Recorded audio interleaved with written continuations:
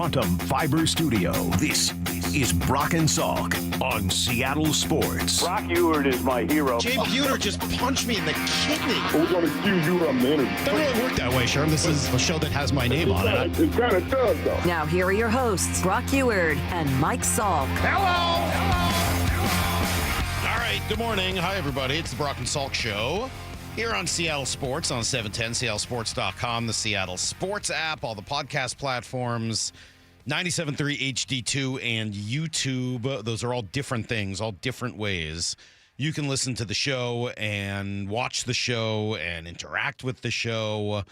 We haven't talked much about the app recently. I kind of bounce around at the very beginning of the show on each of these things. But, I mean, don't forget the Seattle Sports app. I do mention it a bunch. It has a really, well, first of all, we need it tomorrow because we're going to have, here's the thing. We didn't get to do it last week while we were in Peoria. So please leave us messages through the Seattle Sports app for Here's the Thing. Usually they're fun, they're silly, sometimes they're singing, sometimes there's making fun of one of the four of us or multiple of the four of us or other things going on in the Seattle sports world. So you can leave us a little message. Maura wants them under 1 minute, though. That is the absolute max, right? 1 minute? Is that right? Well, do you guys want them longer than a minute? No. We just can't fit enough if everybody makes them too long. Yeah, a minute's the absolute max, and really like 30 seconds That's is about ideal. right. Yeah. So if you are a content creator for the Brock and Salk Show, and here's the thing, try to keep that in the 30-second range. Thank you, content creators. How easy is it to call yourself a content creator? Lyle, you're kind of a content creator. Do you just call yourself that? If you meet somebody like out or whatever and they're like, oh, what do? Do you say I'm a content creator? No, but that wouldn't be wrong. I didn't say it would be wrong. I said it'd be right. But do you say that? Usually no. What do you say? I guess I usually just say we do content rather than content creator. Okay. So you say you're okay. We do content. Very vague. I like it. Kind of give a little air of mystery. Baseball content. Okay, so you get a little bit more specific. Okay. Well, we will talk some baseball a little bit later today. Brock had asked me yesterday to kind of get into the Wayback Machine a little bit and how it relates to today. So we'll do that at 7:30, talking a little Scott Service. And then some other Brock has this idea for new Mariner fans. I'm a little curious exactly what he means. I think I've got the answers for him, but he kind of posed us a question on the text thread last night, and I was like, I don't really know what that means, but I think I have 4 answers for him. He wanted 3 or 4 answers. I think I've got them. His question was, if I remember it right, he wanted to give an answer for new Mariner fans, a primer, essentially, for anybody that was sort of new to the Mariners in spring training after jumping aboard last year and saying kind of what to really watch for in spring. I don't know how that's different from the spring training storylines that we did like a week ago, but I think I have answers for him. I'm confused by that too. Yeah, I think I've got 4 new answers, so I'll try to use those at 9:00 for Brock just to mollify him and see if we can make him happy. 2 things kind of jumped out to me last night that I wanted to talk about. One made me happy, and I don't mean to make it personal because maybe he's a nice guy. I don't know, but Kyler Murray getting released is hilarious. It really is. As you guys know, and Maura's sort of gotten on me at times for being so anti-Kyler Murray because I think he stinks on ice. And Well, you've just been not factual when you talk about his completion percentage. I didn't talk about his completion percentage. I talk about You what said my he's eyes inaccurate. see. He His is completion inaccurate. percentage says otherwise. His completion percentage could not be less relevant to me. My eyesight tells me that guy can't hit the broadside of a barn. Yeah, and you when watch he like needs 2 to. games and come to that. Whatever. conclusion. I watch them. I've been watching the guy play his entire career. You know who else seems to have come to that conclusion? I don't like the guy either, but you maybe defend him because you went so. I think you were being not factual. Well, at the end of the day, it turns out the Cardinals came to the same conclusion. This guy stinks on ice. He stinks so badly, they're willing to eat more than disagree with that. $36 million. They're eating $36 million just to get him the hell off their team. Yeah, but they have something to do with that too. Sure, Like, they're a first they picked horrendous Josh organization. Rosen, now they want Jimmy Garoppolo. Like, Oh, they they're don't know awful. what they're doing. They have no clue. They have terrible ownership, bad management all the way through. That whole idea of alignment, no fan base. They're a total joke and a half. There's nothing worse than the Arizona Cardinals. I mean, just truly one of the worst franchises in all of sports and one of my favorite groups to make fun of because they've just completely lost their way. Their problem with Kyler Murray, seriously, and the Arizona Cardinals. And this should be the learning lesson for everyone forever. It was not drafting Kyler Murray. That was fine. You draft Kyler Murray. You draft him number 1 overall, even though you just drafted Josh Rosen at 5, 6, something like that. I forget the exact number. They did the right thing. Drafting, I have no problems whatsoever with drafting Kyler Murray. You got to take a chance on a guy with that kind of talent, that kind of speed, that kind of explosiveness. You got to find out if it can work. Were there question marks? Sure. Of course there were. But it was absolutely the right thing to do. And I think most franchises could have, should have, and would have done the exact same thing. Did they develop Kyler Murray well? No, obviously. I mean, that's a given. Of course they didn't develop him well. Bad organization. But the real problem, the real issue here was signing Kyler Murray to the next contract. Said it at the time. I'll say it a million more times if anybody wants to hear it. One of the dumbest decisions I've seen in forever. Giving that guy a tremendous amount of money when he had shown that he was not a leader, not a winner, not a very good quarterback. And those guys who have the speed and maybe not the accuracy, whether Moore and I agree on it or not, who just can't seem to put it all together, that's coach killer. That is how you get killed. Well, when you have to put a homework clause in there. Ridiculous. It's like going into a marriage with I'm going to put this cheating clause in here. Yeah, because I'm a little, I know you've cheated before. So if you cheat again, I get the money. Right, yeah, that's kind of what it is. And now they're going to eat $36, almost $37 million at the end of this thing, and he's going to go play somewhere else next year on the league minimum while still collecting that money from the Cardinals organization. It's hilarious. He's gotten, how many, 2, 3 coaches fired over the course of his tenure. I wouldn't touch that guy with a 10-foot pole, except that Sam Darnold and Geno Smith and Daniel Jones and all these other guys have had, these second acts in their career. And maybe Kevin O'Connell, if he brings him to Minnesota, maybe that's exactly what Kyler needs. Maybe he can put him in that Kevin O'Connell machine that seems to spit people out and make them great. Okay, maybe that works this time. But I got to tell you, I really laughed hard when I saw this one because I really just don't think he's very good. I don't think the organization's good, and that's part of it. I will be curious to see if somebody else can get something different out of him. But when they signed Kyler Murray to that big deal, I was like, man, this is great. This is exactly what you want in your division. It's like having the Jets in your division. Whatever they got, they're going to screw it up. Whatever they've found, they're going to find a way to mess it up every single time. And they did that with the re-signing of a guy that they needed to put a homework clause in so that it wasn't just home playing video games. What a joke. I did like this one other thing, and we'll probably come back to this later with Brock, but this just kind of cracked me up. Not cracked me. I should say that. This was interesting, I should say. Von Miller had a contract offer from the Seahawks last year. I'd kind of like to know when. Here's what he told Rich Eisen. I had 2 contract offers by the end of free agency, by the end of the offseason last year. I had 1 contract from the Washington Commanders. You can only sign with 1 team. That's right. I had 1 contract from the Washington Commanders, and I had 1 contract for the Seattle Seahawks. So I made the decision to go to the Washington Commanders, and the other team, they went and won the Super Bowl. So these next decisions that I have to make, I have to be right on. I think last offseason, with everything that was presented, I would have made that decision 10 times out of 10. It wasn't that I didn't believe in Sam Darnold. It was just Jaden Daniels. When did Von Miller sign that deal? I get the reasoning totally fine. As you know, I've mentioned it.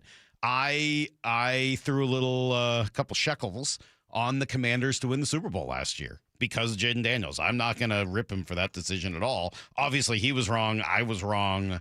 I think a lot of people were wrong based on the number of times the Commanders were on national TV. So, he and I were on the same page and both obviously quite wrong. It wasn't until July. So that's what's interesting to me. Yeah, so I looked that up also. Do you know when DeMarcus Lawrence signed? March. So when he first said this, I was like, okay, maybe it was we'll either get DeMarcus Lawrence or Von Miller. No. This was after all of that. That's crazy.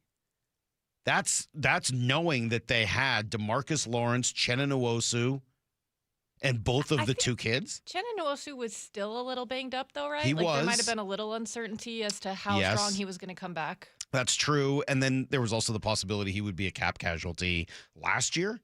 But fascinating that even with those four guys, they were interested still in Von Miller last year. Yeah, it is. And it to me does speak again to my, and maybe I'm just taking everything and making it about my argument. So sue me.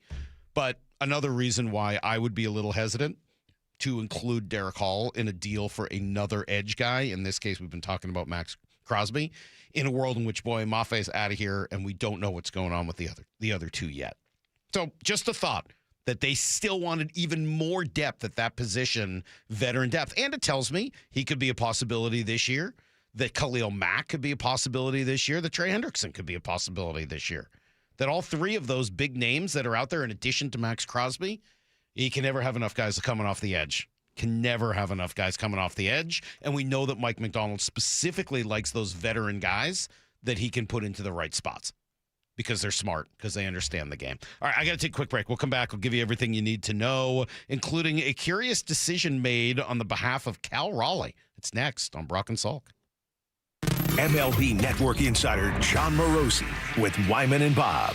John, looking at this Mariner team, who's the biggest competition in the American League? Good question. I'll say this. There's no team in the American League whose chances to reach the World Series I like better than those of the Seattle Mariners. When you look at even just today, the way the lineup looks, Donovan, then Cal, then J-Rod, then Naylor. Subscribe to Seattle Sports on YouTube and watch the full interview. It took us 93 years to build this reputation, but it'll take just 5 minutes to ruin it. If you think about that, you'll do things differently. Lee Johnson Auto Family. For those diagnosed with anxiety, depression, or PTSD, Northwest Ketamine Clinics wants you to know hope is within reach. Here's Brandon, a recent patient. Going to sleep was challenging. Getting my brain to turn off was challenging. Just kind of getting through every day was a bit challenging. Like everything was a little too hard, a little too much resistance, and that just kind of evaporated. After the first few sessions of ketamine, it was noticeable. People remarked on it pretty quickly. I had done maybe 2 sessions, 3 sessions, and people started going, what are you doing differently? You look awesome. You just look like your skin is healthier and you look happier. To anyone thinking about giving it a try, if you have depression, ADHD, bipolar, any of those things feel like they would vastly benefit from it. So go for it. That's what I say. Welcome to the Pacific Northwest's most experienced ketamine center. Book a free phone or video consult at nwketamineclinics.com. Healing starts here. The nonprofit Puget Sound Senior Baseball League plays real baseball on the best fields. The season first tryout for adults ages 18 to 65 and older is this Sunday, March 8th at Hogan Park at Russell Road in Kent. With 10 divisions featuring different age and skill levels, there's room for almost every ball player, from ex-Little Leaguers to high school and even former college and pros. Get all the info at pssbl.com. That's pssbl.com. Ooh, that face. Quantum Fiber Internet loves that face. That's Jamila. Hey, Jamila. She's thinking outside the box from inside the box. Quantum Fiber Wi-Fi keeps her meeting game strong. From the back door to the front lawn. Rushing all of her video calls. Back to back to back video calls. Quantum Fiber Internet blowing the soxies up all those people in all those boxes. Yay to you. Switch today at quantumfiber.com. Additional pods may be needed to achieve Wi-Fi coverage in some locations. Limited availability. Service in select locations only. What is that sound?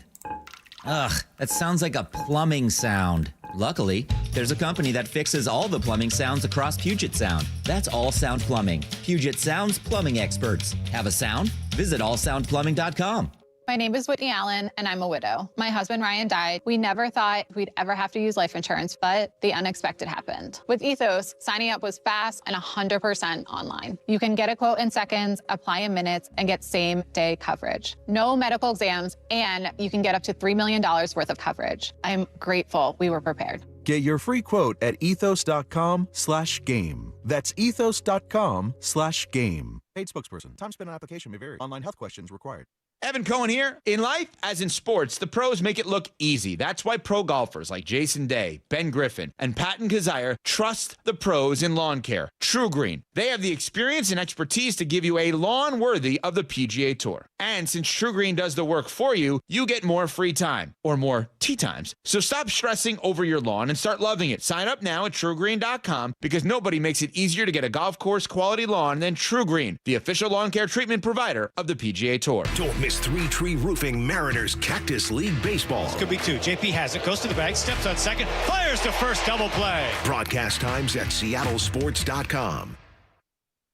If you owe back taxes, listen carefully to rule number 1. Never go up against the IRS alone. They're cracking down, freezing bank accounts, garnishing paychecks, canceling passports. Even your home or business could be at risk. But here's what they don't tell you. The IRS has powerful tax relief programs that could save you thousands if you qualify. That's why smart people call Optima Tax Relief, America's #1 tax resolution firm. Nobody knows these programs like the experts at Optima. Their team of tax attorneys and licensed professionals have resolved over $2 billion in tax debt for people just like you. The IRS is not stopping, so don't wait and don't take them on alone. For tax help you need, for tax help you can trust, call Optima today for a free consultation. Call 800-343-6460. 800-343-6460. 800-343-6460.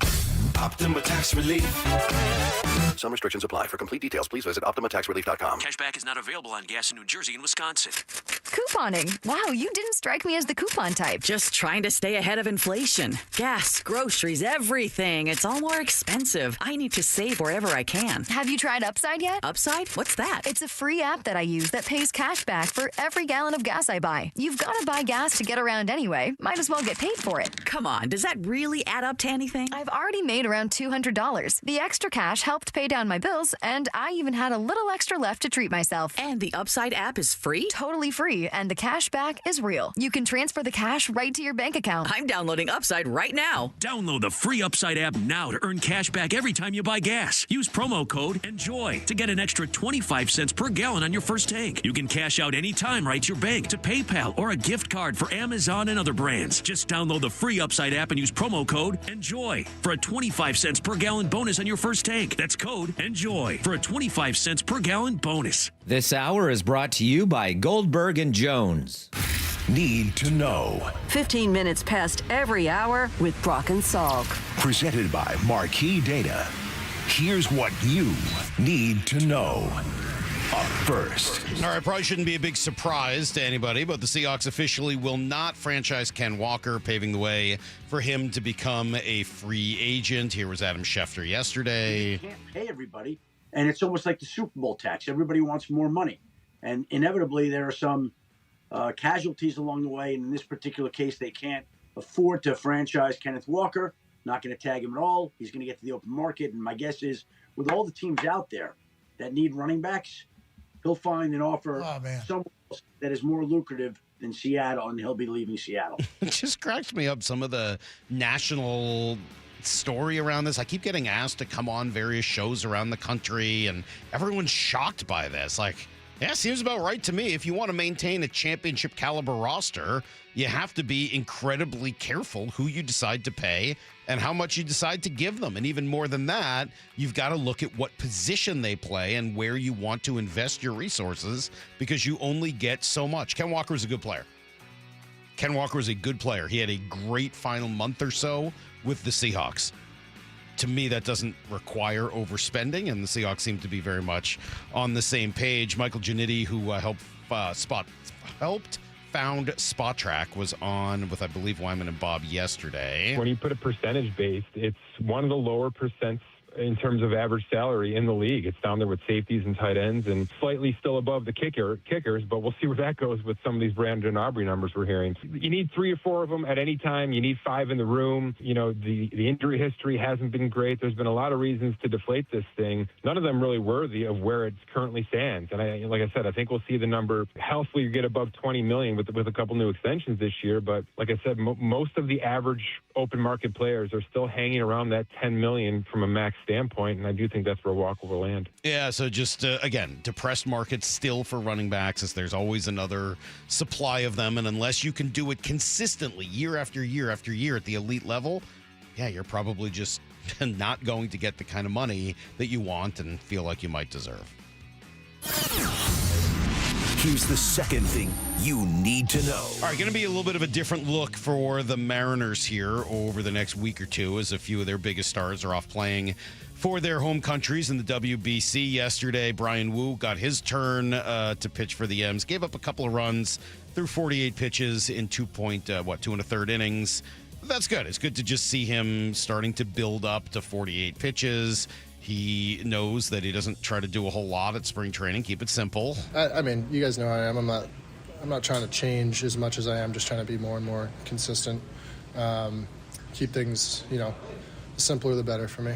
Simpler the better, and just go out there and do your thing. Yesterday we saw the spring debuts for last year's opening day middle infield. J.P. Crawford, you may remember, started at short last year. He DH'd for the first time this spring as he's been dealing with some shoulder soreness. He walked once. Ryan Bliss was last year's starting second baseman on opening day. He had a hit in his return to the lineup as well. Good for him. Good kid, good guy who's just been really snake-bit injury-wise. Team USA, they won their exhibition game yesterday, 15-1 over the Giants. Roman Anthony, Alex Bregman each had home runs. Paul Skeens struck out 4 in 3 innings. They will face Brazil in their first real game on Friday. Cal hitting 6th. 6th? Were we insulted at all by Cal hitting 6th? No, not really. There's a lot of really good hitters in that lineup, and you can kind of put the guys anywhere. I do sort of like the idea of Cal behind some of those dudes, just hitting home runs and knocking in runs. I bet you he ends up finishing with a whole bunch of runs driven in over the course of the WBC. Here's the third thing you need to know. Mentioned it earlier. There's going to be a new quarterback in Arizona next year after the Cardinals informed Kyler Murray he's going to be released next week. Hilariously, they also added something about how that would only be if they can't trade him between now and then, as if somebody wants to trade for that contract, they're going to have to eat $36 million, and the team that signs him only has to pay him the minimum. So, yeah, no one's going to be trading for that. Here's Adam Schefter on what's next. He becomes one of the top quarterbacks available in the free agent market, and there will be interest in him. He comes with an inexpensive price tag. The Arizona Cardinals already are paying him $36.8 million in guaranteed money for this year. So Kyler Murray now can sit back and cherry pick the option and organization that he wants. He can take less money to play in a place where he thinks he can help grow his career, rehab his image, do the types of things that we've seen other quarterbacks like Baker Mayfield and Sam Darnold and Daniel Jones do in recent years. I will be very curious to find out if that's something that interests him. He's going to get an opportunity to show kind of what's important to him here, and I am very curious to see how Kyler Murray handles that. Trey Hendrickson's going to be available as well, since he did not franchise him. You can add Ravens center Tyler Linderbaum and Jags running back Travis Etienne to the list of free agents. I will admit to some intrigue with Etienne.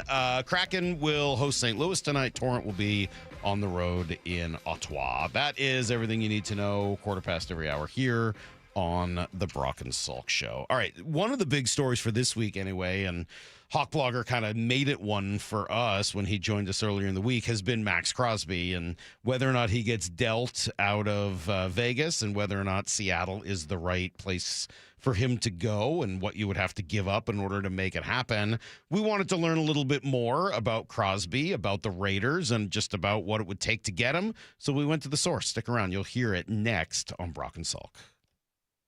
ESPN senior baseball writer Buster Olney with Bump and Stacy. Can you remember a season with this high of expectations for the Mariners? No, nothing like this. Starting the season, a World Series appearance seems totally reasonable. If you pick any other team than the Dodgers to win, given their strength, you're kind of inventing a reasons. But I'm picking the Mariners. I've got them on the record. I just don't want to be like everybody else and pick the Dodgers. The full interviews on the Seattle Sports YouTube channel.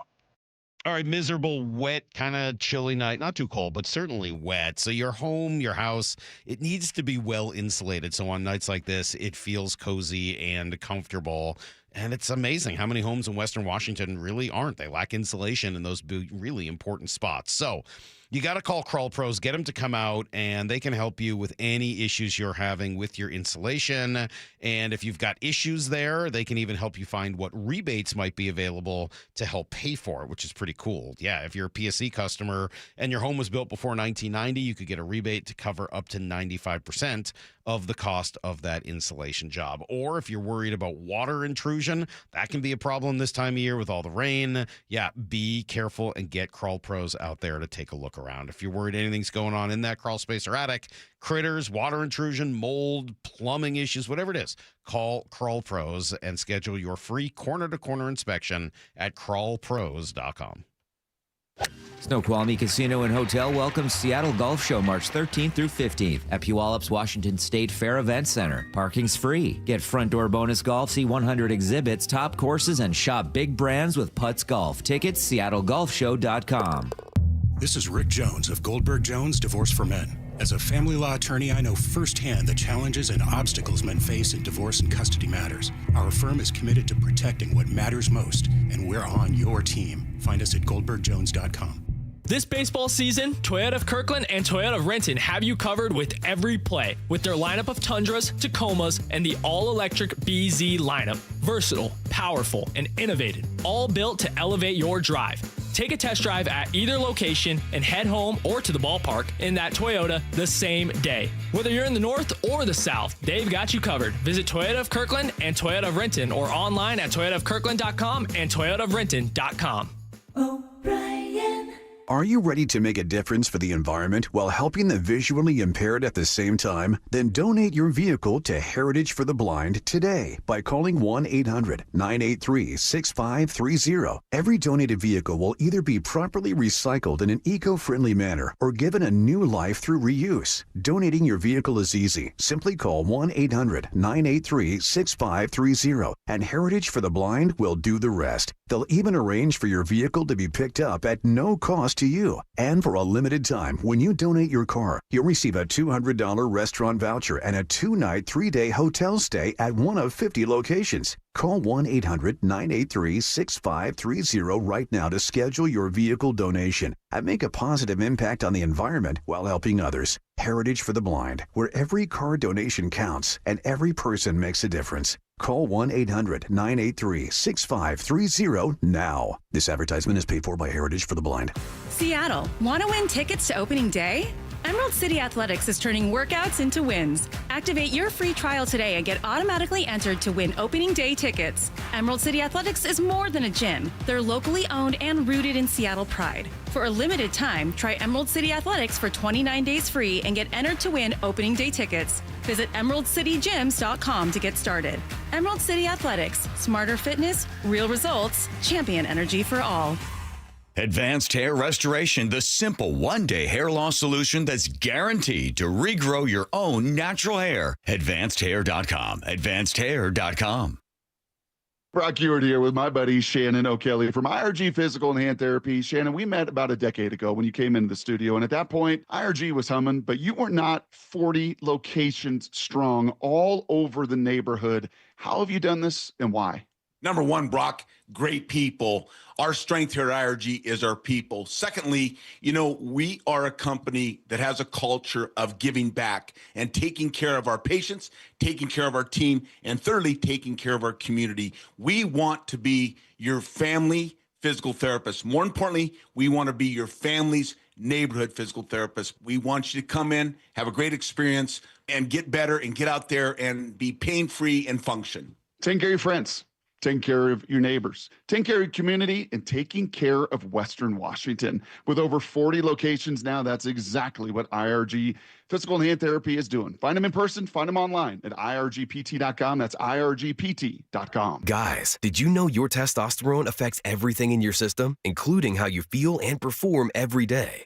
Right now, Revive Men's Health Seattle will check your testosterone for free. Knowing your T levels is the first step in understanding if you have low T. Your testosterone level impacts your energy, libido, sleep, weight, hair loss, mood, and even ED.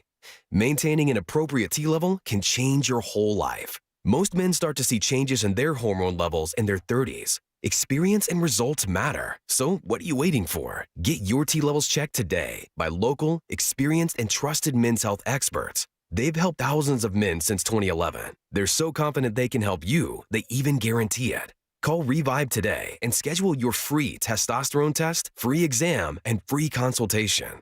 Call Revive Men's Health at 206-529-1111. That's 206-529-1111. Or visit revivemenshealth.com. Brock and Salk's Rewind is presented by Toyota of Kirkland and Toyota of Renton. From the Quantum Fiber Studio. This is Brock and Salk. Weekdays 6 to 10. On Seattle Sports and 97.3 FM HD2. Going with another. Is this true? Another new guest. True? What? Is this true? Is what true? I think he might be my last partner that we haven't talked that to. You've never talked to live on the air. No, Kate Scott. I don't think has ever been. No, on the we've show. had Kate on the show. Did we have her on? Yeah, maybe on one of your multiple vacations. She's been on the show for sure. Okay, but I don't think I've talked to her because she's always going on with Bump and Stacy. So I don't think I've talked to Kate. So put that on the list. But with Shuzen, Yeah. Benetti, Tessitore, and Joe Davis, and yeah. Even I think Ben Hartsock came on the show. Carter Blackburn. Yeah. I think this might be my last partner. So I think we've just kind of taken the last partner, Chris the Myers. last skeleton in the closet. Yeah. Kind of gone down every one of those roads. Jason Horowitz, voice of the Raiders, and on the Brock Heward partner list. Good morning, Jason. Thanks for joining us for the first time. And I'm assuming that Kate, as I hopped on the line here, is your friend Kate Scott of Seattle Seahawks preseason. And my friend, who, by the way, is generous enough to have my oldest and I down for a Sixers game after I come back from L.A. in the NCAA tournament. She's the best. Yeah, She's she great. and Brock do Madden together. Every week. Wow. I didn't know that. Oh, you're not a didn't know Madden that. player. You're not a Madden player, we Horowitz, are. in your house? We are, but you know what? The Xbox that we have in our house is the Xbox version that 26 wasn't coming out on, and I wasn't ready to drop another $600 just so that we could get Madden 26. Not yet. You know what? I'll do this. I'm going to be this gracious because you are giving your time this morning to tell us all things Raiders, Maxx Crosby, Pete Carroll. When this finishes, I have got a code for the 26 game for your family. How about that? Wow. I will send you and the family a Madden. You said it's Xbox? Yeah, I'll send you a code when we finish. But is it going to work on the older Xbox? He has the old We have Xbox, 25. We have 25. Oh, I think it'll work. I think you just, I think you could put the code in there. Sure. I think you just put the code. Yes. You don't need a whole new unit. Yes. We'll give it a shot anyway. We'll give it a shot. Salk doesn't know video games. You kidding me? Don't ask him. I know Tecmo Bowl. I know 10-yard fight. Worst comes to worst, nobody will be hurt if I have to return the gifts to sender because it doesn't work. Right. That's right. It'll be That's fine. exactly right. It's a win-win. Is it better than Win-win, which was not happening, by the way, in Vegas last year. And we got to start before Maxx Crosby. We got to start with our dear, dear friend that Mike and I love to death, who every Monday gave us an extraordinary amount of time and taught us all and brought us a world championship in nearly a second. What in the heck happened from Jason Horowitz's play-by-play booth?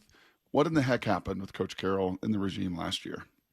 I think that they really thought that by bringing in Geno Smith, that you'd get the Geno Smith that Seattle enjoyed, good and bad, but more positive than negative for the 3 previous years, and that when you pair him with Brock Bowers and you draft Ashton Genty, at the time Jacoby Myers was still on the Raiders, and I think they really thought that they would compete to be close to a 500 football club and maybe on the outside chance to make the playoffs. Because going into the season, if you think about it, the Raiders were a sexy pick to make some noise.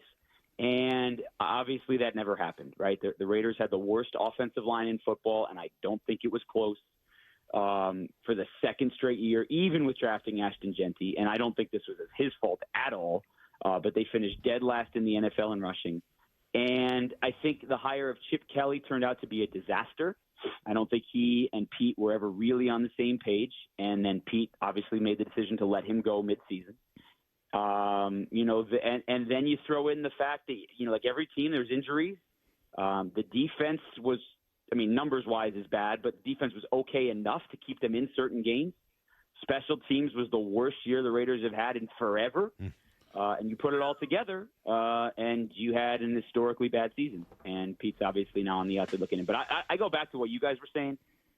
His optimism, his life goal to develop character, to learn the ins and outs of people, to do things that suit them the best, not a system the best, is why I really thought it would work, because that is culture. That is character development. That is what you want out of leaders, and it just never works. Is it hard? You think it's hard?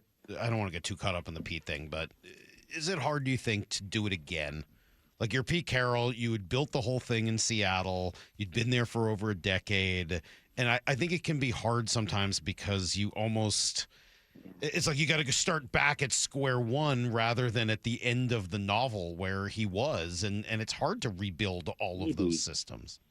Maybe, but here's the other thing, you guys. Pete's a defensive guy, right? And, the reality for the Seahawks' 10-year legacy is that, some of it's luck. They didn't go into that season thinking that Russell Wilson was going to be a future potential Hall of Famer. They went into that season thinking Matt Flynn is the future of the franchise. And what happens if they don't draft Russell Wilson? Or what happens if, someone else drafts him 20 picks earlier in the all of that, right? Obviously, a lot of teams had passed on Russell Wilson because he's a third-round pick. So, what happens if that happens? And but I will say that they had built, obviously, the makings of a ridiculously good defense, which, again, you guys just saw this year. And that is something the Raiders do not have, which is going to lend you to Maxx Crosby, right? You have a transcendent player. You have a transcendent player. And then you had a whole bunch of guys on defense this year on one-year contracts that were former starters or former first-round picks. Some of them had some success, but as a whole, it was not. And when you're a defensive guy and the offense is the worst in football, your defense better be good enough to keep you closer to, one-score games, and the Raiders were clearly not that. All right, so how good is Maxx Crosby? Maxx is great. A couple of years ago, and the Raiders were a losing team, I thought Max had a real shot at Defensive Player of the Year. Frankly, I'm still shocked that he has never been first-team All-Pro, because if anyone watches Raiders games, he is a one-man wrecking crew. Week 4 this past year, it goes back to, how bad Geno Smith was. Raiders play the Bears. Geno Smith throws 3 first-half interceptions. The Raiders have 4 turnovers. The Bears start all 4 of those on the plus 40, and they score 9 of those on those 4 turnovers. 9.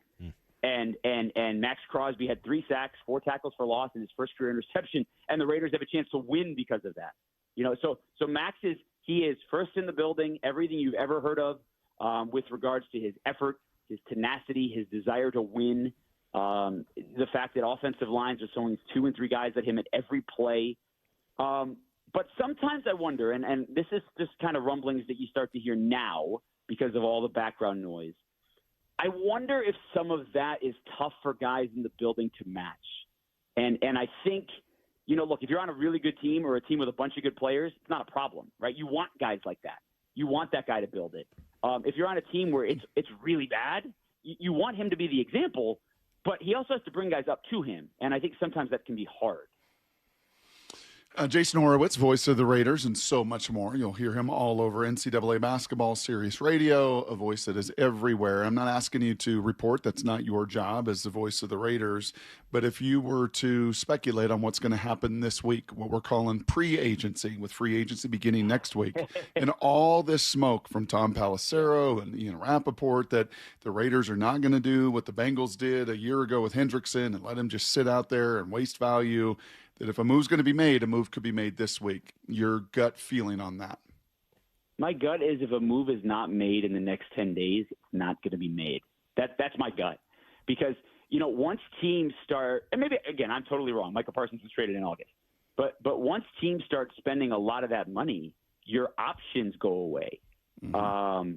And you don't have as much leverage. And you certainly don't want to wait past the draft, because you'd like, if you're going to rebuild, which the Raiders are 100% in, you want to have as much of that started with the guys now. And so I think if that doesn't happen relatively soon, it's not going to happen, right? It's not like Max just walked in this week and said, hey, I want to trade. This has been something that's been brewing or talked about now for 2 months plus. And on top of that, it's not the first time that the group has had these conversations, right? There were questions, would they trade him at the trade deadline this past year? There was some of that came up the year before.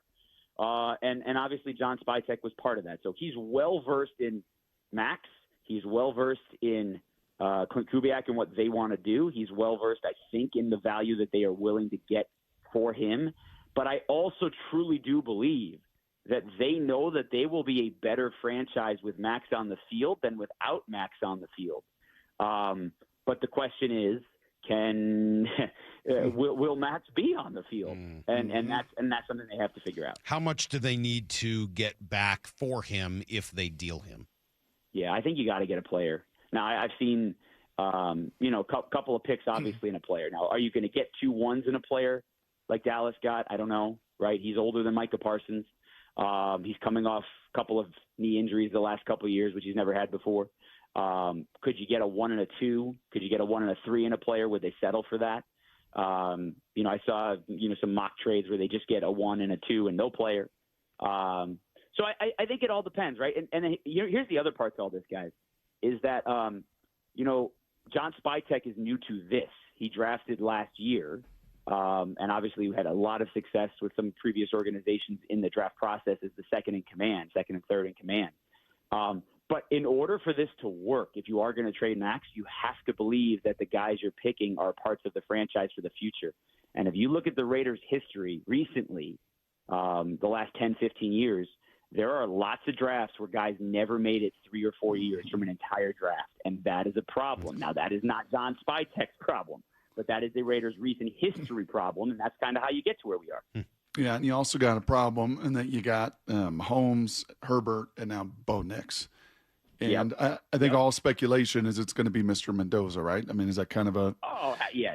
Honestly, Brock, I was playing I think I saw earlier that you could, this is before Clint Kubiak was hired, that you could possibly sell yourself into believing that they have so many holes that they may go a different way if you did. But everything about this kid says he has what it takes. It doesn't mean he will, right? We all know 50% of first-round picks don't work, quarterback. But going in for a team that hasn't had one in forever, he looks like the guy that could be the one. And you know what's amazing? And you can tell, Saul, can't you just feel the voice of Horowitz? I told you he's going to give you great guests. I mean, he's just an amazing radio guy. Doesn't Mendoza just scream Vegas? No.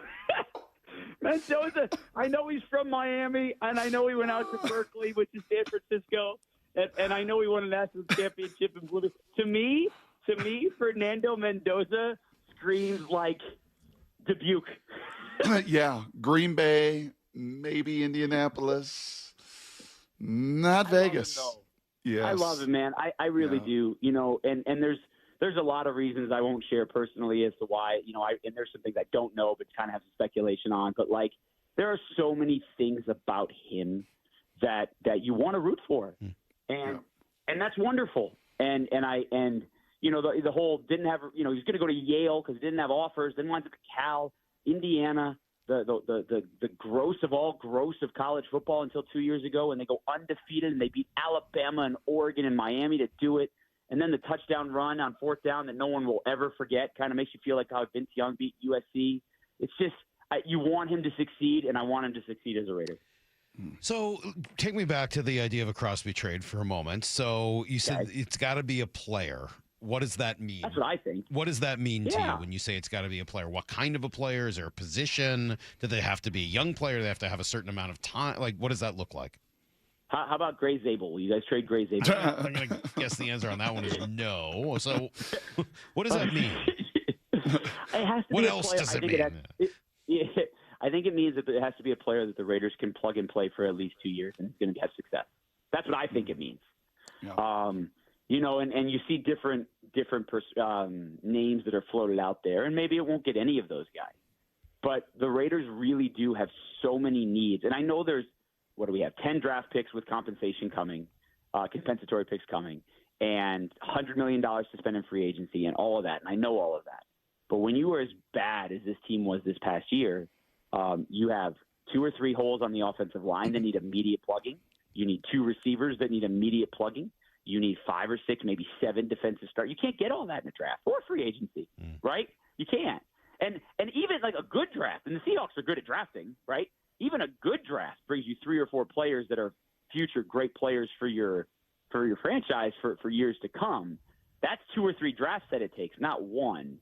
So, you hope to get 3 or 4 players that are a big part of the Raiders franchise future. You get 2 or 3 free agents. That's still 5 or 6 guys that need to be plugged and played.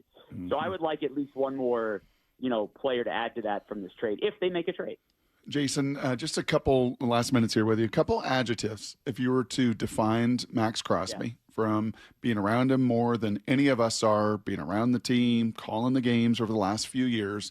If you were just to put a little resume tape, and I'm not talking numbers or all pro or any of that stuff, just 3 or 4 adjectives that maybe we don't know about Max, or maybe we do know, but how would you line those up? Dedicated.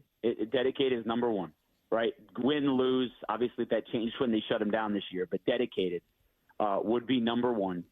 Tenacious, and for that matter, irritating on the field, which is a good thing. 2 and 3. And then, 4 for me, because it's so important to the Vegas community, and frankly, it's so important to Max, is recovery. Because that's so important in his life. It's well documented. Max's struggles with previous struggles, I should say, with addiction. And that is a major part of who he is and how he lives, and why I think he has poured so much into his success is he got sober. He got recovered in Vegas. And he is big on that in the Las Vegas community. And I think that will come with him wherever he goes. And it's why he's been nominated for the Walter Payton Man of the Year so often with the Raiders. How long have you been there with the Raiders? I am coming up on year 5. I guess March 11th is the new. So March 11th, I start year 5 next week. Man, you and Wischusen, God bless you too. Between the Jets and the Raiders, God bless like you you're too. 25 though. Bob's like you're 25. I know, but he's had 25 years of misery. I mean, goodness gracious.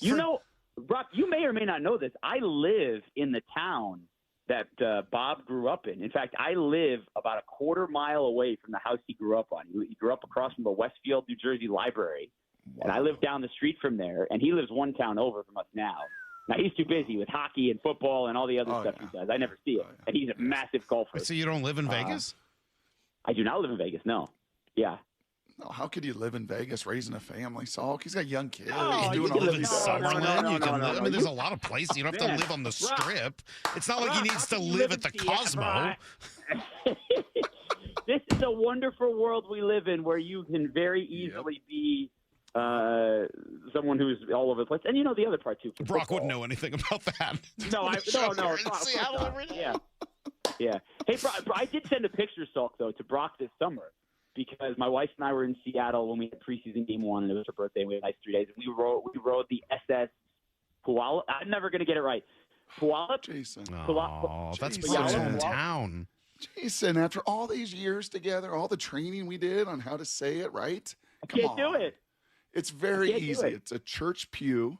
It's all of us, and we're going up. Pew all up. Oh, Puyallup. Right. Puyallup. Yeah, there you go. We rode the Puyallup. Yeah. And it was lovely. It was absolutely lovely. And I had something I was going to go with that, and by screwing up the name, I totally forgot the direction I was going in.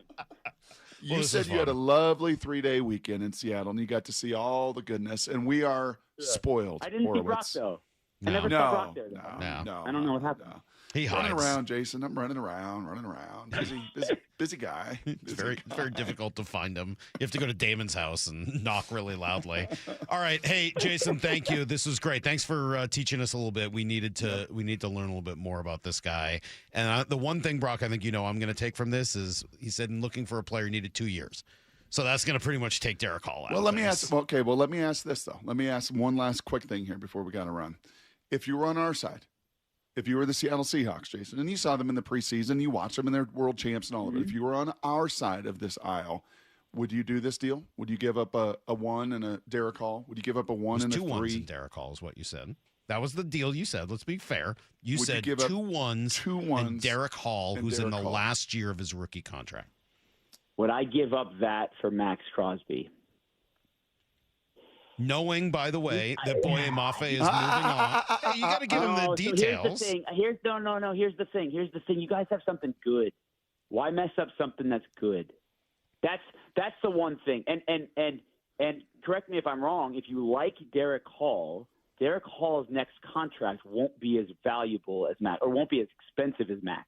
Mm-hmm. So you'd still get to try and keep him, plus draft another edge rusher if you want to with a first-round pick or two.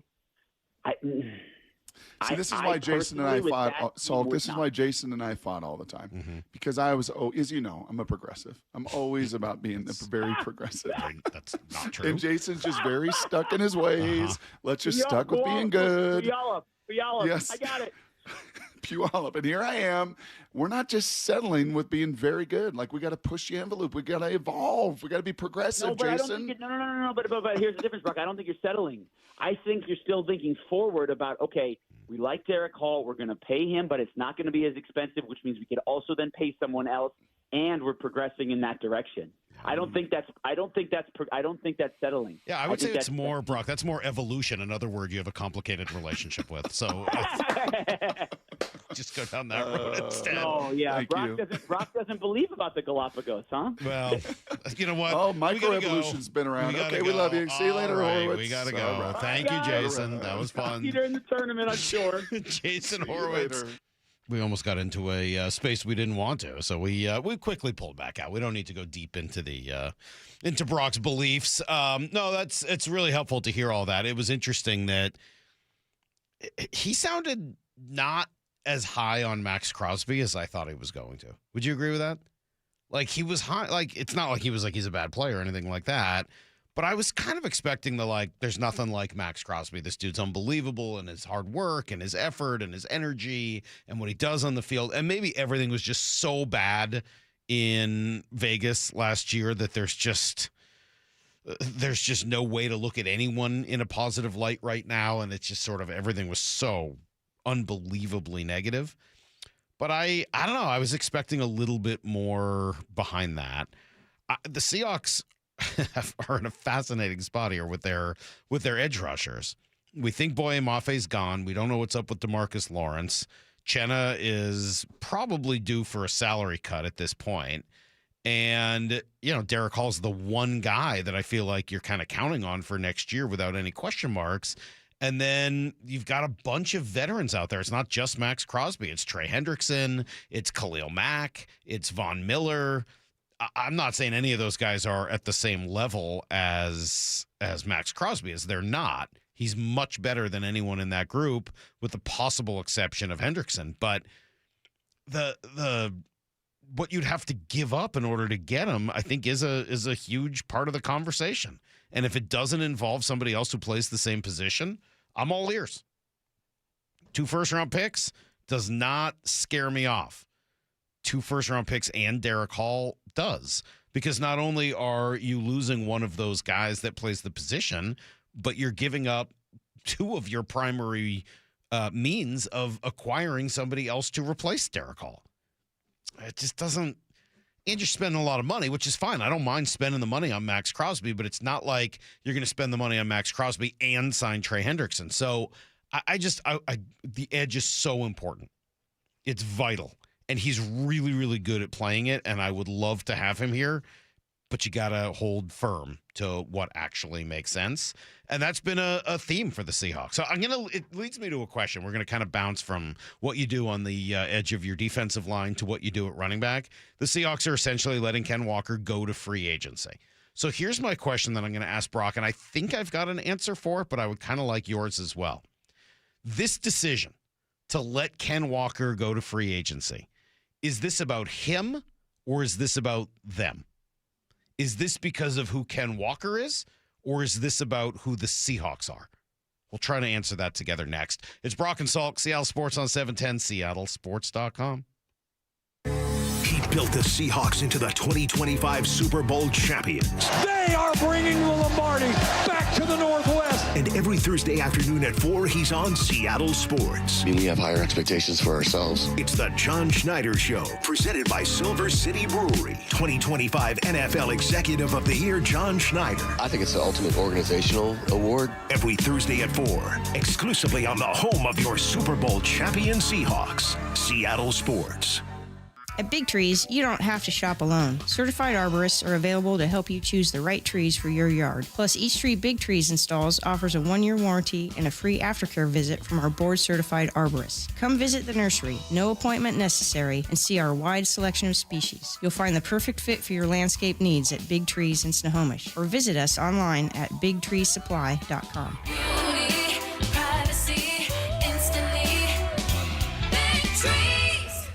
Every season is a little bit different here in Washington, but I'll tell you what, the amount of rain never seems to change in the winter, and we have sure gotten a ton of it this season.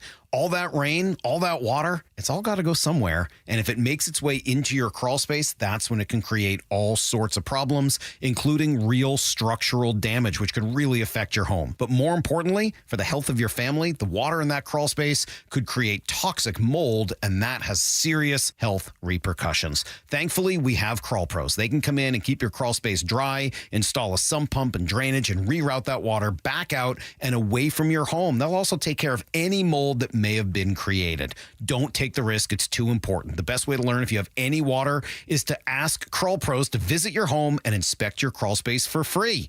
Crawl Pros will go where you don't want to. So if you're worried about water damage, mold, insulation issues, or anything else related to your crawl space or attic, call Crawl Pros or visit crawlpros.com. For those diagnosed with anxiety, depression, or PTSD, Northwest Ketamine Clinics wants you to know hope is within reach. Here's Brandon, a recent patient. Going to sleep was challenging.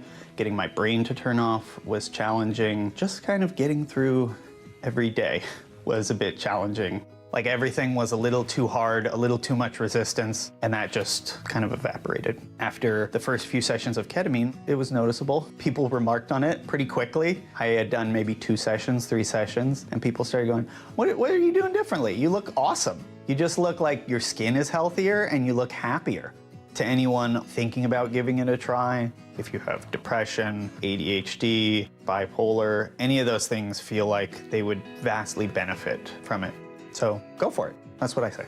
Welcome to the Pacific Northwest's most experienced ketamine center. Book a free phone or video consult at nwketamineclinics.com. Healing starts here. Cashback is not available on gas in New Jersey and Wisconsin. Couponing. Wow, you didn't strike me as the coupon type. Just trying to stay ahead of inflation. Gas, groceries, everything. It's all more expensive. I need to save wherever I can. Have you tried Upside yet? Upside? What's that? It's a free app that I use that pays cash back for every gallon of gas I buy. You've got to buy gas to get around anyway. Might as well get paid for it. Come on, does that really add up to anything? I've already made around $200. The extra cash helped pay down my bills, and I even had a little extra left to treat myself. And the Upside app is free? Totally free, and the cash back is real. You can transfer the cash right to your bank account. I'm downloading Upside right now. Download the free Upside app now to earn cash back every time you buy gas. Use promo code ENJOY to get an extra 25 cents per gallon on your first tank. You can cash out anytime right to your bank, to PayPal, or a gift card for Amazon and other brands. Just download the free Upside app and use promo code ENJOY for a 25 cents per gallon bonus on your first tank. That's code ENJOY for a 25 cents per gallon bonus. This baseball season, Toyota of Kirkland and Toyota of Renton have you covered with every play. With their lineup of Tundras, Tacomas, and the all-electric BZ lineup. Versatile, powerful, and innovative. All built to elevate your drive. Take a test drive at either location and head home or to the ballpark in that Toyota the same day. Whether you're in the north or the south, they've got you covered. Visit Toyota of Kirkland and Toyota of Renton or online at toyotaofkirkland.com and toyotaofrenton.com. I'm Boomer Esiason. My mom died from cancer. She was only 37 years old. She didn't have life insurance, and that was devastating for my family. That's why having life insurance is so important to me. Ethos makes it fast and easy. Get a quote in seconds, apply in minutes, and get same-day coverage. You can get up to $3 million in coverage with no medical exam. Get your free quote at ethos.com/play. That's ethos.com/play. Paid spokesperson. Time spent on application may vary. Online health questions required.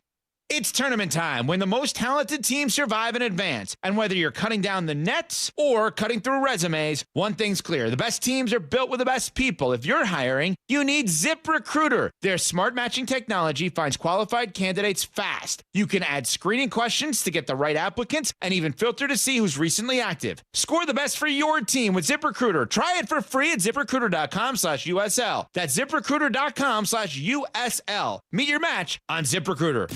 Let's go!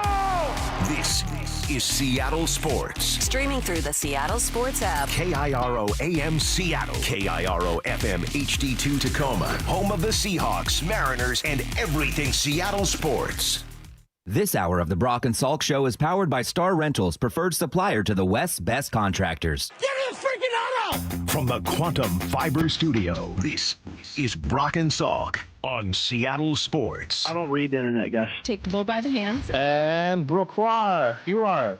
And Brooke, you are. Now here are your hosts, Brock Eward and Mike Salk.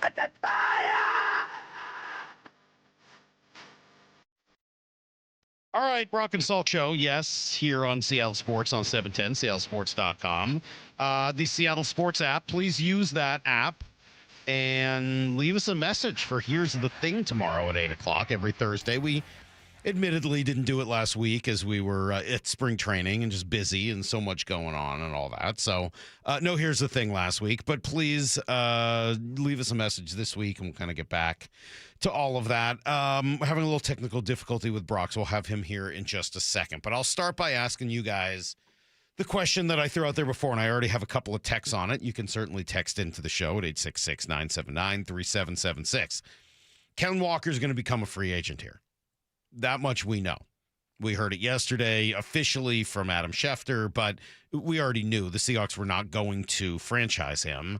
And without getting a deal done, that makes him a free agent.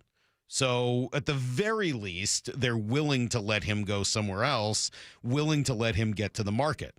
100% sure that he's not back? No, there's always a small chance that after all of that, he decides that he wants to stay here or they want to match the offer or whatever, but I don't see that happening.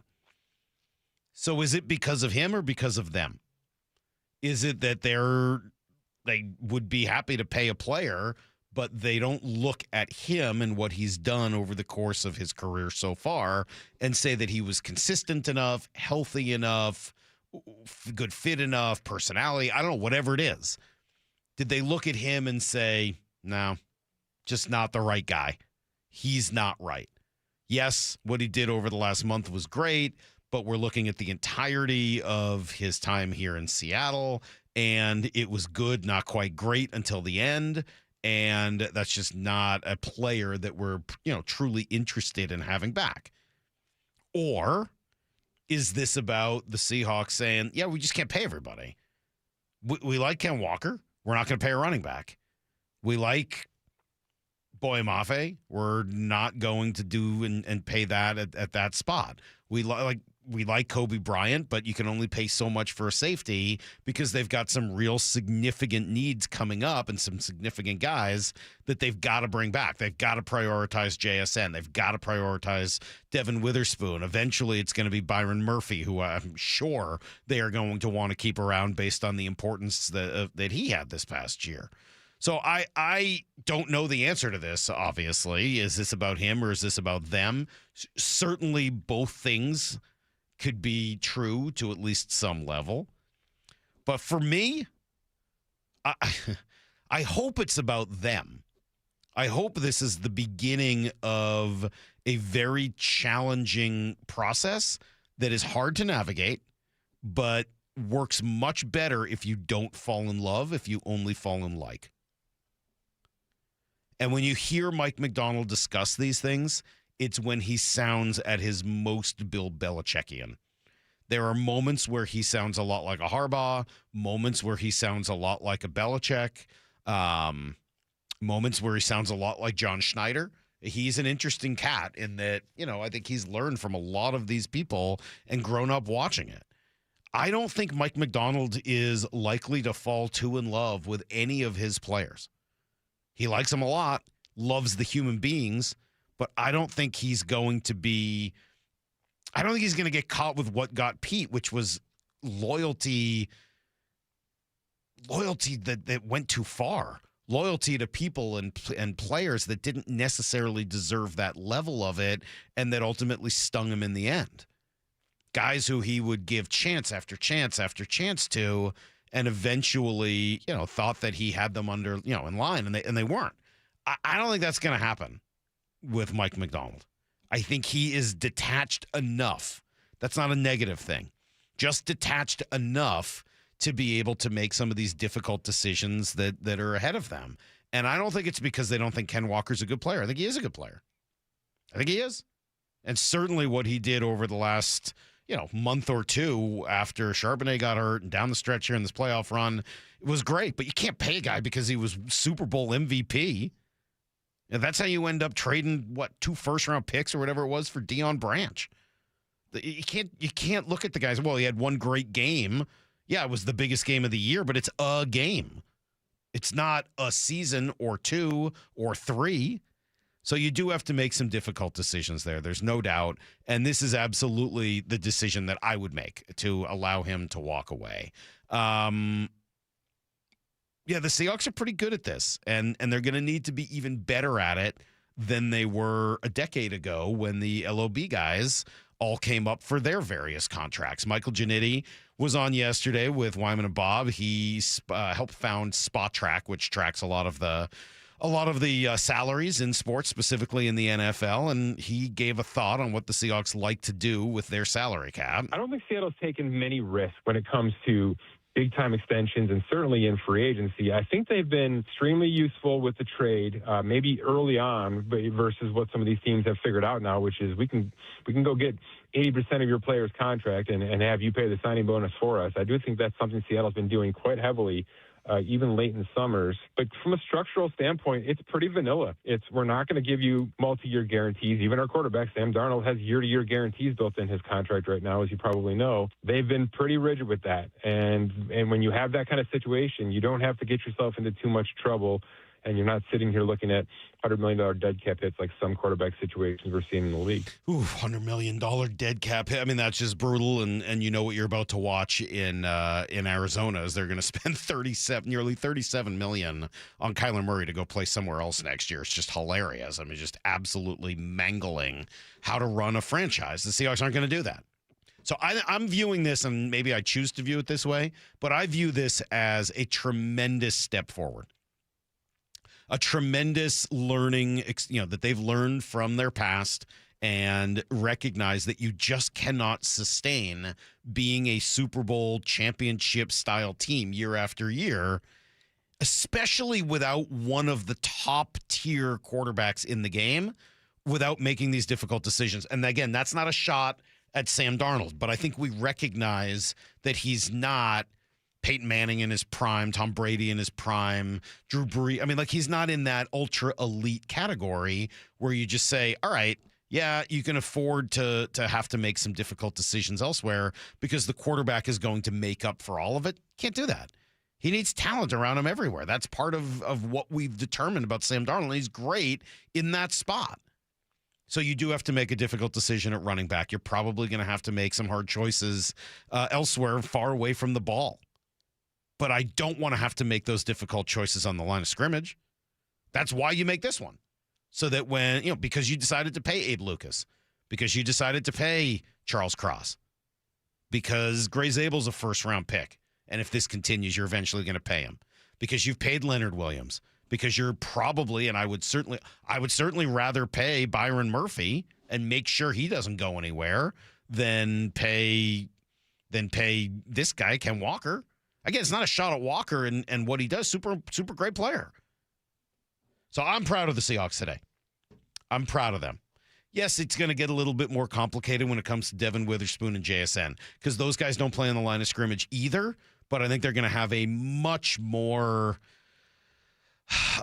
better case to get paid than certainly a running back would. But those are going to be hard too. And when we hear JSN say he wants to ultimately be the top paid wide receiver in football, I mean, they don't have to make that decision yet. We'll see. Eventually they will. But I'm going to be curious to see how they handle that one because John generally does not like to have to make that kind of call. All right, let me take a quick break. There's other stuff going on here in the NFL. I know Brock wants me to talk a little baseball with him at 7:30, which we will make sure we do. Also, hopefully we will find Brock and get whatever our problems are fixed. We'll do that coming up. Give you everything you need to know next. It's Brock and Salk, Seattle Sports on 710, seattlesports.com. Having one of those days where a little of this would make things so much better? Fastball, strike three called. He got him looking. How about that for a Cactus League debut? Cade Anderson striking out the side. We got you. You can stream every Mariners spring training game live for free on the Seattle Sports app. Making lives better through Mariners baseball, one Goodbye, baseball! at a time. Home of your American League West champion Mariners.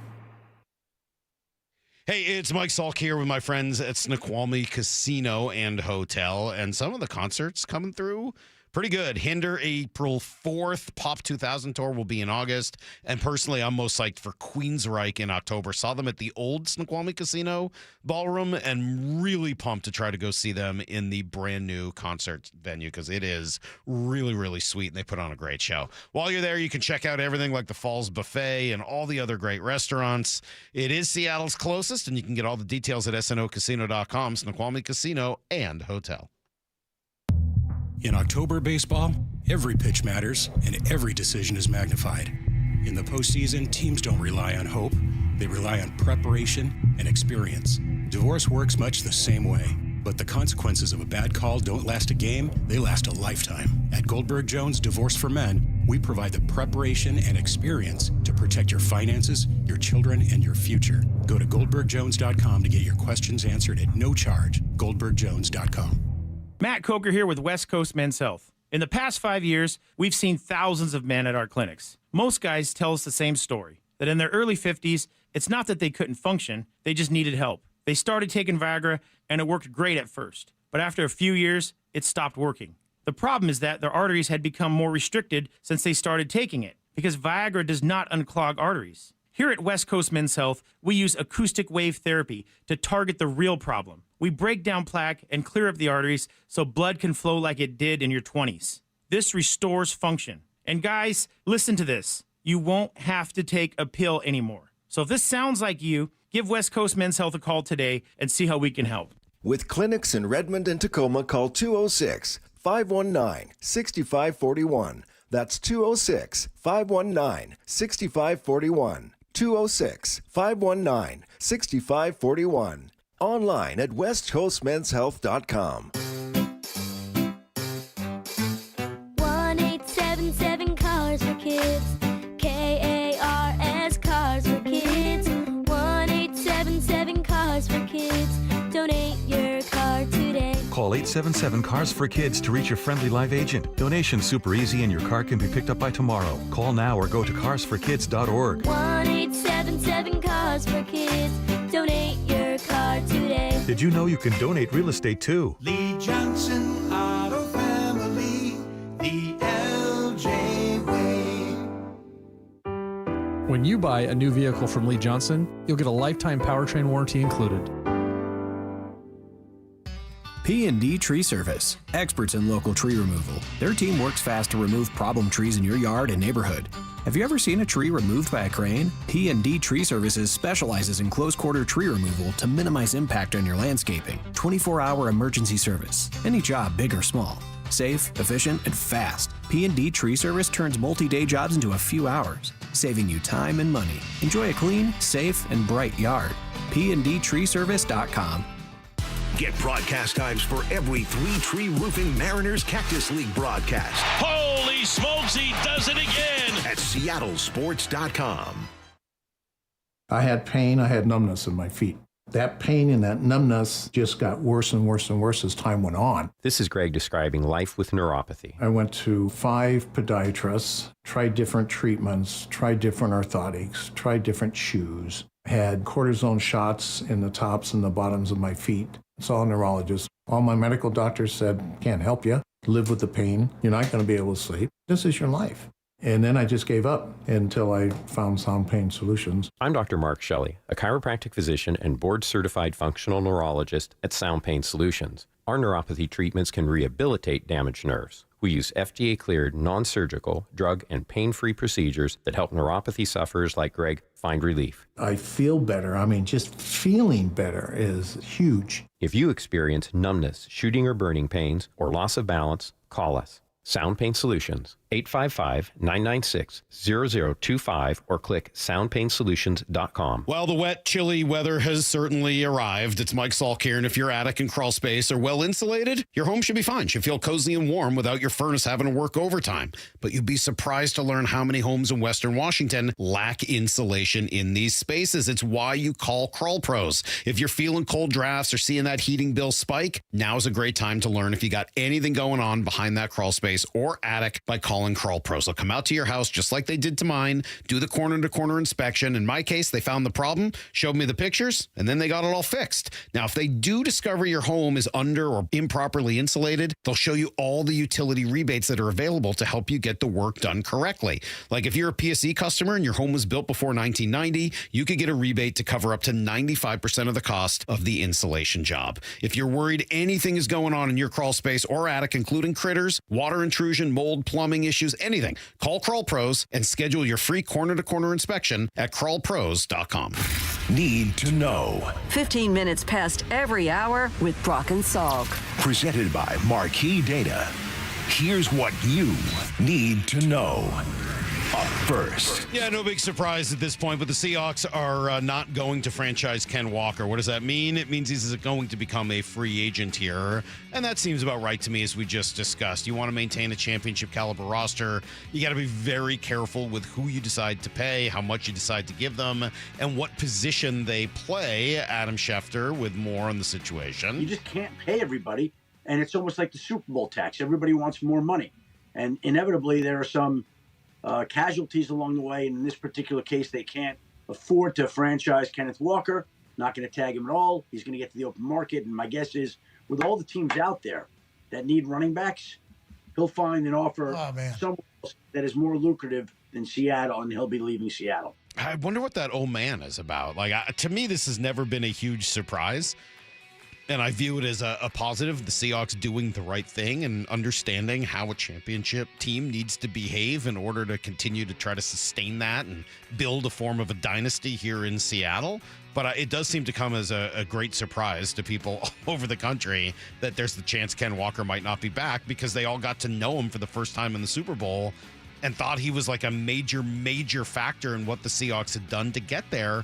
He was a factor, don't get me wrong, but like a huge one that you've got to make sure you have back. I just have never really seen it that way. So I am just fine here with this decision. Good player, great final month.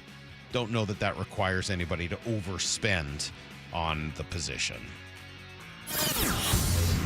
Here's the second thing you need to know. All right, Mariners over the next couple of weeks are going to be missing a few of their biggest stars. Cal's playing for the U.S. Julio is playing for the Dominican Republic. Randy's out there, I think, playing for Mexico. A lot of those guys are not going to be around here during the WBC.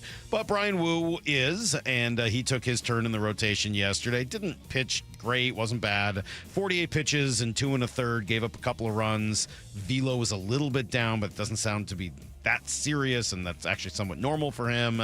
After the game, he talked about what spring training means. You hold yourself to a high standard from start 1 through however in spring, and then that way I feel like I have 6 game-like starts under my belt rather than like just treating the last 2 late games, and then you go into the season with 1 or 2 starts that you feel like you've really given it everything versus I treat it game-like and season-like from start 1, then it's like I feel like I'm ahead of the curve in that way. It's more about just kind of giving yourself grace with like not being perfect with certain things, and whatever it is, shapes or counts, or hold yourself to a high standard, but also know it's still March 3rd or 2nd or whatever it is. Yeah, it's almost a mental break so that you don't drive yourself totally insane by the time the season begins, and Probably good for him. Spring debuts for last year's middle infield on opening day. Hi, Brock. Good morning. Yeah, I'm trying to give myself grace here. Yeah, so good. Well, I appreciate that. Well, good. J.P. Crawford, you may remember, was your opening day shortstop last year. Ryan Bliss was your opening day second baseman. Both guys made their Cactus League debut for the year. J.P. DH'd and walked once. Ryan Bliss had a hit. John Morosi maybe slightly more concerned than others are with JP. JP Crawford has been one of the most dependable players during this era of the Mariners. Very popular player among the fans in the clubhouse. He still has, I think, a lot to offer. Obviously, the caveat being, if the shoulder's a problem, that's a real problem. When you're into March and there is still some question about how your shortstop's throwing, objectively speaking, that's a concern. They may say it's not a concern, and they may downplay it, and I suppose they're entitled to do that. But opening day is in like 3 weeks, and if your shortstop wasn't really able to cut it loose and throw the ball until roughly now, that is a situation worth watching. Do you have Emerson start the year in the minor leagues? Possible. And then see how JP begins the season. If JP is not hitting like he usually hits, and if the defense is not what it should be and what it needs to be, then I think you very quickly put him on the IL and bring up Emerson and then just see how the situation goes. So who would be the backup shortstop today? Rivas. Little Leo? Mm-hmm. Yeah. I think it's worth watching the next couple weeks. This was kind of the plan, right? This was going to be a slow play, as you mentioned earlier, and let's get him some at-bats, get his feet underneath him. But to John's point, like, he's also got to get his work in. Got to get it in. But he's still got plenty of time. I mean, I think the fact that he was back in there it's 3 weeks now. I mean, you keep saying that, but every day it kind of dwindles down. Well, but now he's getting his work in. I mean, now he's playing. Yeah. He's DHing at least. So I'm not quite at the concern level of John, but I understand where he's coming from on that one. Team USA wins their exhibition yesterday, 15-1. Roman Anthony, Alex Bregman with home runs. Here's the third thing you need to know. And Cal hit sixth, but we're moving on from that one, Brock. We're done there. Well, we only have so much time. That's true. New quarterback in Arizona next year. Kyler Murray, not going to be around. Not going to work here anymore. In fact, they're going to eat more than $36 million to send him packing. I love we're going to try to trade him first. Yeah, I'm sure somebody's desperate to trade for that contract and that player when they're going to get him essentially for free here in another week or so. What a joke. Just the worst franchise. I'm so happy about this one. This is one that fits in your column of, and more, we'll say this about you. And I think rightfully so. Like, if it doesn't happen to you, like, it doesn't happen. Yeah. Right? And sometimes there's some of your opinions, well, this is just what my eyes see. These are the games that I see. I see him up close and personal twice a year, and I don't think he's very good. I'm sorry, I don't think he's very good. And I think you've said that for 6 years. And he certainly was not $45 million a year good. And that's certainly a lot of dead money they're going to be eating. That is just brutal. Trey Hendrickson out in Cincinnati. They chose not to franchise him. Here's a little bit. Wait, I got something on him. Here we go. Here's Adam Schefter on Hendrickson. The Cincinnati Bengals explored a tag and trade option, but obviously found there was not a lot of interest, and they did the wise thing. They let him go to market. Now Trey Hendrickson is freed from Cincinnati. He bid goodbye to the Cincinnati Bengal fans on Instagram. Thanked the organization, the city, for everything. He's moving on. He will not be back in Cincinnati. Both sides have been through a lot together. He will move on. He will be one of the top defensive free agents available, and he'll get to choose where he wants to go. You know what's interesting? Just reading all the news in this Hawk Bloggers pre-agency period, and there is a lot of news going on. It is curious how teams just react to what other teams have done poorly the year or two before. Or say, well, they did it, so we can do it. Denver ate $100 million in Russell Wilson's cap or dead money, and guess what? They were in the AFC title game 2 years ago. We can eat that money. We just got to draft the right other choices. And I think we'll see what happens here with the Raiders. They got now 2 or 3 days during these weekdays to move Maxx Crosby, or you're going to be looking at a Hendrickson situation. And I don't think they want to do that. I think Minnesota is made available. They wanted their defensive ends, and we can hit on him maybe a little later as well. Jonathan Grenard, good player. But it is fascinating to me how, okay, if they can eat that dead cap money, Arizona's thinking, well, so can we. And it doesn't have to put us in a prison for a decade. No. Just your ownership does. Yeah.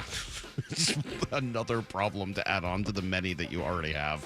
That's everything you need to know. Kraken in St. Louis tonight. Torrent will be in Ottawa.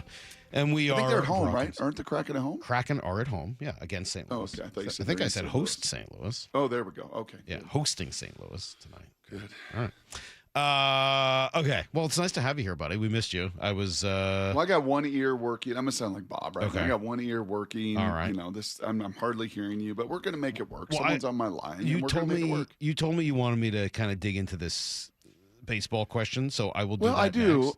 Before we do it, I just yeah. was, before I do it though, I was hoping you might answer the question I asked to start the show because I'm curious your answer to it. The decision on Ken Walker, is that more about him or more about the team? Yeah, I think that decision was made a year ago.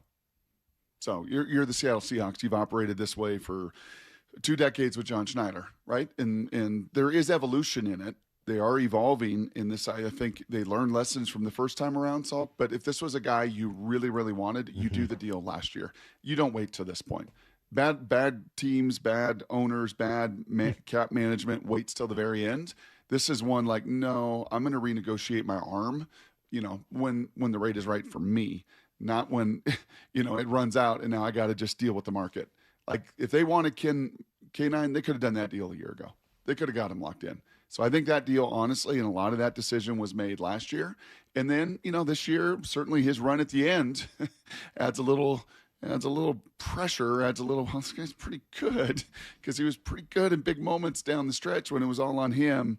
But I do believe that then tells a pretty good story about a bunch of these free agents, right? That tells the story on Reek. That tells the story they tried to get on something. Boye. Yes, they tried to get something done with Kobe. That I understand. Yes. So that's worth noting. And I think with Boye at the right number last summer, they also approached him, but he was a number that he was like, no. I'm a pass rushing defensive end, and there's a much higher ceiling. Very interesting. But I don't think they ever did that with Ken. I like that. They never did that with Ken. That's a really good take, Brock. I like that. Thanks, Michael. All right, coming up next, you did ask me to give what may be a history lesson. I'm not sure, which means Lyle will probably tune out. But hopefully everybody else will tune in, and maybe even Lyle, because it is about baseball. It's next on Brock and Salk. 9 out of 10 experts agree wearing earbuds at work is the universal signal for leave me alone. So grab the earbuds, pull up the Seattle Sports app, and trade that annoying coworker's endless yapping for this. He's at the wall. Cal Raleigh's first one of the spring. Listen to every Mariners spring training game live for free, only on the Seattle Sports app. Improving lives through Mariners baseball, one sparkling play by Josh Naylor at a time. Hey, Brock Ewart here for my friends at People Come First, or PCF Construction Group. Spring and summer, well, they are right around the corner. And if you haven't called PCF about getting started on your new deck, well, now is the time. With a patio cover, a heater, and a fireplace like they built for Molly and I some years ago, with PCF, you can enjoy your outdoor deck or patio all year long, really, no matter what the weather brings. In fact, some of our most enjoyable times was when it was snowing or raining, and we're right under a heater and watching the TV with the fireplace. Right now, you could get up to $6,000 off your entire project, plus no payments and no interest until 2027. Save an additional $1,500 when you bundle your deck and patio cover. Some restrictions do apply, so do what Molly and I did. Contact PCF for all the details. Start your planning and your designing of your dream deck today, so you're ready to build by the spring. Planning permits can take a little time, so please don't wait. Get started today. Get all your project ideas. Browse your photos and find all the offer details at PCFgroup.com. That's PCFgroup.com. Making your outdoor space with People Come First. We've all been there. Sleepless nights, mind racing, wondering if your business's security service is really protecting what matters. At Bay Alarm, we can put your security insecurities to bed. Video security, burglar alarms, fire alarms, access control, 24/7 monitoring, and more. Our advanced technology and personalized support ensure you can rest easy, knowing we're here for you, your people, and your business. Visit bayalarm.com to talk to a local security expert. Bay Alarm, we got you.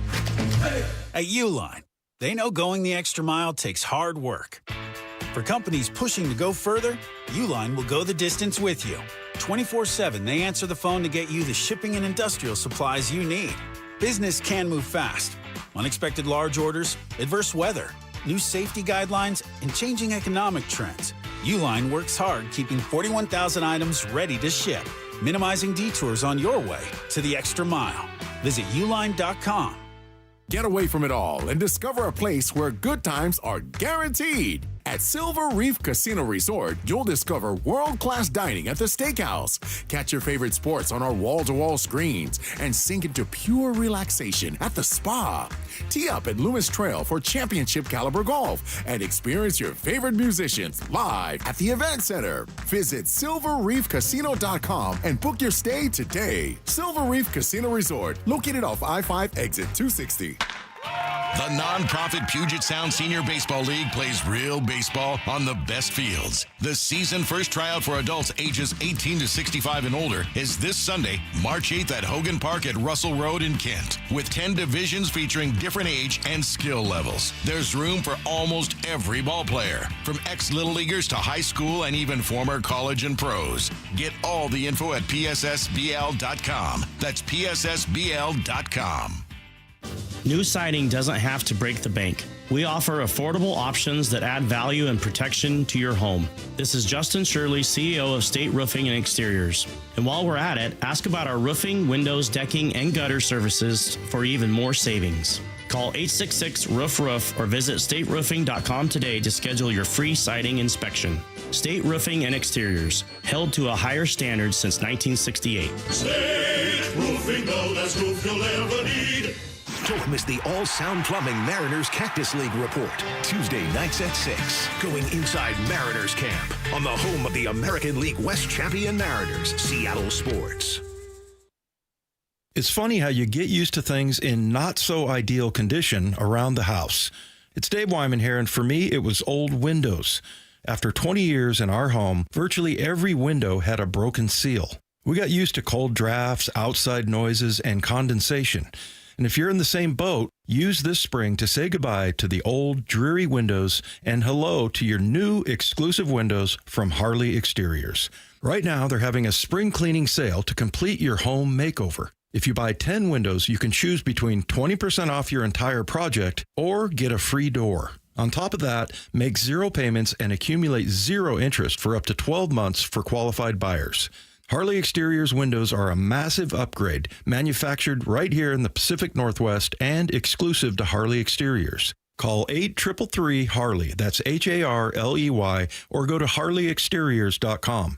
Schedule your free consultation today at harleyexteriors.com. Hey, Brock Ewart here with my buddy Shannon O'Kelly from IRG Physical and Hand Therapy. So much more than just physical and hand therapy, though, Shannon. You guys, holy smokes, do you have a lot of specialty care? Yeah, Brock, we do. You know, obviously our nuts and bolts is good old musculoskeletal, but we have a lot of therapists that do advanced certifications in specialty care. And that's important because we can treat the whole population. We can treat your neighborhood. We can treat your family. And those specialty services range from neurovestibular care to dry needling, sports medicine, hand therapy, pelvic floor, vestibular rehab, lymphedema, you name it, we have that service. Again, we're about taking care of the whole family and the whole family's needs. Remember, IRG, they're in your neighborhood. I'm talking over 40 locations and new additions in Wallingford and the WAC as well, that Washington Athletic Club. You can find them in person. You can find it online at irgpt.com. That is irgpt.com. From the Quantum Fiber Studio. This is Brock and Salk. Weekdays 6 to 10. On Seattle Sports and 97.3 FM HD2.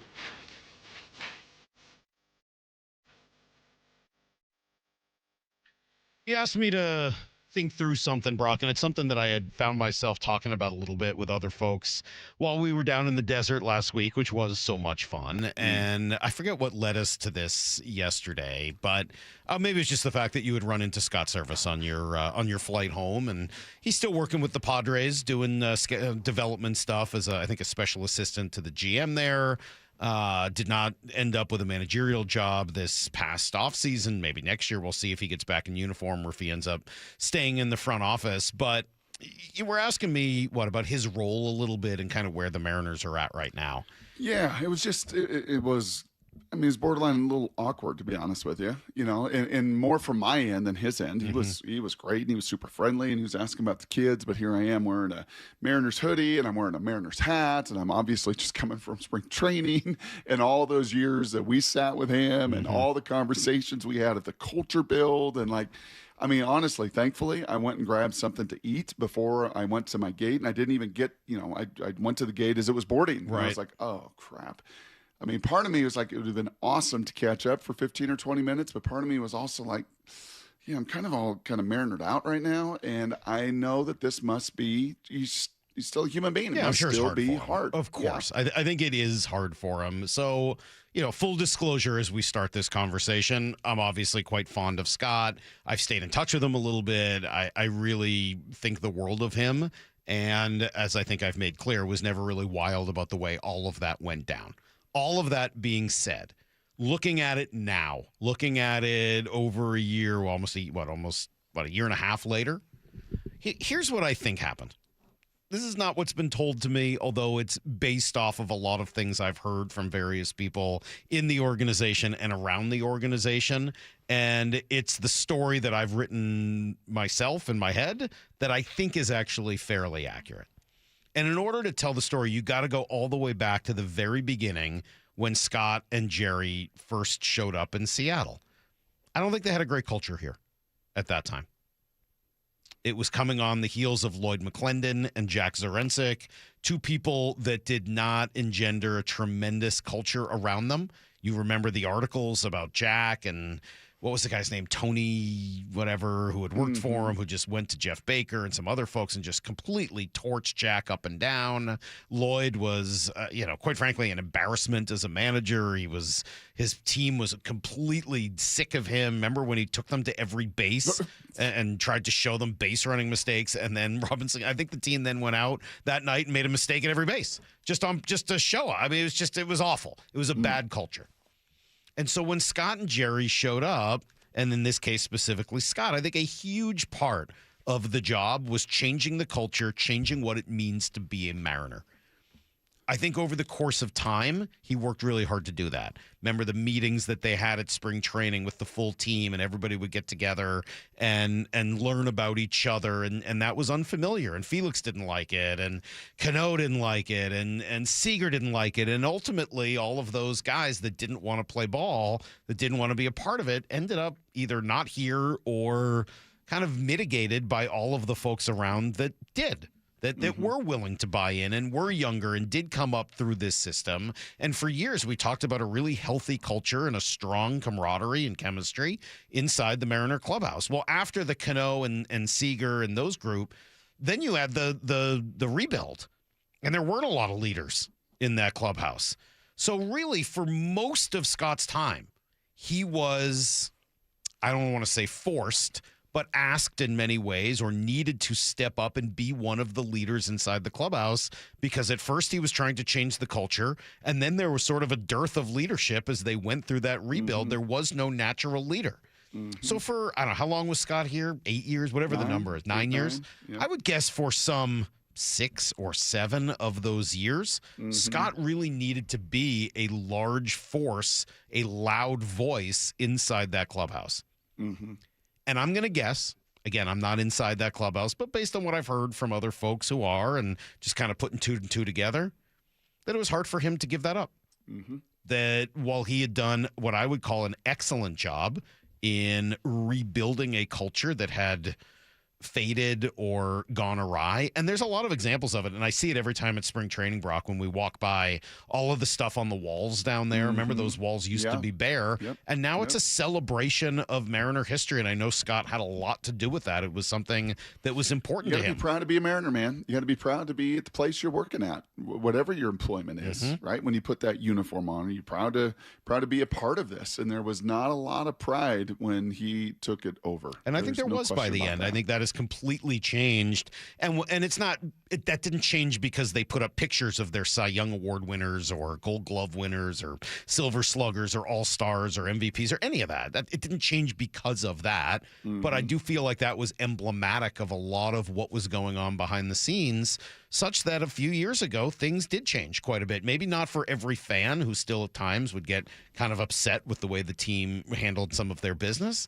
But I think inside both the game and the clubhouse, that reputation had changed fairly significantly. And that's a credit to Jerry, to Justin, to Scott, to everybody else in baseball ops, Jeff Kingston, who has since moved on. I think all of them worked very hard to fix that and to make it better. Mm-hmm. And I think it was hard for Scott to give that up. Yeah. And I don't think he recognized that Cal was ready, maybe Julio was ready, that there were others in that clubhouse that were ready to take on more of that leadership and didn't need him in the clubhouse as often, didn't need his voice to be as loud as it once was. And we heard some of that from Cal, talking about loosening the reins and a little less information, a little less control. A little more freedom. A little more freedom. And I think at the time we talked a lot about that being in terms of information and what to do at the plate. And I'm sure some of that is accurate. I'm not saying it's not. But I do believe that a lot of it was just, hey, man, this has to be player run. And for a long time it couldn't be. And I don't know that Scott was, and again, my perception that may have been the undoing, is he just wasn't ready to give that up. Yeah, and let that locker room or let that clubhouse be the voice. I think in some ways, as you're kind of sharing that story, the one that I was more personally close to and connected with was Tony Dungy, who likewise with the Glazers and in Tampa Bay, you talk about a moribund program for decades and decades, and he made it relevant. And there was Warren Sapp and Derek Brooks, and there were those guys. But ultimately, they decided, yeah, man, you could take us to the NFC title game. A little different in this area, but you could take us to the NFC title game. But we got a chance to get John Gruden to get over the top. We're going to get over the top. And you're a tremendous fella, and you've done all this work in the community, and you've totally turned the brand. But now it's time to turn it over to somebody else. And I know that was hard for Tony for a couple of years. And the following year, I think they went on to win the World Series. Much like in this way, the following full season, they go all the way to the ALCS and nearly a World Series, So, yeah, it just strikes me. And I bet if I ran into Coach Carroll, it'd be the same thing.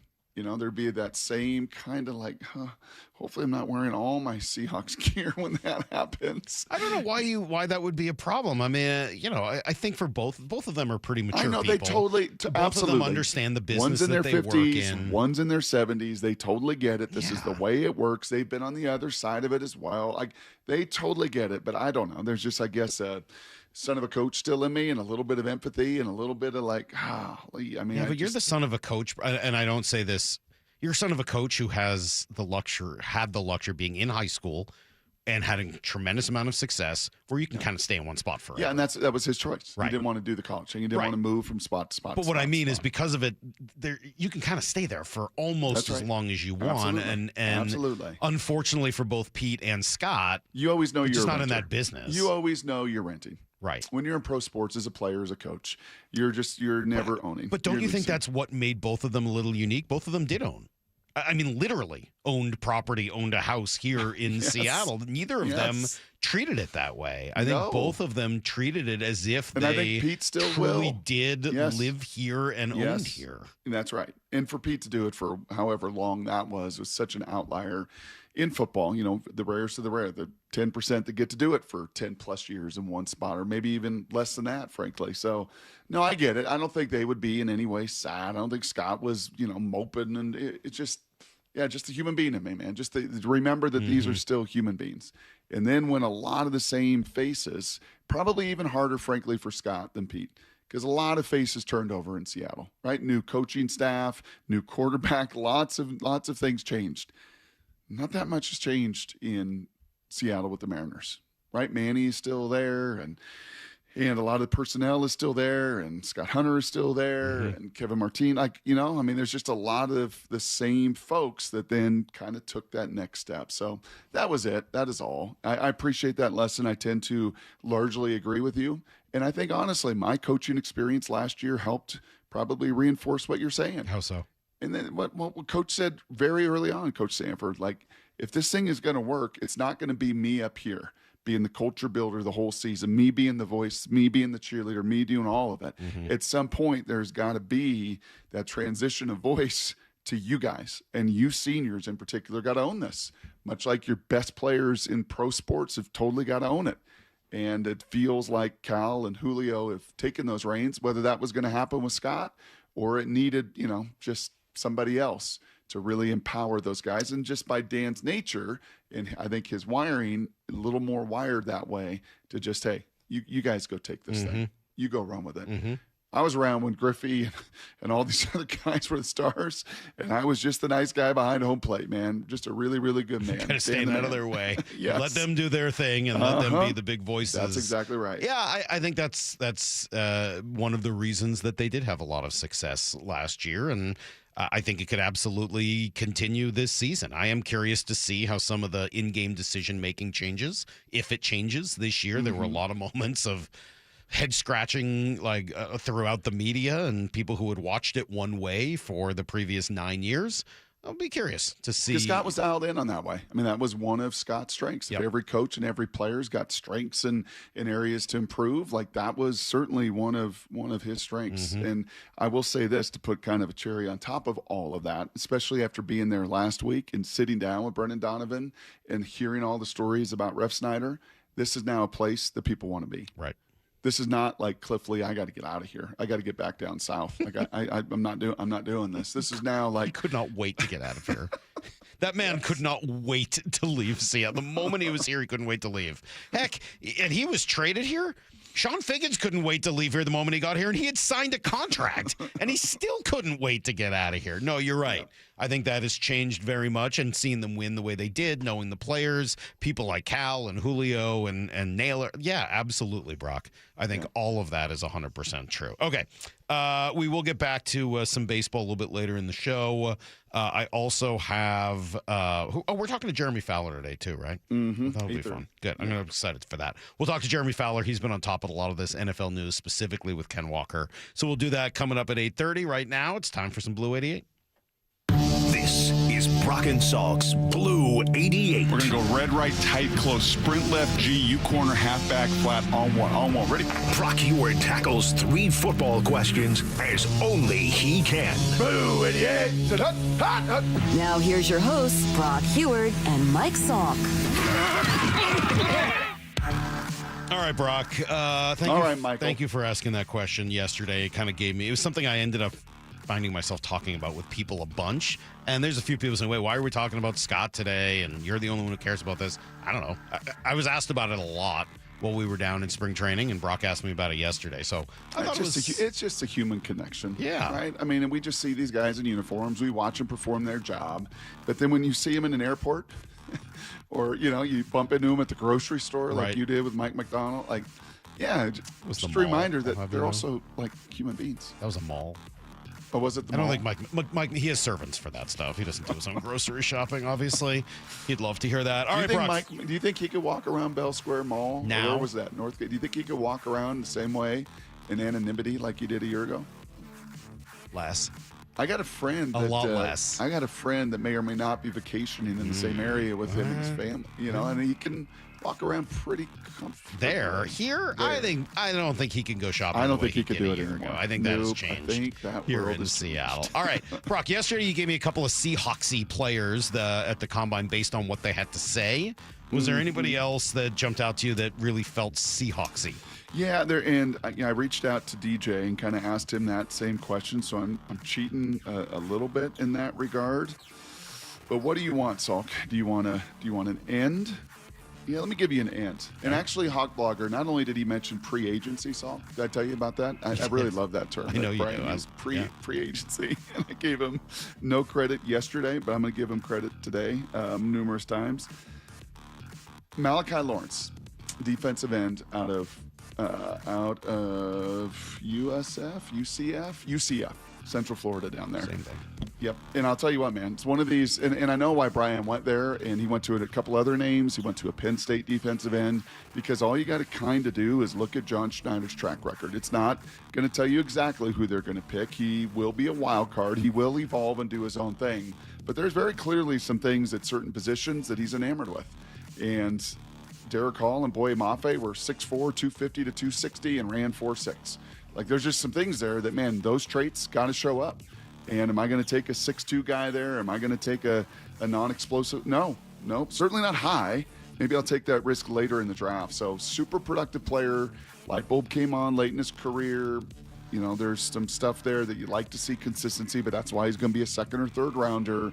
But you just kind of watch the workmanship, you watch the growth, and most importantly, you look at the traits. And there are going to be 2 or 3 guys. I know we'll do our scouting profiles leading up to the draft, a whole lot more in April. But just coming off of it, he was a guy that I kind of did a little sniff test. DJ did a little sniff test. Hawkblogger did a little sniff test. Like, ooh, yeah, he kind of looks like Boye. He kind of moves like Derek Hall. He's kind of a rugged guy with a whole lot of speed and twitch. Just keep an eye on him throughout the process. And what round of pick? Second, third. Okay. Yeah, I think second, third. Okay. You know, there are going to be a bunch of edges. Mid first, second, third, like kind of Baskin Robbins, like 10 of these guys. And as we know, some of them will hit, some of them won't hit. Jonathan Grenard, perfect example of this. Third round guy that, you know, hit in Houston eventually and got a big deal in Minnesota. And, you know, now looks like he's available via trade. So just when you think, like, gosh, what are we going to do? Where's the supply going to open up if we make this move or move on? There is going to be some supply in different kind of transactional and acquisitional ways in this offseason at that position. All right, question number 2. Does that make sense? Yes. Acquisitional, transactional? Sure. Yeah, I got you. That sounded dude, you're good. Sounded kind of uppity. You're doing great. I'm sorry. Brock, Kyler Murray going to get released, sadly. I think this might be my favorite thing I've ever read or heard from him. Oh, what'd he say? He tweeted yesterday, to everyone that supported me and showed me kindness, to my family and I during my time in Arizona, from the bottom of my heart, thank you. I wanted nothing more than to be the one to end the 77-year drought for this organization. Oof. Oh my gosh. I am sorry I failed us. I am sorry I failed us. I wish this community and my brothers nothing but the best. No stranger to adversity, prepared for whatever's next. Trust God in my work ethic. Truly believe my best ball is in front of me and look forward to proving it. Godspeed. That line right there, man. I am sorry I failed us. I don't think I'd ever. Now, again, we don't follow Arizona. Maybe somebody can send me some tweets in the past. My experience, people I know, people that have played with them, there was not that level of accountability. And that level of like getting cut and having a team eat $37 million. It should humble you. That will, I think, make you realize you could be part of the problem. It should humble you. But I am reminded also, like looking at stuff last night, Salk, there's a great argument to make that he is the greatest high school football player in the history of our country. He was 43-0 in the highest level of Texas football at Allen High School. 43-0 with 3 state championships. Jeez. He was a Heisman Trophy winner. He was a top 10 baseball draft pick and the #1 pick in football. Yep. Like there is usually those guys earlier today, Brock. Usually those guys don't say it or don't even tweet it. Yeah. I am sorry I failed failed us. I said earlier, like I feel like the Cardinals did the right thing by drafting him. I don't think they developed him well, and I don't think they made a good decision to re-sign him to the big money. Correct. But drafting him, I mean, with that level of talent, you have to do it. Yep. I think the big challenge there is just his weaknesses. He's got small hands, and he just can't see. And we saw eventually with Russell, too, like you just can't see. You just can't see. And I think there's a lot of times thrown into traffic and doing the things he does because you can move at the high school level. There's space at the collegiate level. There just isn't at this level. And as teams have invested so much in the defensive line of scrimmage, right? That was kind of their answer the last 10 years in the drafts and otherwise. Like we are going to maybe even overdraft defensive linemen more than we ever did in the 70s, the 80s, the 90s. Like, yeah. And I think the pockets just swallowed up on them. And it's going to take a very creative OC, I think, to unlock them more. Speaking of which, question number 3, as we have been jumping in the Wayback Machine today, talking Scott Service. And Brock, you saw this as a level of honesty and authenticity from Russell Wilson. Here he was. How about just humanity? All just right. being real. Well, this was Russ on the Bussin' with the Boys podcast, asked about his back and forth with Sean Payton. I don't say much. I never hardly ever say anything. I think there's a time and place. But sometimes you get fatigued of people talking about you. You just say, like you mentioned, we're all human. You know, but it's one thing for people that maybe aren't in the field or aren't people say bots or whatever talking. Like I don't worry about that stuff. Like that never. But to me, when you've been in the ring or you've been on the same side of this and that, and I got the same amount of rings as you got, meaning Sean, listen, I got a lot of respect for him as a play caller, this and that. But to take a shot, I don't like. I don't think it's necessary, especially when I'm not even on your own team anymore. So for me, I've realized I've stayed quiet for so long. There's a time and place where I'm not. For me, I know who I am as a competitor, as a warrior, as a champion too. I've beaten Sean too. You know, like we've been on the same place and same thing. And so it's not a matter of disrespect. Just don't disrespect me. You know what I like maybe most about that and listening to it again? He never went into funky voice. I was just going to say, it's the tone. He never went into naming 100 names. No, he just sounds like a normal person. He just sounds like a normal human being. Yeah. And if getting cut and eating $37 million may be a little eye-opener for Mr. Kyler, I wonder now with the football mortality clearly staring at Russell in the face, that like just be more of that guy. Mm-hmm. Just be more of that. I hope do so. more of that. I still would say I have my concerns, but I hope that's the case. And that really, I'm with you. I think you can also say that he's, trying to save his career here. No question. But no question about it. I would tend to agree. I actually thought that was pretty well said by Russ, and kudos to him. That is today's Blue 88. We do that every morning at 7:45. As I said, we'll get back to some baseball conversation later. Brock asked, he gave me another homework assignment, which I tried to do. It was a little hard. As I said, it was not the most clearly outlined, but I think I've got some answers for you. So we'll do that coming up at 9 o'clock. Jeremy Fowler's going to join us at 8:30. I saw something yesterday, Brock. I didn't even tell you about this, but more through it in the email, and I had seen it, and I'm a little curious if it tells you anything at all. So I'll ask you about it next. It's Brock and Salk, Seattle Sports on 710, seattlesports.com. MLB Network insider John Morosi with Wyman and Bob. John, looking at this Mariner team, who's the biggest competition in the American League? Good question. I'll say this. There's no team in the American League whose chances to reach the World Series I like better than those of the Seattle Mariners. When you look at even just today the way the lineup looks, Donovan, then Cal, then J-Rod, then Naylor. Subscribe to Seattle Sports on YouTube and watch the full interview. All right, look, last night, pretty wet. I could hear the rain coming down throughout the entire evening, and when that happens, you got to start worrying about water intrusion around your house. You don't want any part of that, because then it can get into the foundation. You can end up with some rotting wood or mold or anything like that. Anyway, you got to call Crawl Pros, get them to come out and just check out and make sure what's going on around your house makes sense. When it gets cold, you got to make sure that you've got enough insulation, and they can help with that as well in either your crawl space or your attic. It's exactly what they did for me, and they can help you find some nice offsets to rebates to help you with the price. Yeah, PSC customers whose home was built before 1990, you could get a rebate to cover up to 95% of the cost. If you are worried about anything going on in your crawl space or attic, critters, water intrusion, mold, plumbing issues, whatever, call Crawl Pros. Schedule your free corner-to-corner inspection at crawlpros.com. Hey, it's Doctors King and Kopstein from K2 Vision. If you're at the stage where you need readers, whether you've had LASIK or not, it may be time to consider K2 Vision RLE. I tell my King LASIK patients, laser vision correction won't solve the eventual need for reading glasses due to an aging, dysfunctional lens. But K2 Vision RLE will. It's not a question of if your lens becomes dysfunctional, it's when. At that point, you'll need reading glasses and could benefit from refractive lens exchange. K2 Vision RLE is a quick, painless procedure that restores distance and near vision permanently. In other words, no glasses, no contacts, and no readers. And no cataracts. Exactly. After K2 Vision RLE, you will never develop a cataract. K2 Vision doctors have performed over 150,000 procedures and followed the outcomes. They have the experience to know when it's your right time for RLE. Schedule your free Zoom consult today at k2visionrle.com. K2 Vision RLE. No readers, glasses, contacts, or cataracts.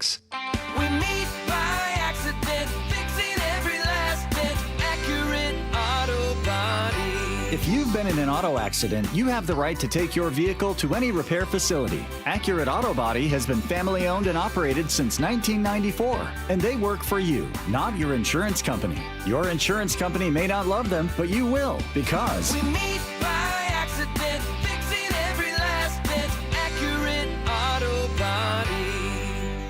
Great decisions start with knowing your options. Lake Washington windows and doors are built to perform. Their windows are 25% more efficient than Energy Star standards, cut noise up to 50%, and are designed with low-maintenance clean glass technology. While most window frames are hollow, theirs feature Comfort Core insulation for superior energy efficiency. Find your pot of gold with up to 20% in savings and 12-month financing with 0 down, 0 payments, and 0 interest. Visit LakeWashingtonWindows.com. A name you can trust. With Progressive's Name Your Price tool, you can choose the best coverage option for you. Because you know you. Like, you know that hiking isn't for you. Sure, it sounds nice to be in nature while exercising, but that's what a gym and houseplants are for. I mean, you don't even like walking upstairs. So why would you walk up a hill for miles? To what, end up high in the air? Come on, you know you're scared of heights.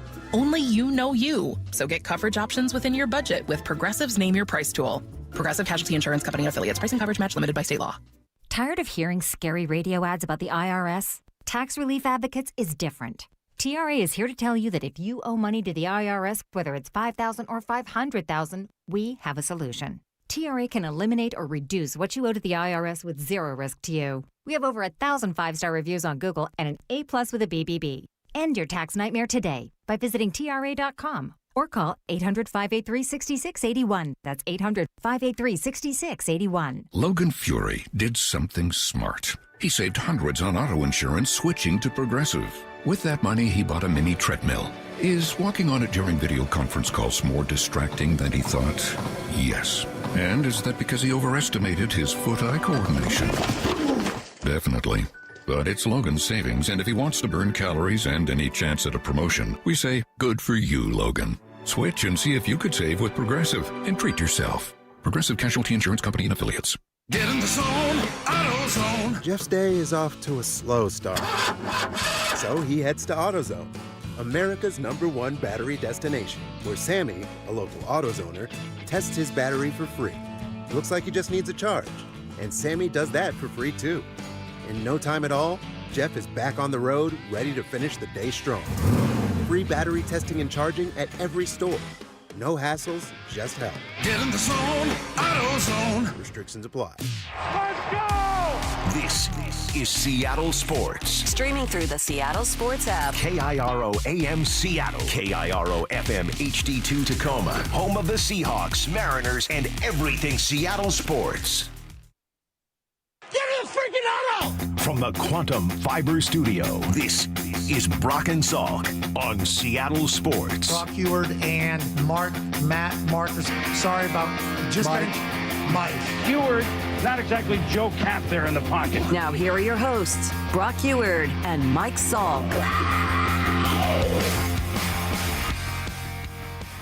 All right, Jeremy Fowler coming up in a half hour. We'll talk through the Kenneth Walker situation with him. It appears to be over here as he's going to go to free agency, and I think it was Shefty that said he's going to get a big number too. Yeah, multiple teams, and I think he knows that because multiple teams are off after his services. I was listening to our sister station in Denver, and they are all excited. Come on, Broncos. They really want Ken Walker. Oh yeah, yeah. I've got Carrington asked me to come on in Kansas City today and talk about him, and I'm sort of laughing a little bit about it. I was like, yeah, all right, it's fine. Like, okay, I'm happy to talk about it, and I'm glad everybody's so excited about it. But like, to me, the Seahawks are doing exactly the right thing here. Like, good player, not great player, and you can't go try to keep your window open for a long period of time, paying a running back a lot of money. So I think it's great. That one comment, I know you want to get to something here, but that one comment just stuck with me, and it stuck with me after the show, and it stuck with me last night, and that comment from my old partner, Jason Horowitz, that was talking about the Seahawks with some of these different moves and why not to trade for Maxx Crosby. Like, you're good. Be stuck on good. Stay good. Get more bites. The NFL just doesn't work that way. No. It just doesn't. Like, that whole Mike McDonald, he didn't like it, the way that it was framed in the game broadcast. But, like, evolve or die. Like, you just can't stay, like, good. I think we saw that for a bunch of years where you just tried to stay good. Right. Get to the playoffs. Give yourself a chance. And I think we all realize, like, you're not elite. You're not there. Yeah. And you've got to make some really difficult decisions in order to stay at that elite level. And this is one of them, unfortunately. It's the first big one that you're being asked to make. But I think you said it very well earlier, Brock, that it was really made a year earlier when they had already decided not to offer him an extension. So they're just sticking with their same analysis, and last year didn't really do enough to change any of that. So that maybe is a good background to look at the draft. And we haven't spent a lot of time on mock drafts and stuff, but Jordan Reed, who works for ESPN, does a nice job, did a 2-round mock. Came out yesterday morning. I had seen this, but didn't have a time to get it into the show yesterday. But I thought I'd ask you about the 2 players he's got and kind of what you think it says. At 32, he has them taking Colton Hood, a cornerback from Tennessee. He writes that the reigning champs have a clear need. Jobe and Woolen are both scheduled to be free agents. He's scheme versatile, can thrive in a press man, can also excel in zone, all-state center fielder in high school. He's got ball skills, poise technique, and wrap-up and finish tackling. He would fit well on the outside of Mike McDonald's secondary. Yeah. You like the idea of going? From my previous life experiences and chatting with Mr. Schneider before the draft, after the draft, sometimes during the draft, it has become clear to me the way that he and his group operates. And he talked about this, right, with Bob and Dave a couple weeks ago of kind of narrowing the focus, right? They're going to have kind of a group. And there's going to be this group of corners. They're going to all be within this grade. And then there's going to be this group of corners, be all within this grade. And then they're going to really refine and now have the capability because of Mike's optics and what they're looking for in the continuity of their defensive staff to say, yeah, here's a couple of the guys. I think there's going to be, there always is, especially around where they're going to draft and into the second and third, there's going to be 2 or 3 corners, whether it's him, whether it's a kid out of South Carolina, and as we get closer to it, we're going to get to know all these names. Cissay's the other kid. I think that will be. But you like the idea of corner at that spot. I think I'd like, again, this is way too early to do. So we're in pre-agency. I know, but I'm asking you kind of free agency. Let's say Josh Jobe comes back, and obviously they're not going to bring back Reed. I think I would like a bigger person in the first 50 picks. Okay. Yeah. All right.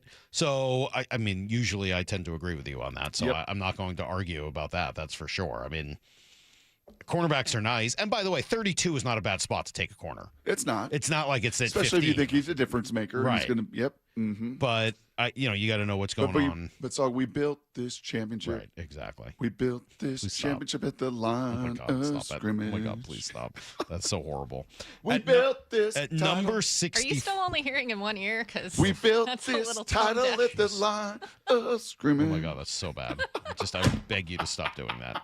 Please, for the love of everything holy, stop doing that. That would be Starship. That's right. Yes, formerly Jefferson Airplane, then Jefferson Starship, and then eventually Starship. We've gone through this a few times. So we went corner in the first round. What are we doing in the second round? What's he want? Number 64, the Seattle Seahawks select Mike Washington Jr., running back out of Arkansas. Washington is cut from a similar cloth to Ken Walker, physical runner with plenty of contact balance, excellent vision, speed, while being a comfortable pass catcher out of the backfield. Yeah. And he ran a blazing 4.33. I don't know if you saw that at the combine, nearly 225 pounds. There's a cool little video, kind of cool. Part of me is like, that's kind of like a little bit much. But his training center, where he really prepared for his 40, they had a video of his trainers in there, Salk. Okay. And they're watching it, right? They're kind of like leaning over a couch. And they're watching it because it's been months for that day, for that time, for that moment. 4.5 seconds. And they just exploded. And then they show the trainer calling him while he's sitting there at the combine. He's crying, he's got tears in his hands. Like, yeah, man, this is a big interview, and I freaking nailed it. Multiple schools. I think he's a 3 or 4 year school kind of guy. So bounced around, ended up at Arkansas last year, and that will all be kind of scheme dependent. And once again, I'm going to trust John Benton. I'm going to trust the continuity there. Like, this is exactly what we're looking for. If they went corner and running back in their first 2 picks, that would feel very surprising. That would not feel like the kind of line of scrimmage team that. But I do think you're going to have to make a case that one of those 2 picks is probably going to have to. They're going to have to take a running back, in all likelihood. There aren't a lot of have-tos, but assuming you're letting Ken Walker go, and then look, maybe they bring in Travis Etienne or something, and that's part of what they do. But you would think with the injury to Charbonnet, that you're going to have to draft a running back of some sort this year, right? And Yeah, second round, they've the gotten law some pretty firm- good ones there. The law firm of Elis Jones and Kenny McIntosh and George Halani and all the guys that are on your roster currently, and a bunch of those were in your 70-man. Kenny was not, with another injury, unfortunately. But, yeah, I'm sure they're going to say, we don't live in a have to. Like, we really like all the guys. That's why they were part of our I'm sure they're going ready to say team all that. year long. I absolutely believe they would say that. But they're going to need a home run hitter. You're going to need somebody to, you know, that can Just be a different top-tier running unique back. maker. Yeah. I saw the name Jonah Coleman. Jonah, as I told you yesterday, in Blue 88 did not work out. That's not a surprise. He was not going to run 4.4. That's not the way he's built. He's built like your little Frenchie, a little more like Wendell than your new one. You know, just she's much more athletic Gertrude, than yes. than Gertie than Wendell was. So Jonah built a little bit more like, honestly, he's a turtle shell. You just can't tackle that guy.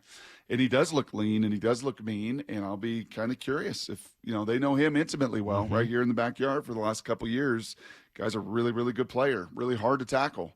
And if he's sitting there in the third round, is that a direction you kind of, that third, fourth round, that kind of turban kind of round smells that's where a little. it feels about right for you. That smells a little more realistic to me in this kind of draft. Well, I thought that's why this would be a little interesting to go over, is just to kind of get a sense of where you're thinking and what you're thinking for some of And these this is no picks. shot at those guys because they're trying to figure out, right? They're putting these mocks absolutely. together. Like, and DJ always chuckles at him, like, I don't even know why I do this now. Can I see what other moves they're going to make and what they're going to do with trade, what they're going to do in free agency, how they're going to clear salary cap? Like, then I'll have a little better sense and feel come late March and pushing into April. But yeah, running back, corner, edge, those would naturally be the positions of maybe the most need when this whole free agency period begins.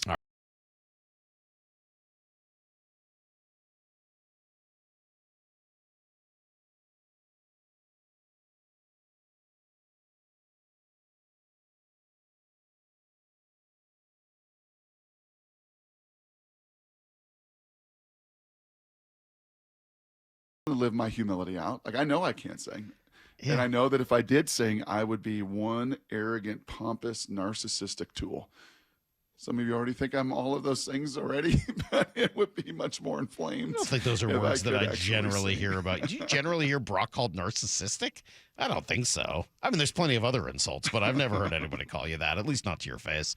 All right, let's take a quick break. We'll come back with everything you need to know next, and then Jeremy Fowler, and then I'll try to answer this difficult Mariner question you asked me. So all that coming up on Brock and Salk, Seattle Sports on 710 and the Seattle Sports app.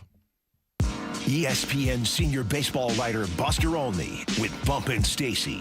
Can you remember a season with this high of expectations for the Mariners? No, nothing like this. Starting the season, a World Series appearance seems totally reasonable. If you pick any other team than the Dodgers to win, given their strength, you're kind of inventing a reason. But I'm picking the Mariners. I've got them on the record. I just don't want to be like everybody else and pick the Dodgers. The full interviews on the Seattle Sports YouTube channel.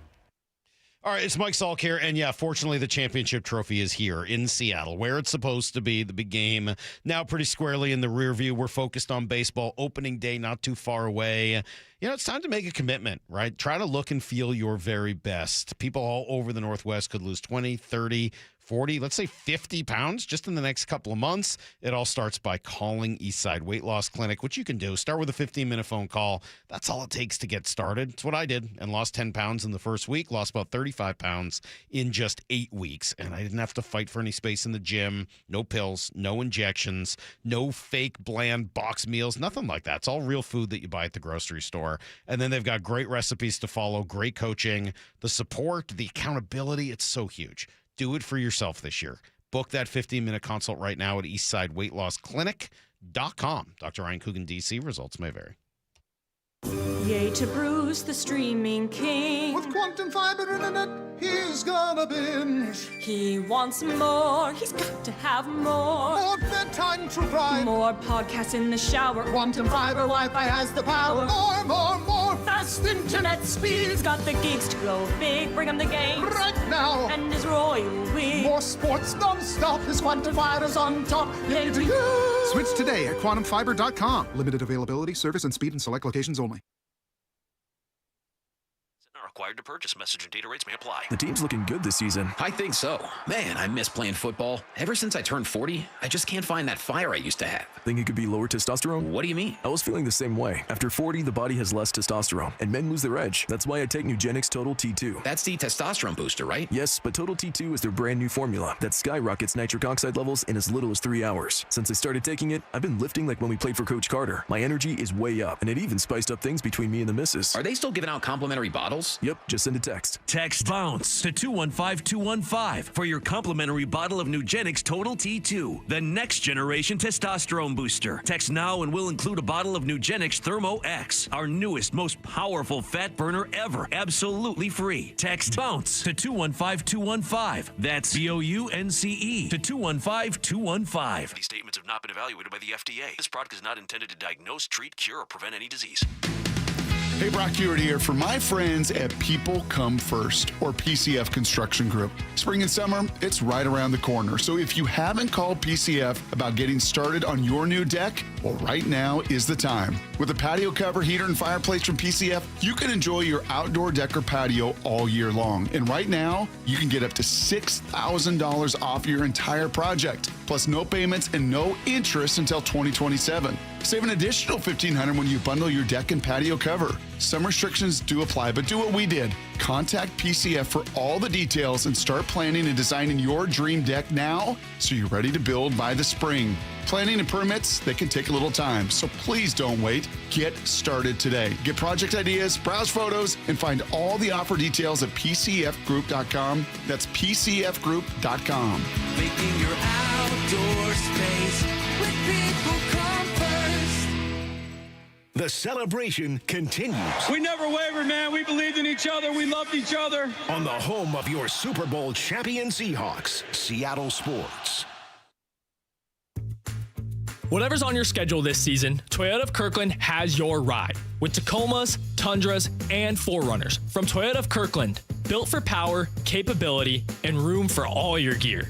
These models are the perfect teammate for the Northwest adventure. Any of them. Take a test drive today and drive home with your new Toyota that same day. Get your season rolling at Toyota of Kirkland or online at toyotaofkirkland.com. That's toyotaofkirkland.com. O'Brien. They say teachers don't impact for a year, but for a lifetime. Hi, this is Rick Riz. Join WSECU, your local credit union, as we celebrate those who give so much with the Teacher of the Week program. Nominate a teacher you feel has changed a life in our community. Each week throughout the season, we'll honor one teacher with a $500 grant, courtesy of WSECU. Teachers are the real MVPs. Find out more and nominate a teacher at mynorthwest.com/teacher. After years of football and the injuries that go with it, my first thought was always go get surgery. Hey, it's Dave Wyman, but after a consultation with Dr. Mark Wagner, MD at Seattle Sports and Regenerative Medicine, my eyes were open to an alternative to surgery, and I'm talking about stem cell therapy. Well, and my buddy and co-host Bob Stelton, also in pain, and decided to go see Dr. Wagner. I had a hip issue from 14 years of jiu-jitsu. How's the pain now? Everything I did before, I can do just as well. Hitting the heavy bag, sparring, rolling, all of that is back in play. This whole thing has been such a pleasant surprise because I really was of the mindset, I'm going to have to go under the knife. I'm going to have to get surgery. And this really saved me from that. I could not be happier with the results. Whether it's a hip like Bob had, a shoulder, a knee, a wrist, an ankle, before you choose surgery, consider stem cell therapy with Dr. Mark Wagner, MD at Seattle Sports and Regenerative Medicine. Do it. You will not regret it. Hey, get the facts, hear from all the patients I've talked to, and schedule your consultation at drmarkwagnermd.com. Need to know. 15 minutes past every hour with Brock and Salk. Presented by Marquee Data. Here's what you need to know. Up first. Yeah, it shouldn't be much of a surprise to anyone at this point, but if you haven't been following along, maybe it came as news to you that Adam Schefter reported yesterday the Seahawks are not going to be franchising Ken Walker. So essentially what that means, he's going to be a free agent, and that means that somebody else is going to get a chance to offer him a lot of money.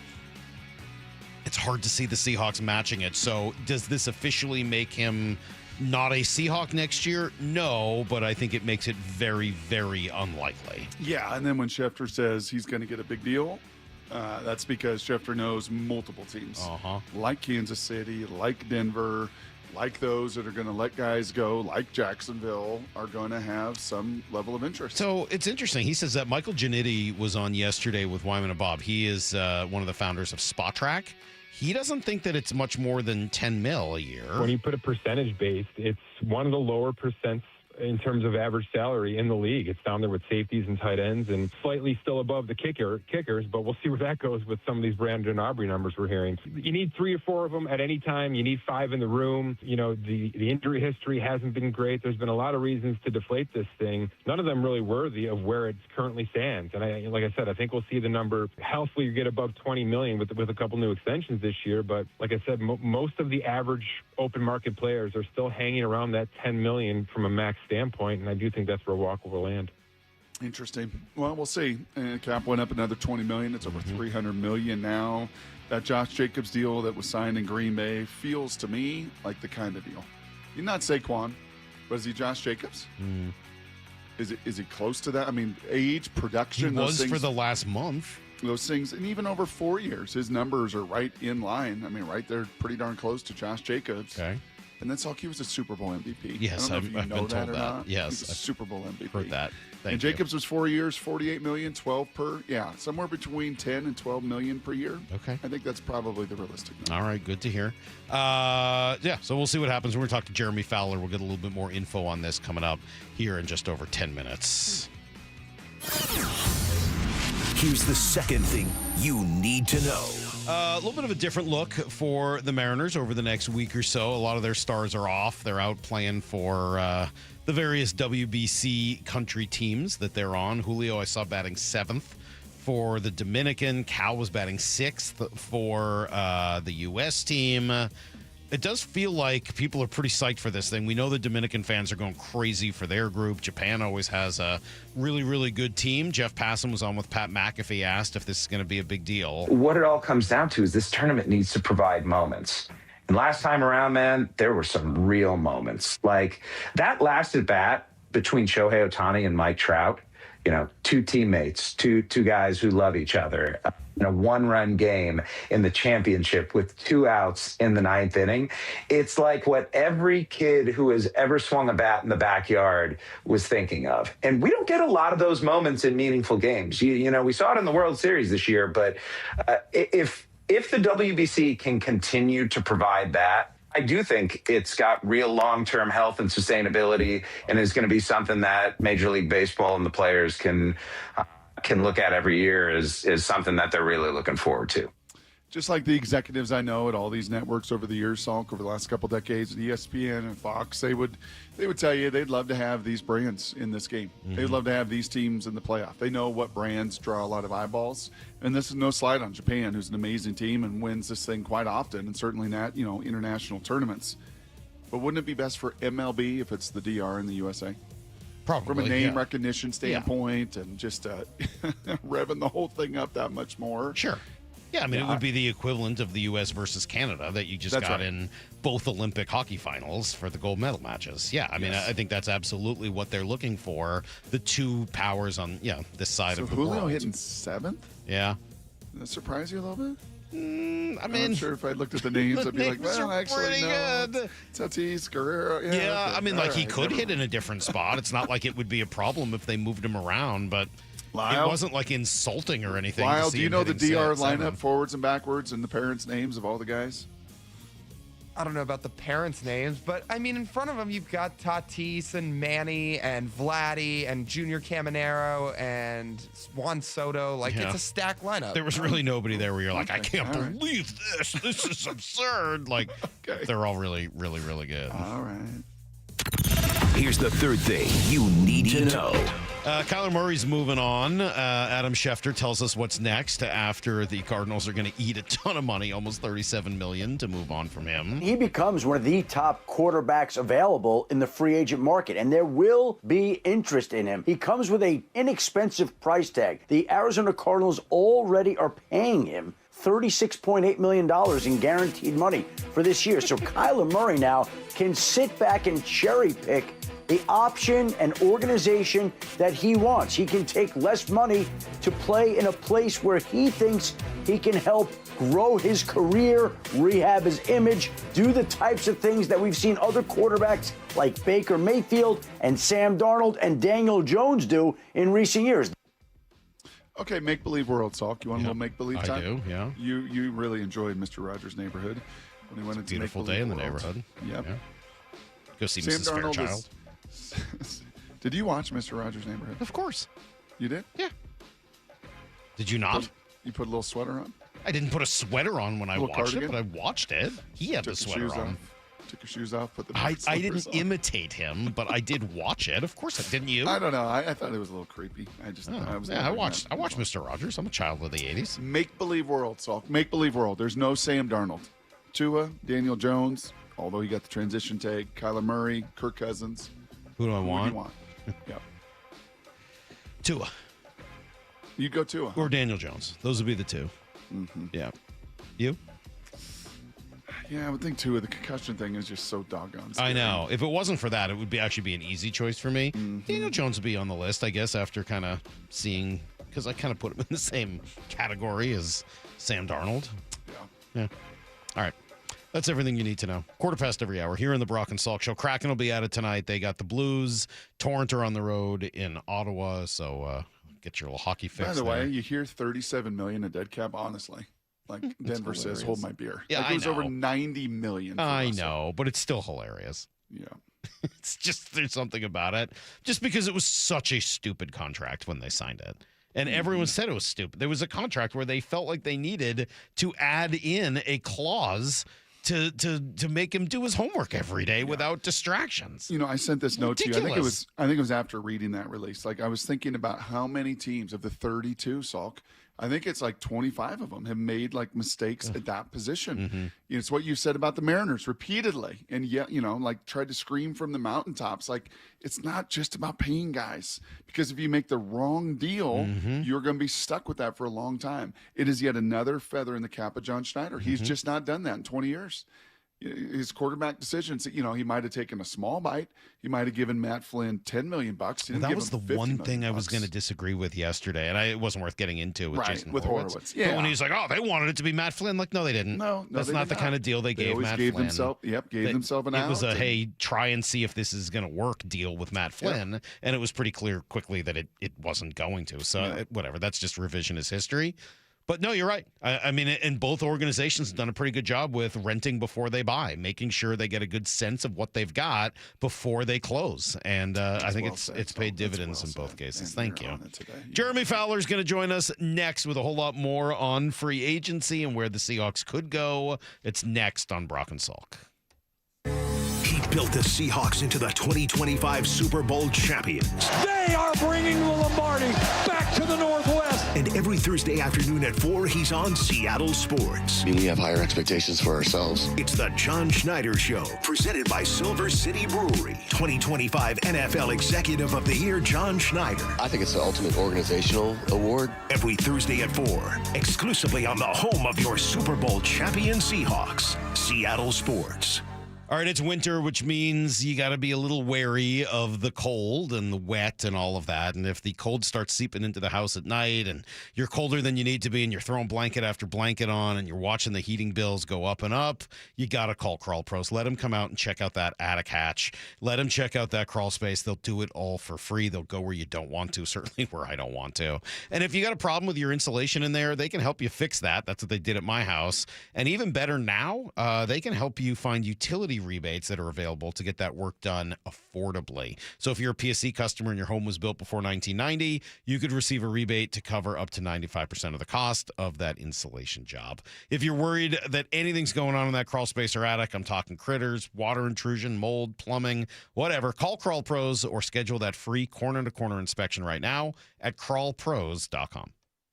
Hey, Brock Ewart here with Shannon O'Kelly, President and CEO of IRG Physical and Hand Therapy, inviting you to come work with IRG. And Shannon, what kind of staff are you looking for at IRG?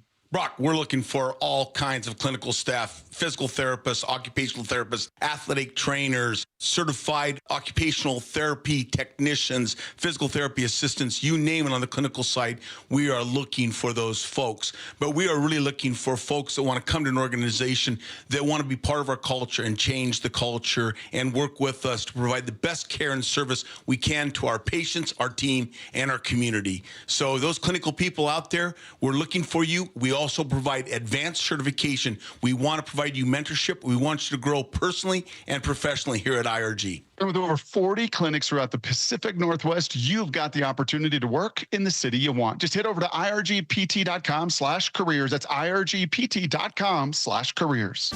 Life's expensive enough, isn't it? Groceries, gas, kids' activities. Sometimes your roof needs replacing, but your budget says not now. Hi, I'm Justin Shirley, CEO of State Roofing and Exteriors. We want to help with an offer to lift that weight off your shoulders. Get 0 down, 0 payments, and 0 interest for up to 24 months. Or save up to $3,000 on a new roof today. Call 866-ROOF-ROOF or visit stateroofing.com. Snoqualmie Casino and Hotel welcomes Seattle Golf Show March 13th through 15th at Puyallups Washington State Fair Event Center. Parking's free. Get front door bonus golf, see 100 exhibits, top courses, and shop big brands with Putts Golf. Tickets, seattlegolfshow.com. If you actually are the person that will take care of them after the fact, if you actually will be there for them, if you will pick up your phone, then they come back to you. Lee Johnson Auto Family, the LJ way. For over 113 years, Pacific Lamp and Supply Company has been your #1 lighting specialist in Washington, from the Space Needle in Seattle all the way to the Riverwalk in Spokane. With the largest lighting inventory in Washington, Pacific Lamp's knowledgeable and experienced staff can assist with any lighting issue, including intricate lighting and control designs. Plus, they work with all utilities in Washington to get you the best available lighting rebates. Pacific Lamp and Supply Company, Washington's lighting experts since 1912. Visit pacificlamp.com. Home of your Super Bowl champion Seattle Seahawks. They are bringing the Lombardi back to the Northwest. Seattle Sports. Dave Wyman here to talk about a revolutionary treatment for prostate cancer at Swedish called CyberKnife. And who better to explain it than Dr. Meyer? He's part of the most experienced prostate cancer treatment team in the Northwest, specializing in Swedish CyberKnife. Dr. Meyer, what can you tell us about a prostate cancer diagnosis? Well, being diagnosed with prostate cancer is life-changing, but realize that there are a lot of excellent treatment options. What makes CyberKnife so effective? Well, the CyberKnife targets radiation precisely on the prostate cancer and spares the surrounding vital organs. Swedish CyberKnife patients report a better quality of life and fewer side effects during and after treatment compared to other options. Also, the treatment is completed in just 5 short sessions. Accurate, precise, and with proven results. Learn more about CyberKnife for prostate cancer at swedish.org/CyberKnife prostate, or give them a call, 206-320-7187. Treat prostate cancer with Swedish CyberKnife. At Fisher Investments, we may seem like other money managers, but we're different. Are you really that different than the rest of us? We are. As a fiduciary, we always focus on what's best for our clients. What services do you offer besides investing? We have a team of specialists in financial planning, estate planning, and more. Your clients rely on you for all that? Yes, we ensure clients receive unparalleled service at every step of the relationship. Okay, but you still sell commission-based products, right? No, because we believe that's a conflict of interest. We prioritize service over sales goals. So, then how do your fees work? We have a simple and transparent fee that's a percentage of our clients' portfolios. So we do better when our clients do better. Wow, we're more different than I thought. At Fisher Investments, we're clearly different. Learn more at fisherinvestments.com. Investing in securities involves the risk of loss. From the Quantum Fiber Studio, this is Brock and Salk. Weekdays 6 to 10 on Seattle Sports at 97.3 FM HD2. Drudgery. The drudgery of life, Brock. What do you mean? It's just the same stuff every day. You know what I mean? It's just the same stuff every day. I get most of the phone calls I get are scam calls asking me about some sort of personal loan. Most of the texts I get are either from my dentist or my dishwasher. Like everything is just the same day after day after day. But Salky, we've had it pretty good the last month. I know. I mean, we've been on the wharf in San Francisco eating bread bowls. Yeah. You have had multiple stops at Culver's. I know. Fried walleye. But then you come home and it's just there's a drudgery element. I could tell. I could feel you this week with a little bit of that. I'm a little cranky. Yeah, there's something about me. Yeah. You got to see me so much the last month. I know. Now I miss you. And I think next week I'll be back in town tomorrow. Oh, really? Or next week. So oh, I'll that's get to so see you again exciting. next All right, week. good. Yeah. That'll make me happy. Jeremy Fowler joins us now from ESPN, of course, doing a great job as free agency is very, very close. Good morning, Jeremy. How are you? Hey, good morning. Thanks for having me. Do you like the term pre-agency? Is this week pre-agency? I could roll with that. I hadn't heard that, actually. You could steal it. You could steal it.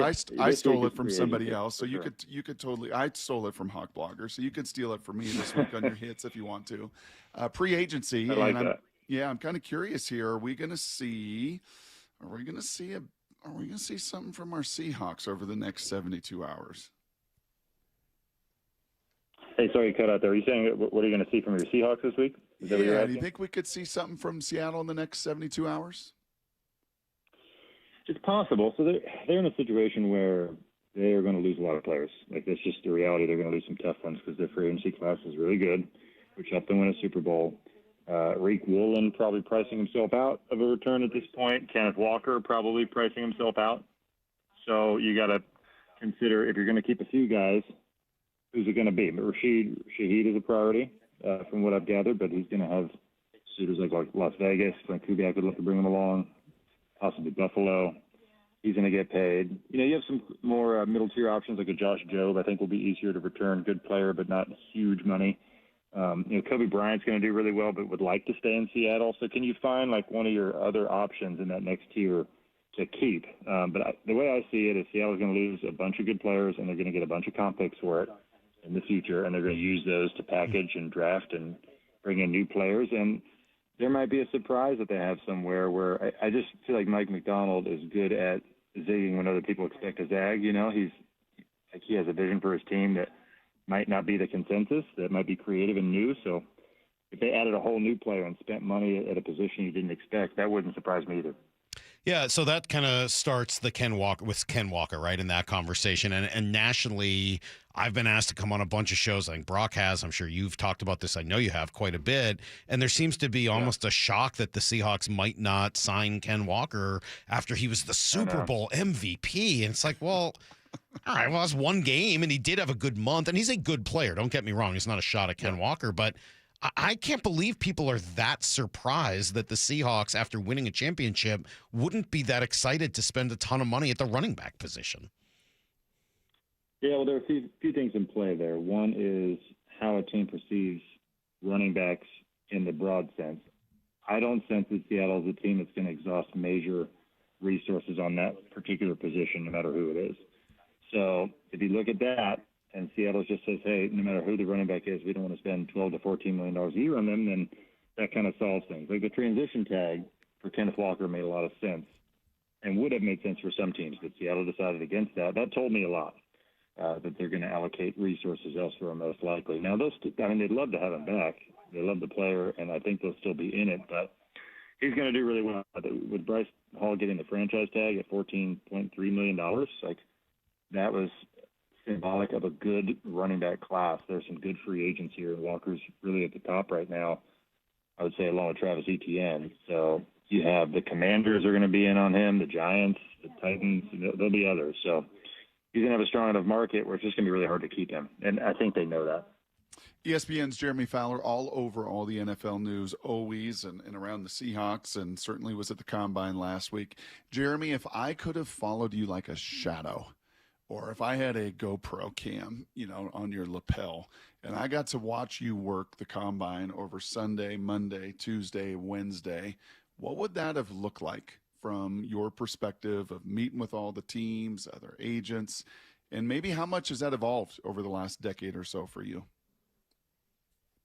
Yeah, that's an interesting question. It's evolved for me because I used to be more of a beat writer covering a specific team And so you're just worried about that team, but your Rolodex isn't as long. Now it's kind of grown to the point where, I have set people I meet with every year, and then I schedule new meetings. But really for me, it's more lunches, coffee, in-person meetings. Let's get 15 minutes here, whether it's, a key agent I need to speak with, or a GM or a team official or whoever it is. I have people I meet with every year that we go over positional markets and just kind of compare notes. You're really just trying to get a feel for how to set the table for free agency, who's going to be like the sleeper, the guys who are going to get paid more than you thought. I always find that kind of a fun exercise for me to try to find those diamonds in the rough, so to speak. But, it's a lot of meetings, a lot of just running into people because it's really like high school. It's just you're in hallways at the convention center. People are walking past you. Oh, hey, what's up, man? And it's really just like walking in a high school hallway. It's the very same thing. It's really not all that exciting. But some of the meetings are cool because you can get, kind of intel on players around the league that are going to be signed 2 weeks later. You're really just setting the stage for that and trying to get ahead of it. You ever Google yourself? I have before. I can't say I do it very often. I only ask because when you try to cocoon myself with that stuff. Well, I try not to see what others are saying. It's not about what others are saying. It's what others are asking. When you Google Jeremy Fowler, one of the things you get is actually the first question is Jeremy Fowler Chris Fowler's son. That does not surprise me. Or brother or relative. Son, though, is kind of a compliment, don't you think? Yeah. It is, yeah. The great Chris Fowler. He's amazing. That's pretty nice. Yeah. We've laughed about that in person. Okay. For sure. All right. Well, people are wondering. I do get that. I think my ESPN bio says Jeremy, parentheses, no relation to Chris. Pretty good. Parentheses. All right, so tell me. It's sort of a running joke. Well, I don't think Maxx Crosby's related to, say, Sydney or any of the other Crosbys out there, Stills but and he's Nash. going to be a big conversation here in Seattle, just as he is in a whole bunch of other cities. Assuming he gets, first of all, do you think that he will get dealt before free agency starts? At the end of the day, I do lean yes. The problem is sometimes you got to decipher what you hear at the combine. A lot of teams I talked to said they don't think that Vegas is going to do it because you just have a premier player and you're not going to get what Micah Parsons garnered in the Dallas deal. 2 ones and a player. It's just going to be hard to get that for Max, who's older and very, very good. Elite player, but probably not as explosive or prolific as Parsons. So because of that, will the Raiders say, hey, it's just not worth it for like a first and a third, let's say, as far as draft capital. That said, as a team with a ton of needs, and I still go back to what a team source told me weeks ago, that the chances of him returning are small because of all the factors involved here. And he just wants to win, and they're not going to be winners next year most likely. So, it feels like the right time. That's why I still lean yes, but to me it's not a slam dunk. They'd have to get a really good offer, and I just don't know if that's going to happen yet. But, Seattle I kind of have on the periphery there. I would say like Dallas, Baltimore, and there's one other that I'm forgetting offhand. Chicago? Chicago, that was the one, yeah. I do feel like those are more real. But Seattle was in the mix on Crosby when they made the Geno Smith trade. Like, he was a conversation. So it is sort of top of mind. And when I say Seattle could zig when everybody else zags, I think instead of re-signing all their players, they could at least look at taking a swing like that. I think it will at least be discussed. Yeah, Salky leans into the Google machine, as you've already learned, and he's told me that I don't think the Seahawks are, as far as odds go, anywhere near the top 6 of that trading for Max. And I have a hard time with that one a little bit, Jeremy, for 2 factors. Number one, what you mentioned, and I know very clearly from John, and that was he had a deal with Pete to trade Geno and DK for Max, and Spytek was like, over my dead body. And then even at the trade deadline, even at the trade deadline last year, there was going to be kind of a multiple team and ultimately fell through. Boye was going to be a part of that. So when I see from the Seahawk perspective, that kind of initiation and the kind of dog that John is to get deals done, I kind of wonder, well, why wouldn't they be a player this time around, especially, right, if others are involved and you've got cap space, you've got players. You may not have, well, maybe not the draft pick 32nd that some of the others do. And oh, by the way, you got relationship with Clint Kubiak and Rick Dennison and the rest of them now in that building. Why would they not be a player? because they draft exceptionally well. I think that would be the deterrent, and they know that. They've been on a heater. John Schneider's been on a heater the last 3 or 4 years. All those picks have panned out, do you want to give that up? Now, the flip side to your point is the 32nd pick. That's easier to part with as far as a first rounder. But that's also not as attractive to the Raiders, who want a higher pick. So it's something that they'll entertain. I do believe that a potential swing is there to where if they did do it, it wouldn't shock me. I just have them on the periphery for that reason. They know they're building it the right way. They value cheap labor like most teams do.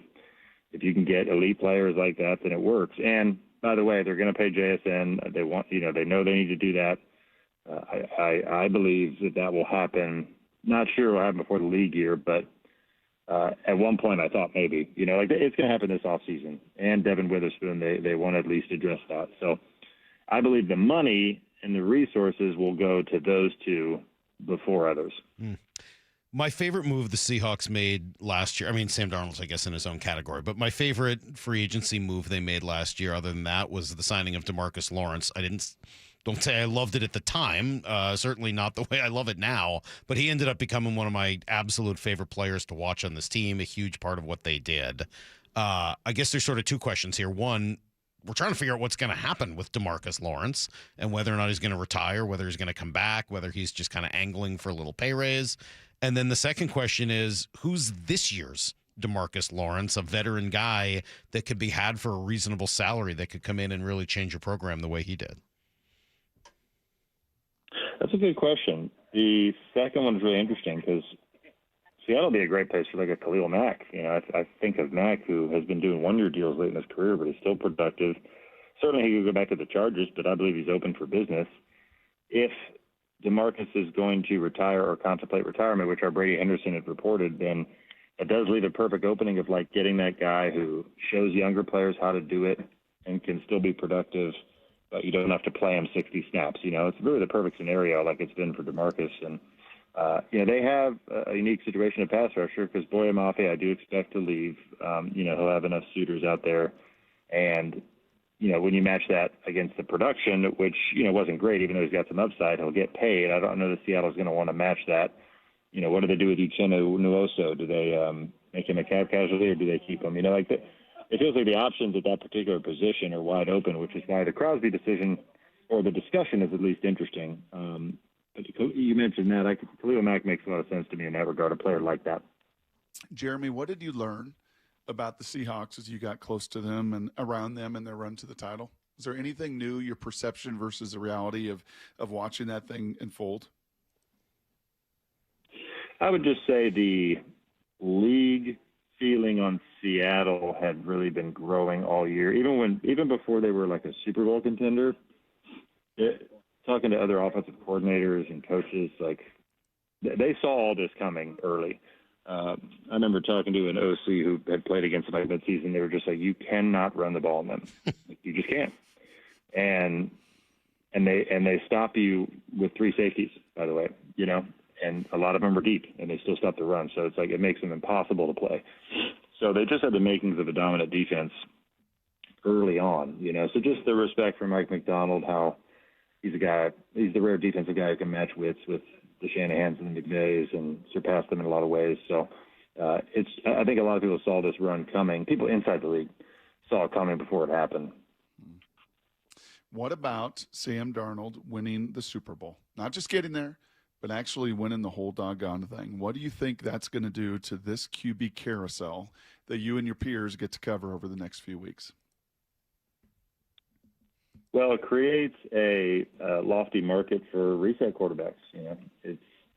I don't think everybody's going to expect every retread to be able to win a Super Bowl. Sam Darnold, I would say, is a little bit of a rare case because he was football justice for a lot of these coaches and scouts that just loved him coming out. He's got the right makeup. He's got the talent. He just was with a bad team and, saw some ghosts on the field a little bit, struggled with coverage, but he overcame a lot of that, But people always really liked him.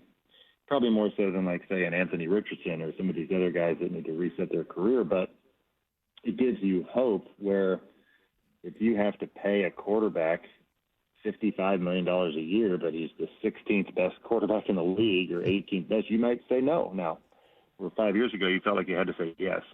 So to me, it changes the dynamic, makes the game more exciting, where it's not so driven by having to have a top 10 quarterback to win, or having to have that blue chip Josh Allen type to win. I think that's good for the game. I think it's healthy. And so Sam he embodies that to a T. Yeah, and maybe some similar lessons on the opposite side learned from Kyler Murray, who's going to get released after they paid him when it didn't seem like a great plan to pay him just a couple of years ago. For sure. I mean, you're seeing that now. I mean, think about all these quarterbacks you have to pay a gazillion $1 million in guaranteed money to, and you have to cut them, and knowing the new team's going to pay them $1 million in the minimum because of the offset language. It's happening more and more. I think teams are going to try to get out of that, if they can, depending on the situation. You look at Green Bay with Jordan Love, the 49ers with Brock Purdy. They paid those guys because they felt good about them, and that has worked out, I think, for the most part. But to Kyler, although you could say Kyler was a relative success in some areas, but Jonathan Gannon's record with Kyler Murray was a lot better than it was without him, that's for sure. Hey, I think he was 2-19 or something without him. Last couple questions here for me, Jeremy. Do you ever get to rest? I mean, now, I guess you go through everything. I talk to Brady about this all the time, too. And especially for us with the team going to the Super Bowl. Now, are you just plugged into your phone still, every minute, every hour, every day of just about every week now, still moving forward, huh? Yeah, especially for the next 2 weeks, it'll be insane. Starting at the Combine, that's when I really dig in. Yeah, late March isn't bad. Early April, we usually take a spring vacation. So, you can slip away between the draft and free agency. Because I'm heavy on the draft, but not right now. So, gotcha. Once I get to free agency, and this is really, the next 2 weeks are kind of my Super Bowl personally, as far as just the grinding nature of it. So it'll slow down. May's not bad. You just got to find pockets of time. But the problem is the NFL calendar is condensed so much where they try to dominate 12 months a year. So there's really not a lot of rest for sure. And then lastly, did you hear any rumblings? You mentioned Spoon. It's consistent with what I've heard. JSN, consistent. Those are the priorities. Any rumblings about redoing Sam Darnold's deal at all? That's a good question. I hadn't heard that directly. I do know that Seattle has long held a precedent for not wanting to do deals early, as far as 2 years early. Now, JSN would be different because he's technically 1 year away from free agency now, but then you'd have the fifth-year option, which would make it 2 years away. But a first-round pick, that's a little different. But with Darnold having 2 years left, he hit a lot of his incentives, if not all of them. The contract was structured to where if he had moderate to high level of success, then the contract would probably hold up. I don't see John Schneider opening the books and say, hey, let's do a $50 million deal right now. I could be wrong. I don't sense that. Maybe they do a sweetener or something because they love him there, but I don't see Darnold holding them to the fire either, Let's play it out. We'll see. He is a Super Bowl winner, though. It is different. It creates a different dynamic, and there's not a manual for it. But I haven't heard anything hard and fast about them getting close to a new deal. Well, we certainly appreciate it. Thanks for taking time. I know that it's about to get super, super busy for you if it's not already. So we appreciate taking a little time to chat about this stuff. And we'll talk again soon. Thanks, Jeremy. Thanks, Jeremy. Awesome. Hey, thanks, guys. Appreciate you having me. All right, there you go. There is Jeremy Fowler from ESPN. I do what do you want... hear? Huh? What do you hear? Well, I think you know what I heard. Max is on the periphery? No, I heard a first and a third. Oh. That's what I heard from Max. Uh-huh. A first and a third. Uh-huh. Okay. Not going to be the two firsts and Derek Hall. Yeah. Well, okay. How about a first and a second and make it done? Okay. Yeah. That's what I heard, Brock. First and a third? Yeah. Done. Where do I sign up? I'm in for that. You're good on that deal. Yeah, I'm good on that. This was never about not wanting Max. It was always about Pete, paying Peter to rob. Of course. Yeah, I want Max. Of course. What am I, crazy? Everybody wants Max. I said it yesterday. 32 teams would want him. It's a matter of where you're at timing-wise and salary-wise and, all of that. But, of course, you want him. He's a great player. Yep. Yeah. I'd be interested. I'll tell you the other moniker he used right there, and I loved it for Darnold, was he's football justice. It's a good line. Yeah, that's a pretty good one. I've not ever heard that one. And for all of those that thought he had this in him for all of those years and, thought that highly of him coming out as a third pick in the draft, it was kind of justice. Actually that guy in the right mix with all the pieces around him can be a Super Bowl winner, which he is. Yeah. Now I don't know what to make of him saying that the Seahawks would be on the periphery of a deal for Maxx Crosby. That there's other teams that are more likely, and maybe that's true. I mean, it is funny to think of Dallas trying to get in on that after just dealing what he just said was a better player who's younger and Micah Parsons. Like, there's just something about that is very Dallas. I know. Dallas doesn't care. Dallas I know. Wouldn't mind that. So stupid, though. Chicago, are they kind of in that window? They're in a window. taking a Don't you step think? and- Doesn't yeah, a guy like him completely change the way you view the Bears? I would think so. I mean, well, maybe not even completely, because I think people already view them as a legit contender for next year after what they just did. So, yeah, I think those other teams make sense. But the Seahawks should certainly be one of the teams that are most interested and have the opportunity to bring him here. I would think he would love to play here. Did you see Lyle's ears perk up when Jeremy mentioned Anthony Richardson? I did, yeah. Did you see Weird. him? Yeah, Lyle, you like still a on the Frenchie Anthony- over there. Are you still on the Anthony Richardson train? You can't see me. I sure can. I could. He could see you. sense you, Lyle. He Yes. could sense. You perked up and your ears popped up like a pug or a French bulldog. I felt you. No. Oh, I mean, if he goes to the Rams, that guy might sadly revive his career. I don't want him to do it in L.A. but- It does seem like it could certainly And happen. there was one other little kind of newsy nugget in there that JSN trying to get that deal done, trying to get it done, and he said, I think pretty much it's going to get done this offseason, if not get done here at the start of free agency. So that also is kind of all these moves, man. Pre-agency is Hawk Blogger deemed this time. It's an interesting little world that we're living in, Salk. This is not conversations 6 weeks away or 6 months away. These are like 6 days away now, even less. Yeah. Of like, okay, where is this piece going to move and how are you going to react? And last year we saw major pivots that helped this team win a world championship. Hey, I got some small breaking news. Well, I don't know how small it is. Maybe it's big breaking news from Tom Pelissero. Trent McDuffie, Chiefs corner, right? Gets dealt to the Rams. Oh, crap. Yeah, I thought you might not like that. Trent McDuffie coming to the NFC West. Now, they gave up a lot to get him. He's a good player, man. First, 5th, and 6th this year. So the number 29 pick, plus their 5th and 6th this year, and a 3rd-round pick next year. So they did give up a lot. First, 5th, 6th, and 3rd? Yeah. They gave up a lot. 4 picks? 4 picks for Trent McDuffie.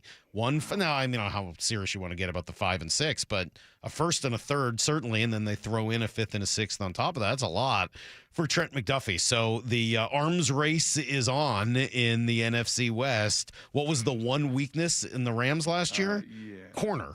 Right? The secondary depth. Well, Trent McDuffie changes that. And he's been an All-Pro multiple times, and he's 25. Really, And he's a really, Husky. really, and you know really what that good smells young like. player. Like we need somebody to cover JSN. Yeah. Much like I said to you about Max. We need somebody to cave that edge, cave that line of scrimmage, get to Matthew Stafford, sack him one time. Well, then that in is going to 3 games be against him. a big part of the conversation. 9:30, I'm going to open up the phone lines, Brock. I've got 2 things for the phones, one for today, one for tomorrow, and I'm kind of looking forward to hearing from the people. So we'll talk a little Maxx Crosby and what you're willing to give up at 9:30. I'll hear from you guys. Before we do it, you asked me, Brock, you demanded a little bit of homework from me, and I obliged. It's next on Brock and Salk.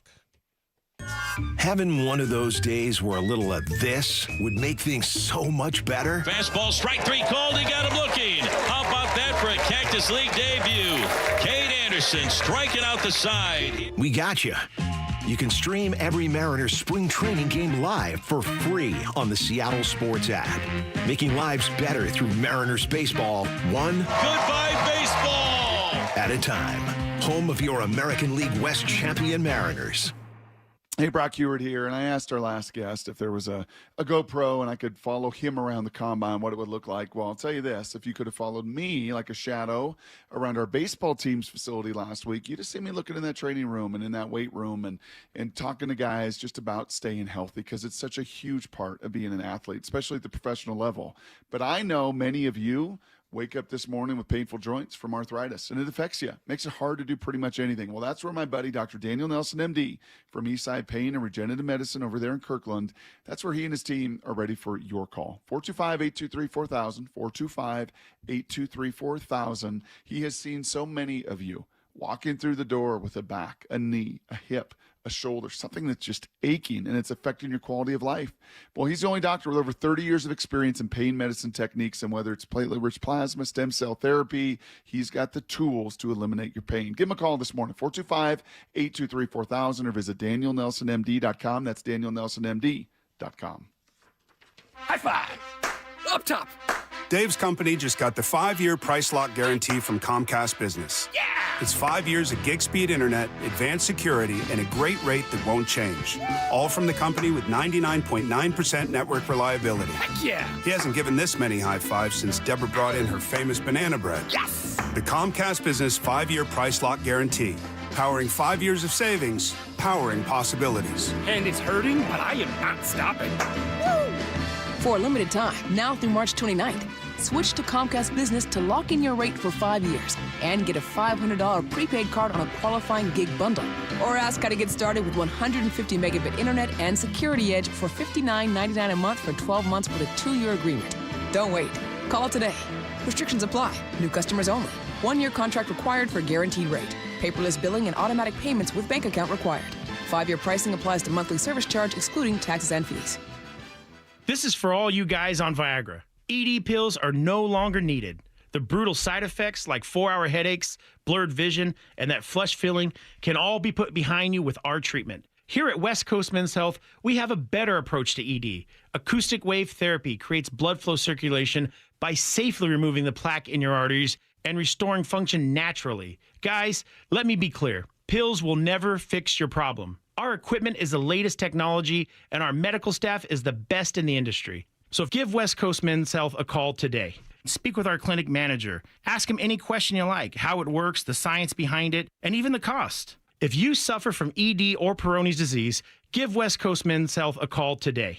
It's not just about better health.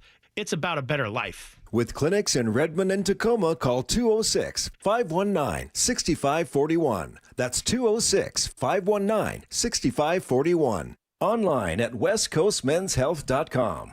Yo, Harvey, Zoe, group selfie. Ooh, nice new iPhone 17, Drewski. Let's do a triangle formation. I'm in front. With a center stage front camera, everyone fits in the shot. You got it at T-Mobile. But switching takes forever. Not anymore. Now you can switch to T-Mobile in just 15 minutes. Focus, people. Nail your pose. And you get a new iPhone 17 on them. No way. Yes way. No way. Yes way, guys. Switch to T-Mobile and get iPhone 17 on us. And right now, we'll pay off your old phone up to $800. I'm grabbing my phone and switching to T-Mobile right now. Get back, Harvey. We're taking a... let's go again, y'all. With 24 monthly bill credits, finance agreement, 256 gigabytes, $830, eligible trade-in, example iPhone 13, and new qualifying line, $60 plus per month plan with auto pay plus taxes and fees. For well-qualified customers, plus tax and $35 device connection charge. Credits end and balance due if you pay off early or cancel. Contact us. $800 via virtual prepaid card. Card typically takes 15 days after rebate submission, no cash access, and card expires in 6 months. Check out in 15 minutes per line. Visit T-Mobile.com. I'm Boomer Esiason. My mom died from cancer. She was only 37 years old. She didn't have life insurance, and that was devastating for my family. That's why having life insurance is so important to me. Ethos makes it fast and easy. Get a quote in seconds, apply in minutes, and get same-day coverage. You can get up to $3 million in coverage with no medical exam. Get your free quote at ethos.com/play. That's ethos.com/play. Paid spokesperson. Time spent on application may vary. Online health questions required. That pallet of pavers collecting dust? The beginnings of a garden? Those stray fence posts? Are you haunted by half-finished projects on your land? John Deere is here to say, not anymore. Our compact tractors allow you to swap implements easily, and they're backed by the nation's largest dealer network. You always had the right idea, and with the right tools, those projects can get finished for good. Nothing runs like a Deere. Learn more at johndeere.com/compact tractors. Let's go! This is Seattle Sports. Streaming through the Seattle Sports app. KIRO AM Seattle. KIRO FM HD2 Tacoma. Home of the Seahawks, Mariners, and everything Seattle sports. Give me a freaking auto! From the Quantum Fiber Studio, this is Brock and Salk on Seattle Sports. Brock Ewert is my hero. Jay Buhner just punched me in the kidney. We're going to see you on the interview. Doesn't really work that way, Sherm. This is a show that has my name on it. It kind of does, though. Now here are your hosts, Brock Ewert and Mike Salk. Hello! Yeah, that's the breaking news just a few minutes ago. Trent McDuffie is on his way to LA. the Rams. This was speculated, by the way. There was some smoke about this. And what that tells you, again, all these things have a little tell to it. If you dig a little deeper, this tells you exactly what I have heard from everybody and exactly why the Seahawks traded for Rashid Shaheed and gave away a 4th and a 5th in this draft, because there just aren't. Right. So they don't mind giving up pick 29, a 5th, and a 6th. Like, so whatever. we'll give up a 5th and a 6th, and yep. And, we'll give up pick 29 because at pick 29, we'll like Trent McDuffie much more, and he will help us right now. And Matthew Stafford's got one more year possibly, to do this thing. So let's go. Let's go win this thing right now. Now, a 3rd the following year, so a 1st and a 3rd and a 5th. And that's still, you kind of look at it capital-wise, that's quite a bit. It's a lot. But they're getting back a star player, and they know what they need and how close they really are to competing with the Seahawks, right? I mean, this feels like a Seahawks move, too. Sure. This feels like one of those, yep. All right, as we match up with these guys, and we're going to match up with, again, kind of like an old NBA world. All right, we know we're going to have to deal with Jordan, or we're going to have to deal with Pippen, or we're going to have to deal with Burr. We're going to, how do we match up? And they know that was the one area that they just, in their back 7, could not match up. Yeah, you just go get John Battle, obviously. Charles Oakley. To throw one of those guys on him and see if John Battle can get it done defensively, or Gerald Wilkins. Here's a hint: they can't. We're never able to get that done. Ruben Patterson was Kobe stopper. He was a Kobe That's stopper. Kobe stopper. Yes. Anyway, so that's the move that gets made. See what the Seahawks do to respond to that. Does this add any further urgency if you're the Seahawks? If you know that the guy you're going to dance with a couple times, maybe 3 times, like you did this last year, and they make that kind of move? I think the real answer to that is no. That they already have all that sense of urgency. There's no extra urgency. Yeah. That, in fact, you've got to kind of stay true to what is important to you and can't get caught up in what's going on in LA right now. But that doesn't mean that emotionally that's not hard to do. And right? I think Les Snead is a little bit like John Schneider. I think you hear the Southern drawl. I think you look at the pacing of it. Now, McVay's the opposite. He speaks a million words a second. But I think a lot of folks think of Les Snead as maybe he's not old school. And this is, and the Rams have always fancied themselves, much like Mike McDonald does, that we're going to be willing to be bold. We're going to be willing to zag as when others zig, like Jeremy said. Shown times where they just don't care about their picks. That's right. And then other times where they're like, well, we really need these picks. So they really seem like they're very willing to be bold. I think that is the right way to say it, Brock.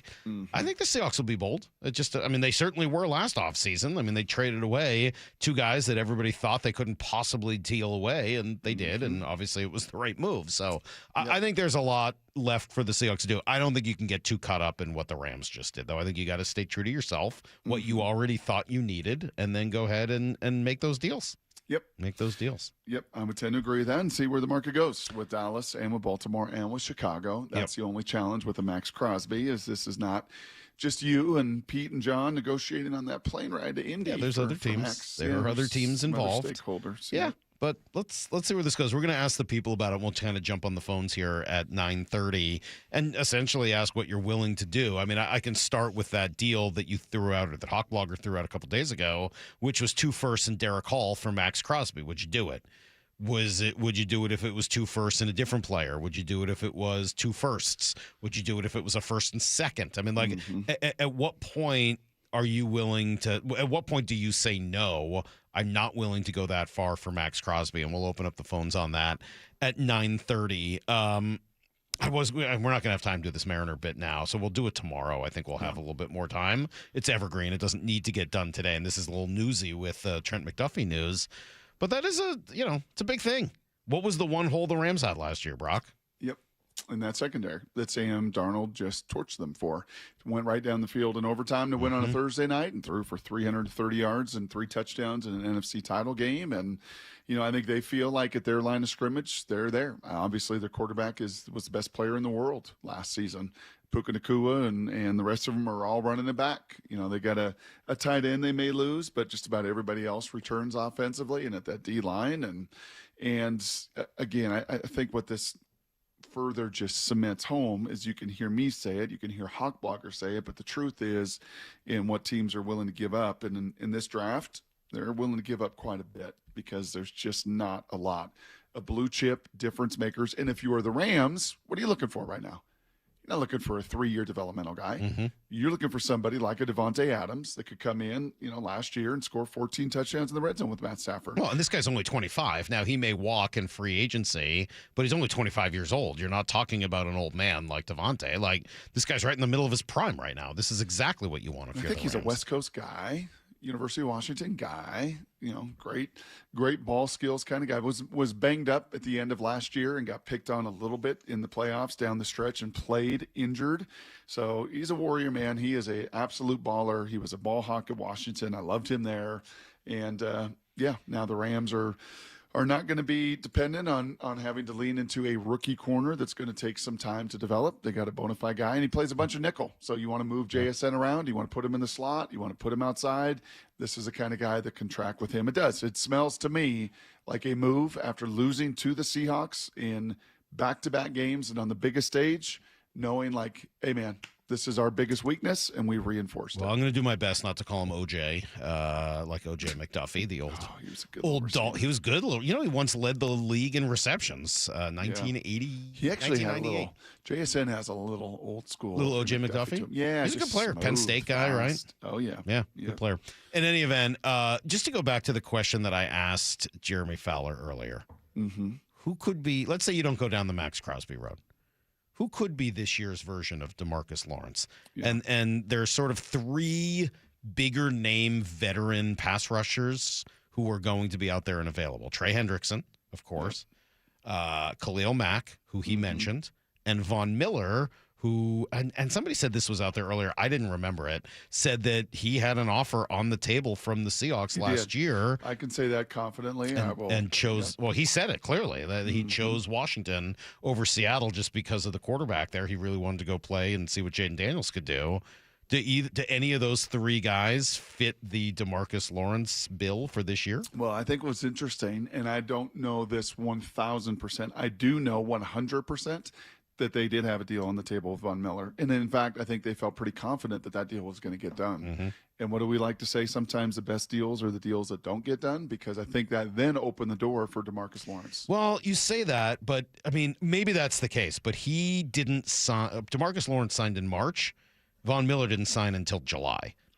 So I don't know how. I mean, he said he had both and chose one. I don't know what that means for timing. I don't think they would have signed both of those guys. No? Not with Boye. No, not with Derek Hall. I think they had a deal for Von Miller. I'm curious on that one, Brock. I'm pretty confident in that. That they Are had you? a deal. That there's no way they would have had both?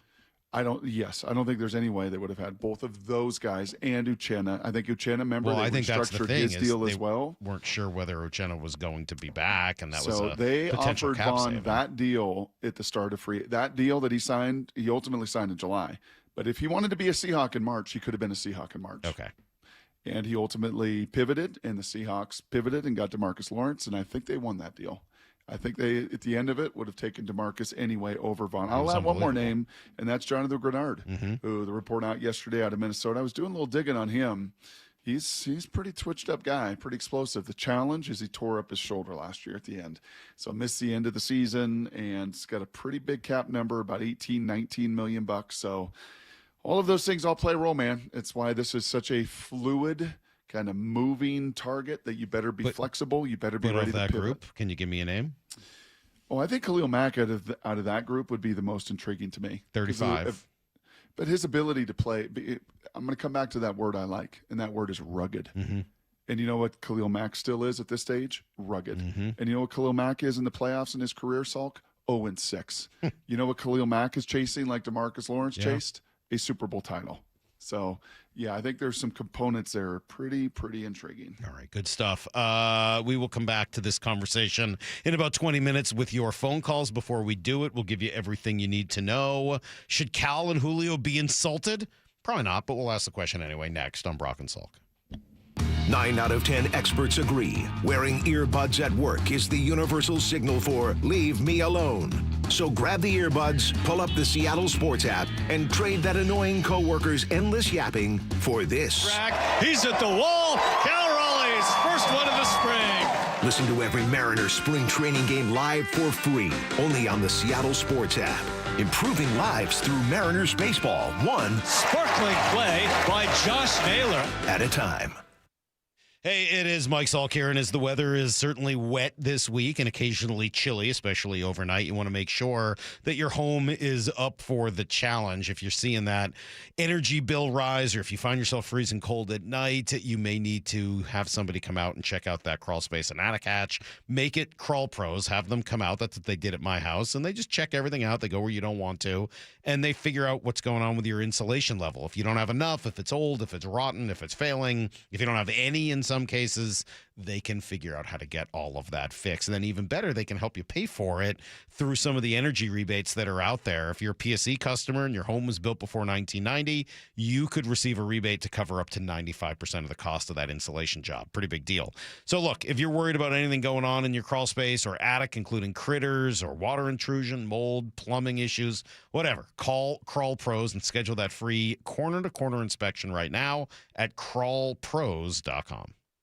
What if you could have the most reliable fiber-powered Wi-Fi? And get this, what if you could keep it at the same price for 5 years? That's the Xfinity 5-year price guarantee. 5 years of Wi-Fi that boosts speeds to the devices that need them most. That finds and fixes problems before you even notice them. Like super intelligent Wi-Fi with a sixth sense. And that keeps you gaming in the fast lane, even when the whole family is banking on bandwidth. All your devices working in perfect harmony for 5 whole years. And here's the best part. No annual contracts, no hidden fees, and our best equipment included. Plus, get online in no time with same-day Wi-Fi. Hey, let's face it, a lot can change in 5 years. Kids grow taller, dreams grow bigger, but your Wi-Fi, it would stay reliable and the price would stay put. The Xfinity 5-year price guarantee. Lock in your price and unlock the possibilities. Xfinity, imagine that. Select plans only. Restrictions apply. Most reliable Wi-Fi based on Open Signal Awards USA Fixed Broadband Experience Report, May 2025. Actual speeds vary. Xfinity Internet powered by fiber and connected to the premises by coaxial cable. Got neighbors? Big Trees can help. This is Nancy Penrose, owner of Big Trees in Snohomish. If you've been considering planting trees to add privacy, look no further than Big Trees. Privacy trees fill in empty spaces, help to define property lines, and add curb appeal. Learn more about Big Trees' big supply of privacy trees at bigtreesupply.com. Beauty, privacy, instantly. Big Trees. Want consistent color for every job? Milo's Pro Rewards members get a 20% paint discount on future purchases after paint annual qualifying spend reaches $3,000. Plus, order eligible in-stock paint and paint supplies by 2 p.m. for free same-day delivery by 8 p.m. Improving is easy at Lowe's. Excludes spray paint and mist tints. More exclusions, terms, and conditions apply. Subject to change. Details at Lowe's.com/terms. Same-day delivery valid in select zip codes. Subject to driver availability. Details at Lowe's.com/same-day delivery. Okay, class, let's begin. Psst, love your boots. I just sold a pair like that on eBay. Oh, really? Yeah, it took like 2 seconds to list, and they sold almost immediately. I've been selling everything lately. Some chunky boots, a faux fur coat I never wore, and a vintage chair that was more of an expensive clothing rack. You know, I actually bought these on eBay. Wait, are you Kitty Sell Stuff from Brooklyn? Okay, quiet, please. Find what you love, sell what you don't. eBay. Things people love. Compassion. Communication. Results. That's Pendergast Law Personal Injury Lawyers. Go to pendergastlaw.com. That's pendergastlaw.com. Drivers who switch their home and auto with Progressive could save money and time. Other things try to do this, but they really don't. Like the touchscreen at fast food places. It's not like you save time because it takes you longer to use a touchscreen than, I don't know, someone who works there. And another thing, you'd think it would save money because they're not paying a cashier, right? But no, same price. Also, why is there an option to tip? Who am I tipping? Exactly. Anyway, even if you can't save money and time with some things, you could with a Progressive home and auto bundle. Progressive Casualty Insurance Company affiliates and other insurers, not available in all states or situations. Jackson Hewitt knows taxes are complicated, and with multiple jobs and tax forms, they're like Sonata complicated. Our no surprise pricing keeps things simple. Jackson Hewitt does your taxes for only $149 or less. And since we know all the new tax codes, you could get thousands back. So what are you waiting for? Hurry. File with Jackson Hewitt today for only $149 or less, guaranteed. Limited time offer for new clients on federal returns. Participating locations only. Terms at jacksonhewitt.com/149. Jane Dawson did something smart. She saved hundreds on auto insurance switching to Progressive.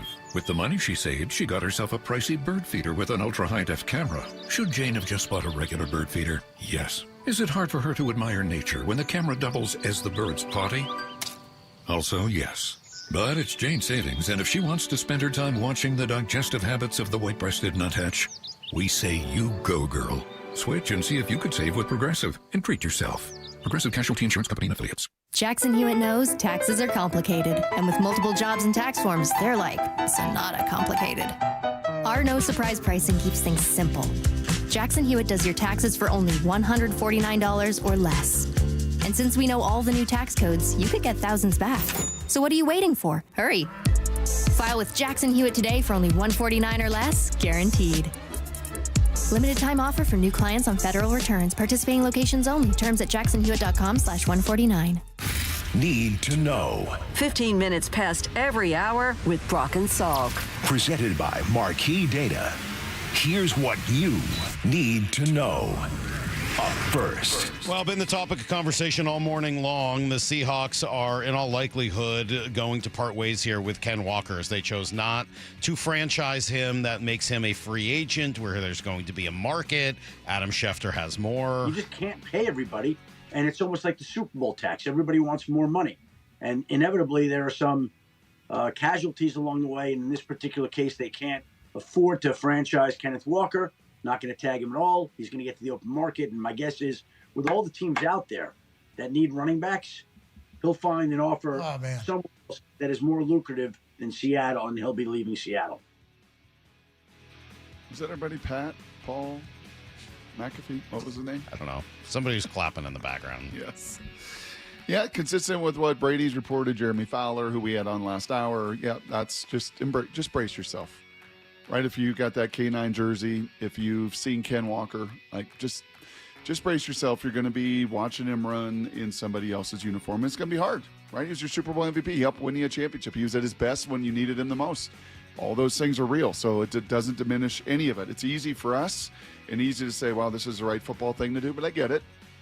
Like, this is fandom, man, and you loved him, and it was awesome to see him just be such a stud when it mattered, but I like that Super Bowl tax. I'm not sensing a lot of that. You're not I'm not feeling sensing a lot of, oh my God, I can't believe they're letting this guy go. I'm sensing much more of like, yeah, all right, I get it. Don't speak for the caller, Salk. Okay, they're going to call in 15 minutes. Not on that, they're not, because that's not what we're talking about. But I'm not sensing that. I'm not. Maybe I'm. You don't think we're going to have an ode to Ken Walker and Here's the Thing tomorrow? We might. I mean, I think there'll be people that will miss him. I'll miss him. He's fun to watch. But I'm going to miss him because Mora's going to miss him. Well, Mora's practically unable to come to work right now. She's in mourning. She forgot her phone. Yeah. She can barely function. She's just a mess. How sad is your phone at home by itself without you? I feel so helpless. Is that one of the worst feelings in modern times? Especially because I use it as my wallet, too. I have a case in the back. Oh. All right, so any of you police officers out there, don't pull Mora over on the way home. She may not have her wallet with her.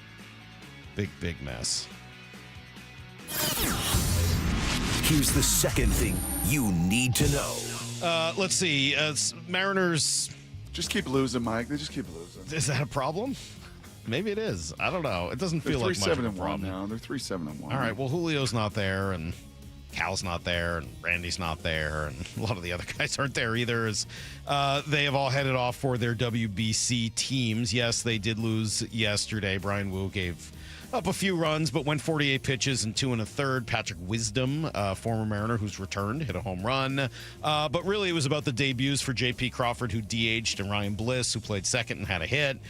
In Crawford's case, John Morosi on yesterday with Wyman and Bob, a little concerned. J.P. Crawford has been one of the most dependable players during this era of the Mariners. Very popular player among the fans in the clubhouse. He still has, I think, a lot to offer. Obviously, the caveat being, if the shoulder's a problem, that's a real problem. When you're into March and there is still some question about how your shortstop's throwing, objectively speaking, that's a concern. They may say it's not a concern, and they may downplay it, and I suppose they're entitled to do that. But opening day is in like 3 weeks, and if your shortstop wasn't really able to cut it loose and throw the ball until roughly now, that is a situation worth watching. Do you have Emerson start the year in the minor leagues? Possible. and then see how JP begins the season. If JP is not hitting like he usually hits, and if the defense is not what it should be and what it needs to be, then I think you very quickly put him on the IL and bring up Emerson and then just see how the situation goes. Two things. Final year of JP's deal this year? Mm-hmm. It's number one. Yep. He can be incentivized. Mentioned that the other day. He's going to be incentivized to try to get one more deal. Mm-hmm. Number two, do you remember watching our friend Urias try to throw from third with a bum shoulder? I do. It wasn't great. Was that about the most painful thing maybe in a decade of spring training? Yeah, I mean, it was very Max Hall-like. Poor guy. That was so rough. Yeah, it wasn't great.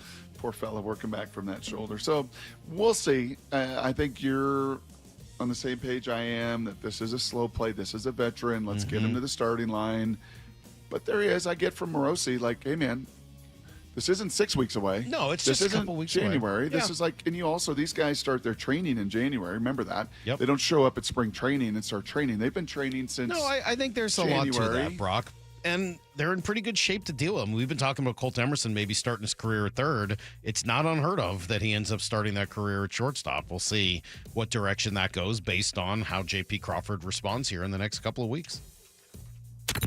Here's the third thing you need to know. The Rams have gotten better for 2026. They made a deal to acquire Trent McDuffie, cornerback from Kansas City. They give up this year's first, 5th, and 6th round picks and next year's 3rd rounder in order to bring back a very good player, Brock.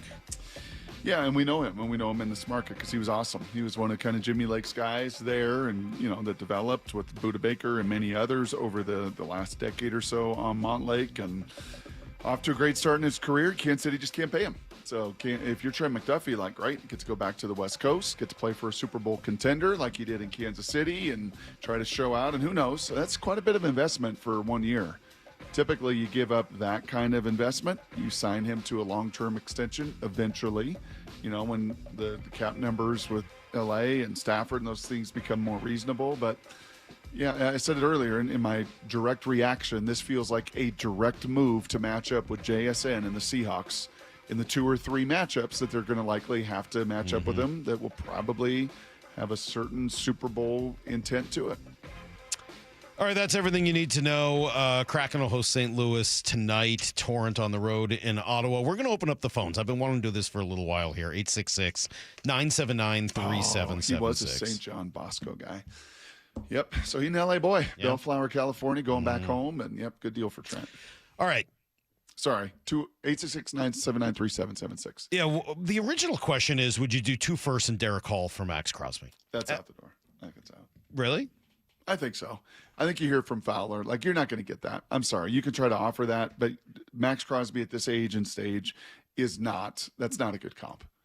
Not Micah Parsons, not going into, his first contract. So yesterday, Brock, you were on board with that deal. I was on board for that deal, but I just don't think it's going to cost that much. Okay. I would still even be a yes on that deal, but I don't think it's going to get to that point. Well, I'm going to ask it that way anyway, because I can't imagine there's anybody here. Like, if I say, would you do 2 firsts for Maxx Crosby, is anyone going to say no to that? Yeah, I think there's going to be people. Really? A lot of them on Twitter have. Yeah. All right. So I'll ask that one too. Would you do 2 firsts for Derek Hall?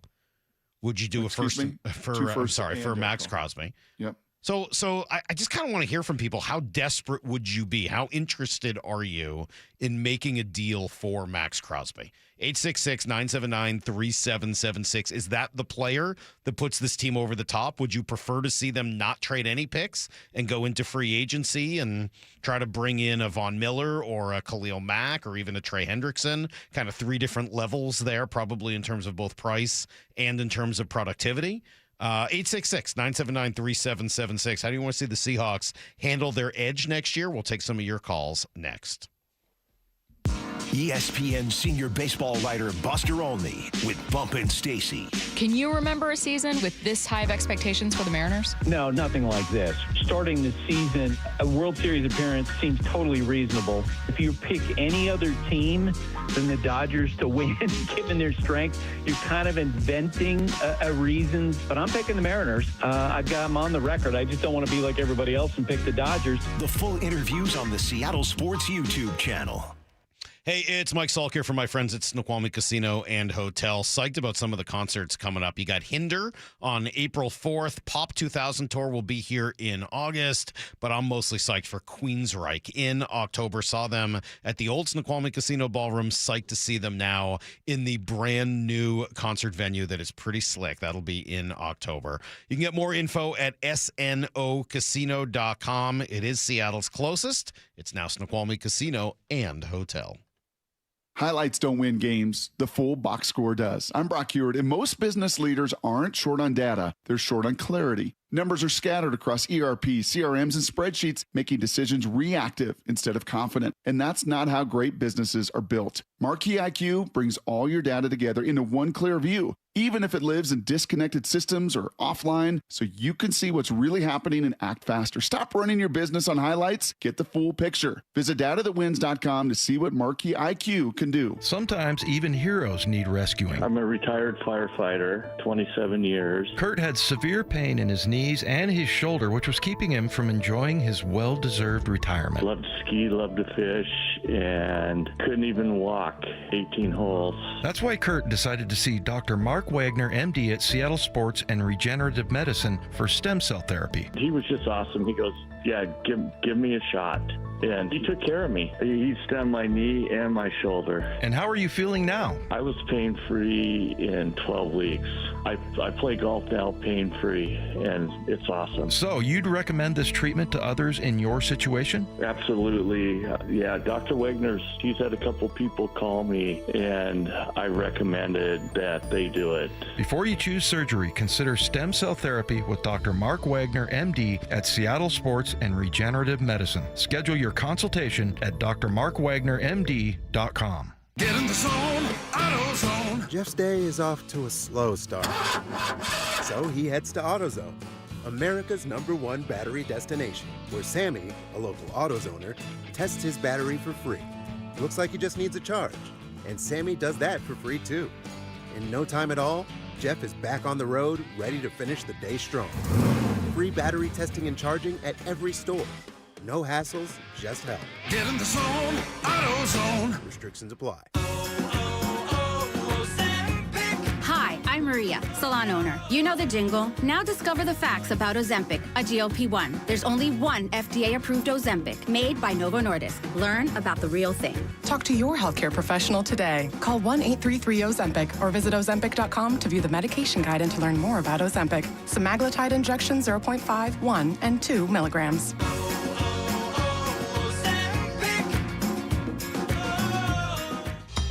That same Louisiana flavor y'all love about our chicken? It's flawless. Yeah, we did that to crispy Alaskan flounder and butterfly shrimp too. We just couldn't help ourselves. And we didn't stop there. You can add lemon pepper or garlic Parmesan rub to that shrimp. Now we only do seafood every so often, so you know what to expect. Popeye's can't miss. That's right. The seafood menu is back. This is real fish. At participating restaurants. Don't miss the John Schneider Show, presented by Silver City Brewery. I truly believe, defense wins championships. Thursdays at 4, only on Seattle Sports. We'll admit, we've already thrown in the towel on the New Year's resolution. Yeah, and we made it through dry January. But one healthy new habit we're sticking with is Active Liver from New Nordic. Did you know your liver works around the clock processing food, sugar, alcohol, and everyday toxins? All things that can really impact your health. That's why daily support matters. Active Liver is designed to help protect normal liver function and support your body's natural detox process. With trusted ingredients like milk thistle, turmeric, and artichoke extract, it's gentle enough to take all year long. No harsh cleanses, no extreme detoxes, just simple daily liver support. We really feel the difference. Yup, more energy and the peace of mind knowing we can enjoy the good things in life while giving our liver the love it needs. Active Liver is available online at Amazon or NewNordicUSA.com. Or you can find it in stores at CVS, Meijer Grocery, Wegmans, and now Active Liver is available at your local GNC. I'm going to be honest with you guys. I would rather get my teeth drilled than go to a car dealership. However, I recently had a breakdown with my vehicle, and I knew that I had to get a new one. I knew where to go. Wayscar Ford in Auburn. I'd heard amazing things. I knew the GM, Mark, so I ended up going out there. Mark, you're with me right now, and I got to be honest, even knowing you, I was nervous. Just being at a car dealership brings pressure, but you guys really focus on customer experience. Well, there are some dealerships where you go in and you feel like you're getting jumped on. We don't do that, okay? There's absolutely no pressure at our dealership, period. And we backed it up with a 5-day or 500-mile, 100%, no questions asked, money-back guarantee. We only want to sell you a car if you want to buy one. So if you want a low-pressure experience, check out our reviews. We have thousands of 5-star reviews. You can buy with confidence. Wayscar Ford's been family-owned and operated in downtown Auburn for over 103 years. You don't stay in business that long by not taking care of people. See it for yourself at Wayscar Ford in Auburn. That's wayscarford.com. This hour is brought to you by Davis Law Group. From the Quantum Fiber Studio, you're listening to Brock and Salk. Weekdays 6 to 10. On Seattle Sports and 97.3 FM HD2. All right, let's see. I want to open up the phones here, 866-979-3776, because I'm curious where you guys are at when it comes to the idea of trading for Maxx Crosby. The Seahawks are said to be on the periphery, but whatever that means. I mean, like, if they want to do it, they certainly have the resources, Brock, to go do it. I'm very interested, but I really would draw the line at giving up anything from the current team, anybody who plays that same position. I'm not interested in robbing Peter to pay Paul. I've said that a few times. But look, Maxx Crosby's so young. He's only 28.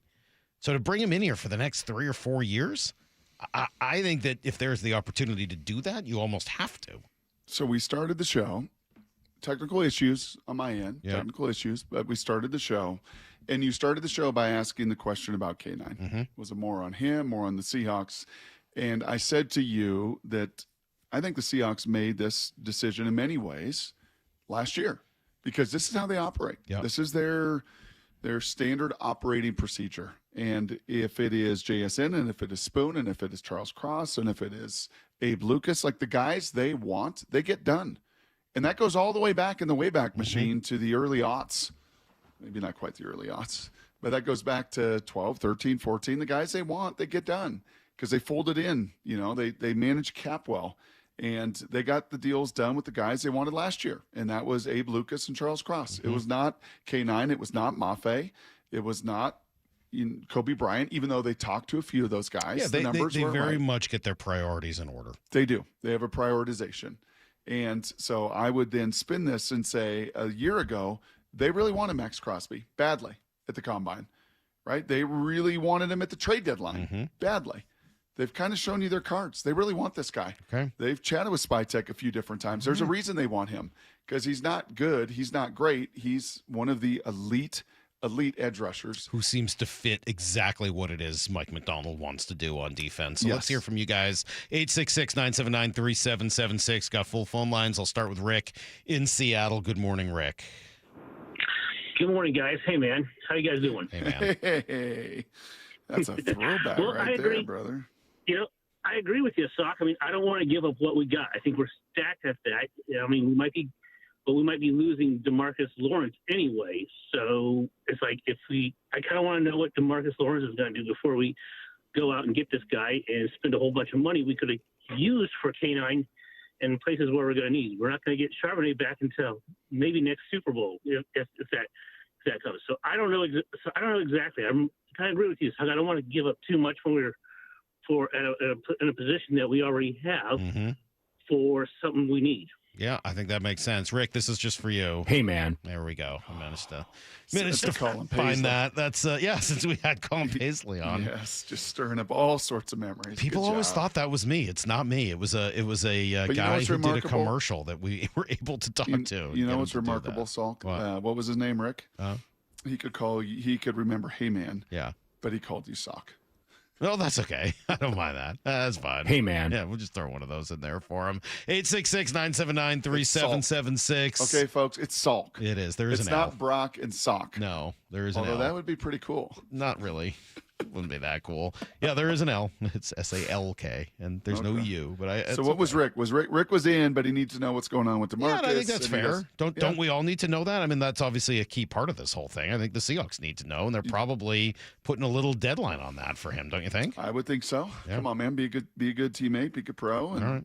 just be honest with us. All right, let's go out to Ellensburg and talk to Charlie. Good morning, Charlie.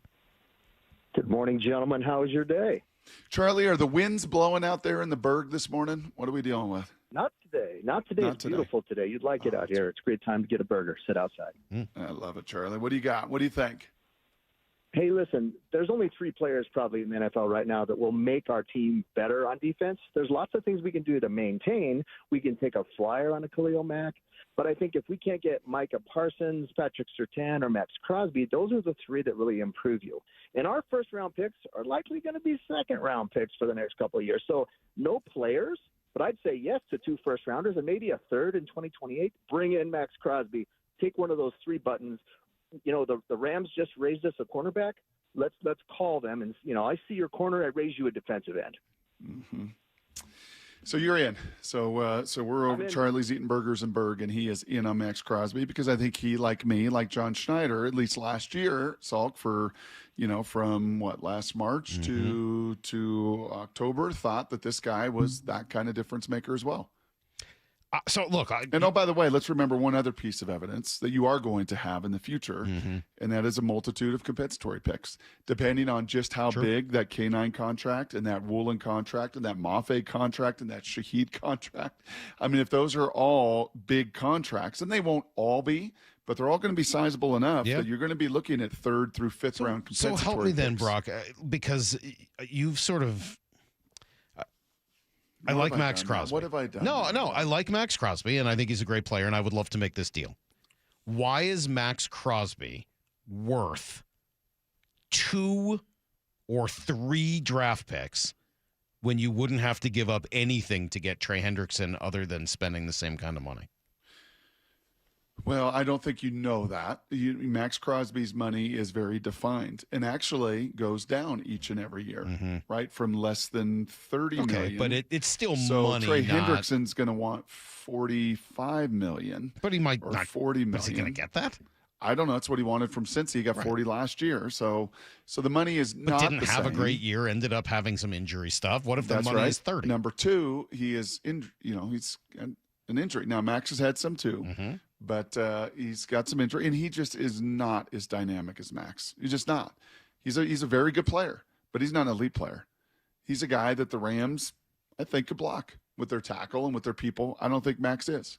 So I think that's where the differentiator is, and we'll see ultimately where the market goes with Trey. Again, all things that John gleaned last week in Indy, right? This is all of the intel that he's gleaning. What is Khalil Mack really looking for? What kind of deal is that? Where is that market going to go with Hendrickson? These are all the reads that, and all the information that they had to put together that's going into play with all the conversations this week with agents galore and teams galore. How badly would you want to trade for Maxx Crosby? That's essentially the question. Would you be willing to give up Derek Hall in a deal? I said no, but I think a lot of people out there would disagree and say, yeah, he's that good a player. If you got to give up Derek Hall, that's what you got to do. 866-979-3776. Got a line open, and I'll go to Wenatchee and talk to Blaine. Good morning, Blaine. Hey, good morning, fellas. How are you? Gosh, it's so fun to hear from all parts of the state. Yeah.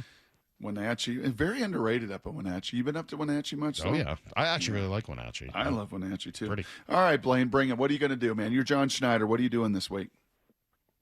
So I want to get a take on what you guys thought, but I'm thinking, kind of throwing a little curveball at you here.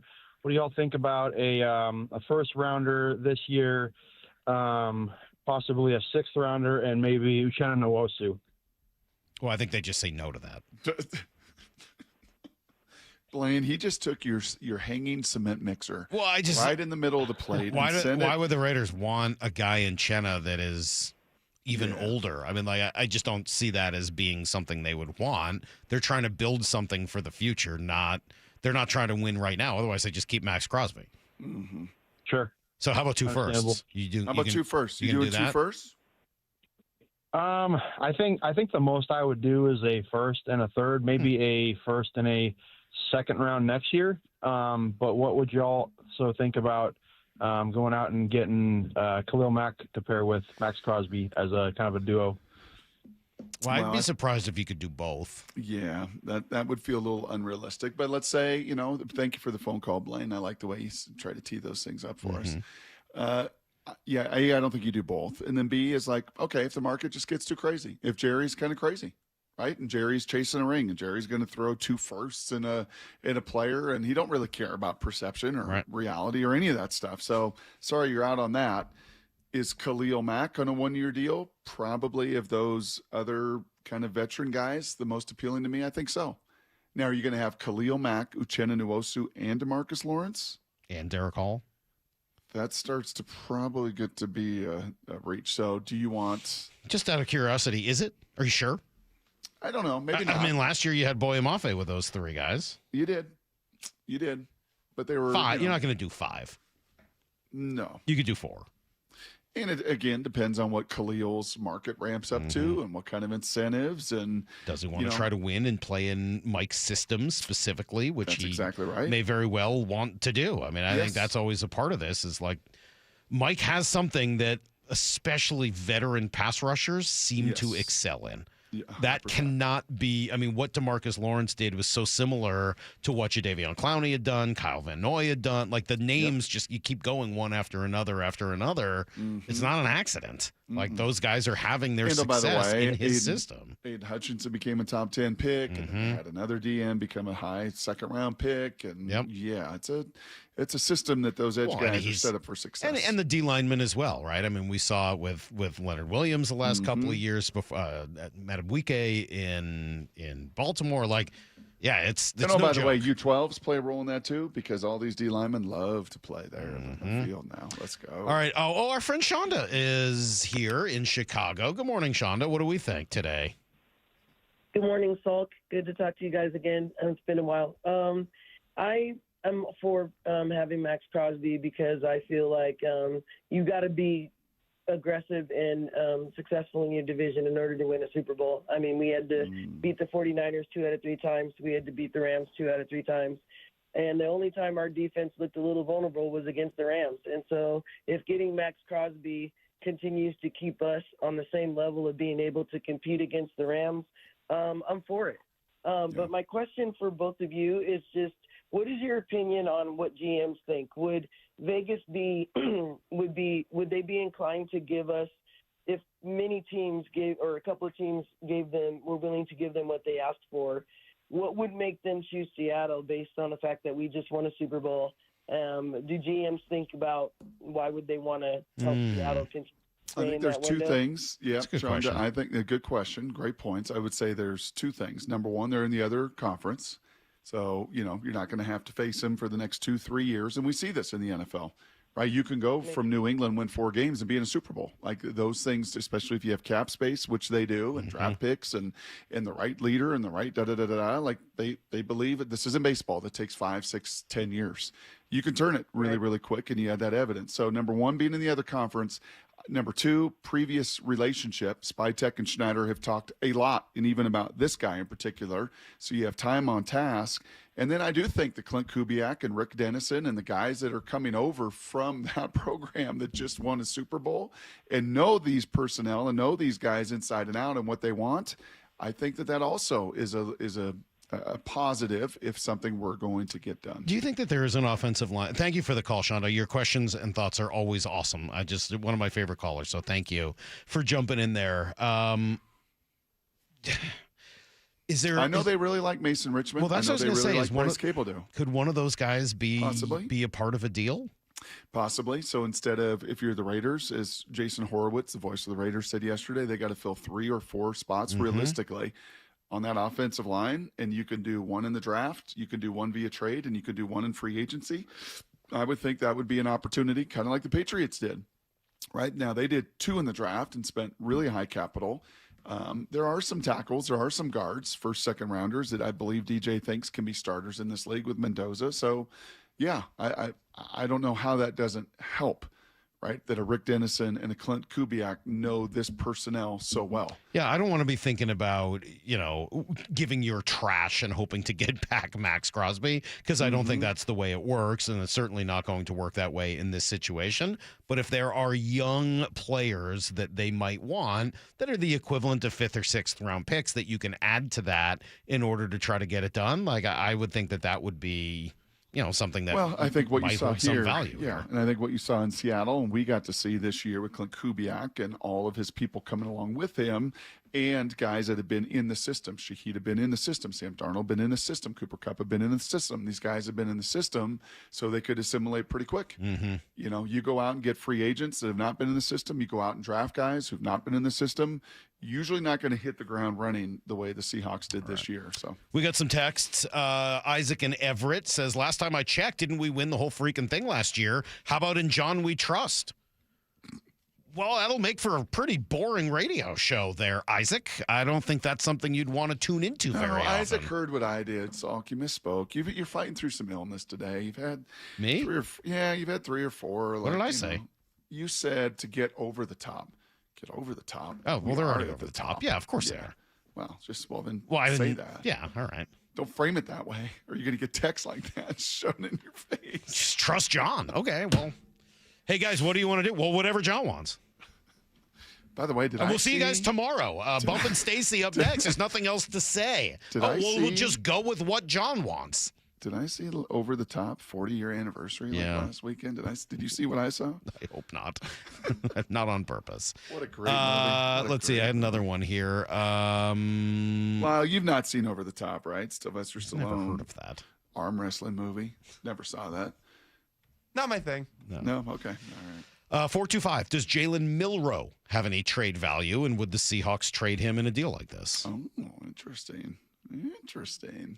So who else they got there? They got that Aiden O'Connell cat. I think, let's see. They're obviously going to draft Mendoza, going to move on from Geno. Would you want a Jalen Milroe as a offset to Fernando? Like, hey, here's a year in the system, and Fernando's going to be our guy. If something happens to him, can this guy run around and create? I don't know. I wouldn't say no to anything with John. Yeah. And John, we trust, for crying out loud. Yeah. Salk. So 253 has a pretty good question that I think is easy to answer, Brock. But all right. He says, if we're willing to give up that much for Maxx Crosby, why not just go after Myles Garrett?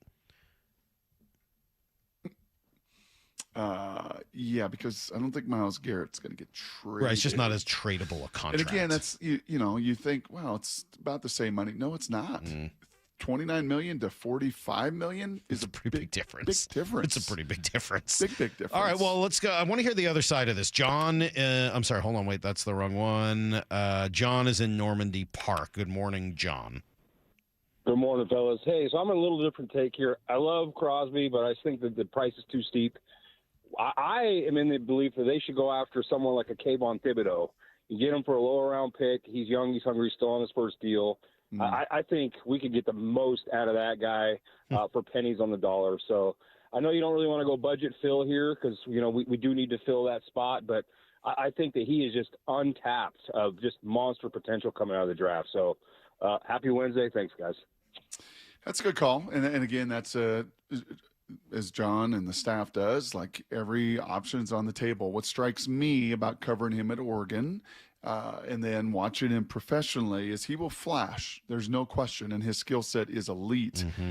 But does he play with the hair on fire and just the like? Does he love it the way these guys have all loved it here? And does he stop the run? Does he play that rugged edge? I think he's been a productive player. I think he will get some sacks, but I don't know. It doesn't have just that Seahawks smell to me. It does not. I tend to agree with you. But I like the idea and the thought process behind it. Yep. I just don't know whether they're in a position where they would need to do that. I think they're at a spot where they can kind of go big game hunting rather than needing to, kind of dabble around the edges like that. Or go with the veteran where at least you know what you're going to get, somebody like Khalil Mack. I just the unknown feels unnecessary for them right now, right? They're just not in a position to need to do something like that. Yeah. Grab one more. Last call. Austin is in Walla Walla. Good morning, Austin.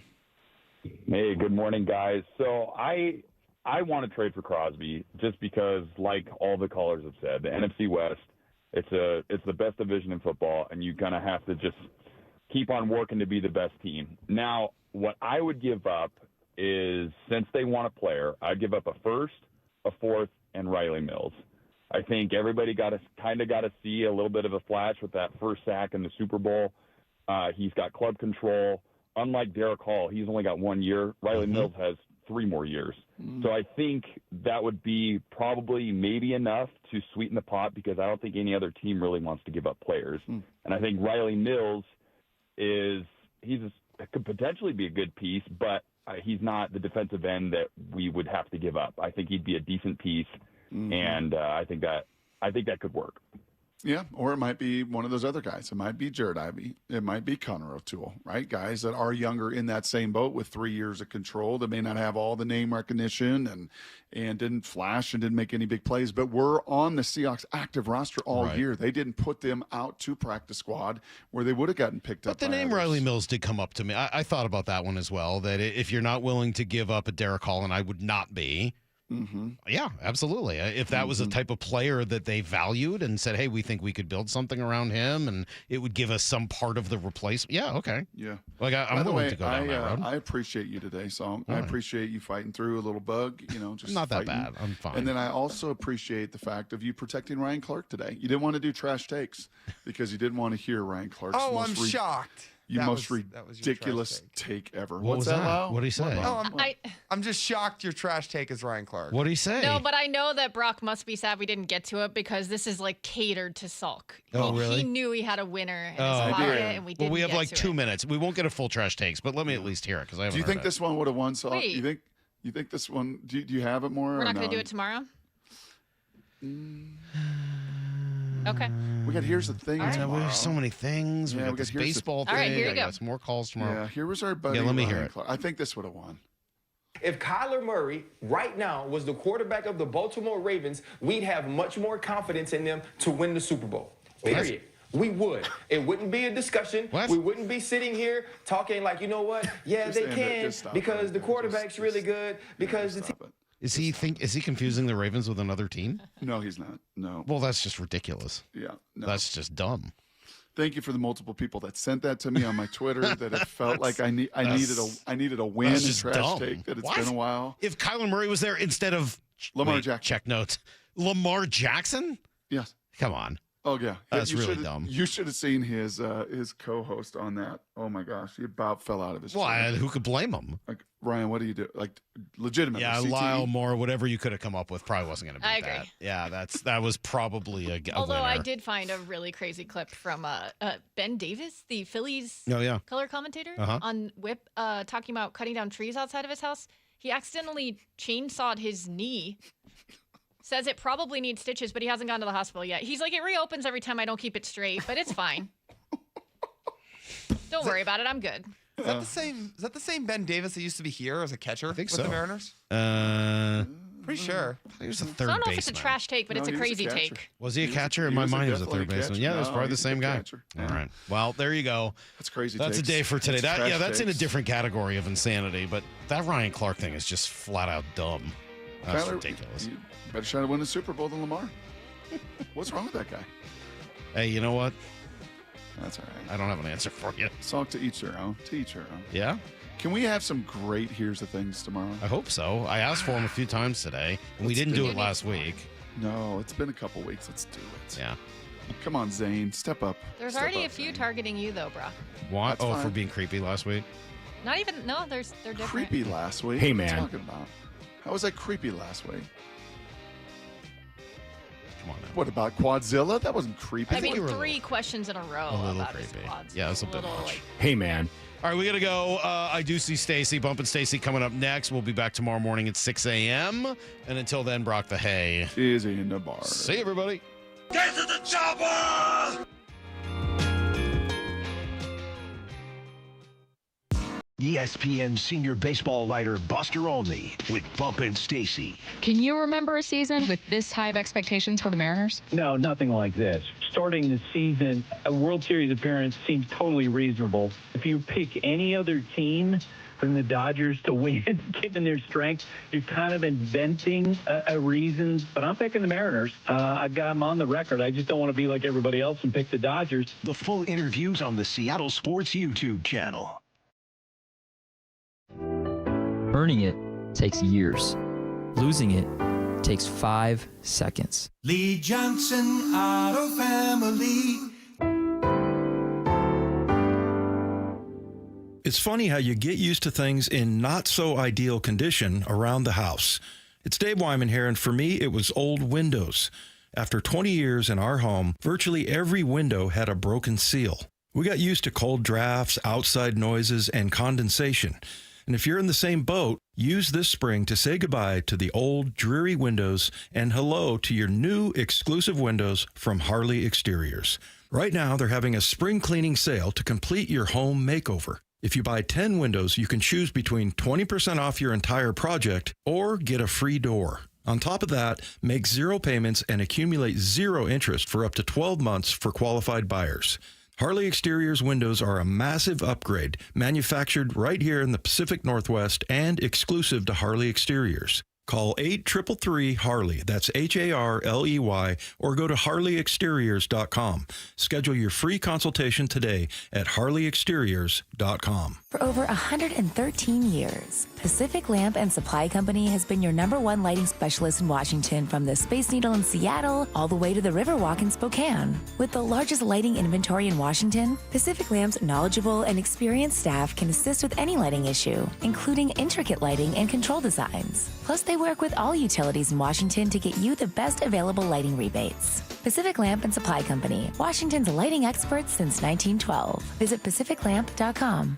Did you know in Washington State, you can see a physical therapist without a referral from your doctor? That's right. Thanks to Direct Access, you can skip the wait and get the care you need right away. Shannon O'Kelly, how has Direct Access changed the game? Direct Access for us, Brock, is a game changer. Why? Is because there is so much research and data out there that says if you get in early when you have a musculoskeletal problem or an injury, the earlier you get in and we can start care, the better outcomes and the decreased downstream cost, okay? So it's so important. Our providers are all doctors of physical therapy. They're all trained to identify situations and problems. They've got the skill, they've got the talent, they've got the knowledge. If you get in and start therapy early, we're going to get you back to activity, pain-free, and moving and having fun.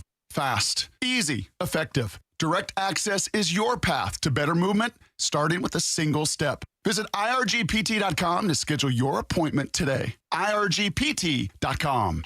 What is that sound?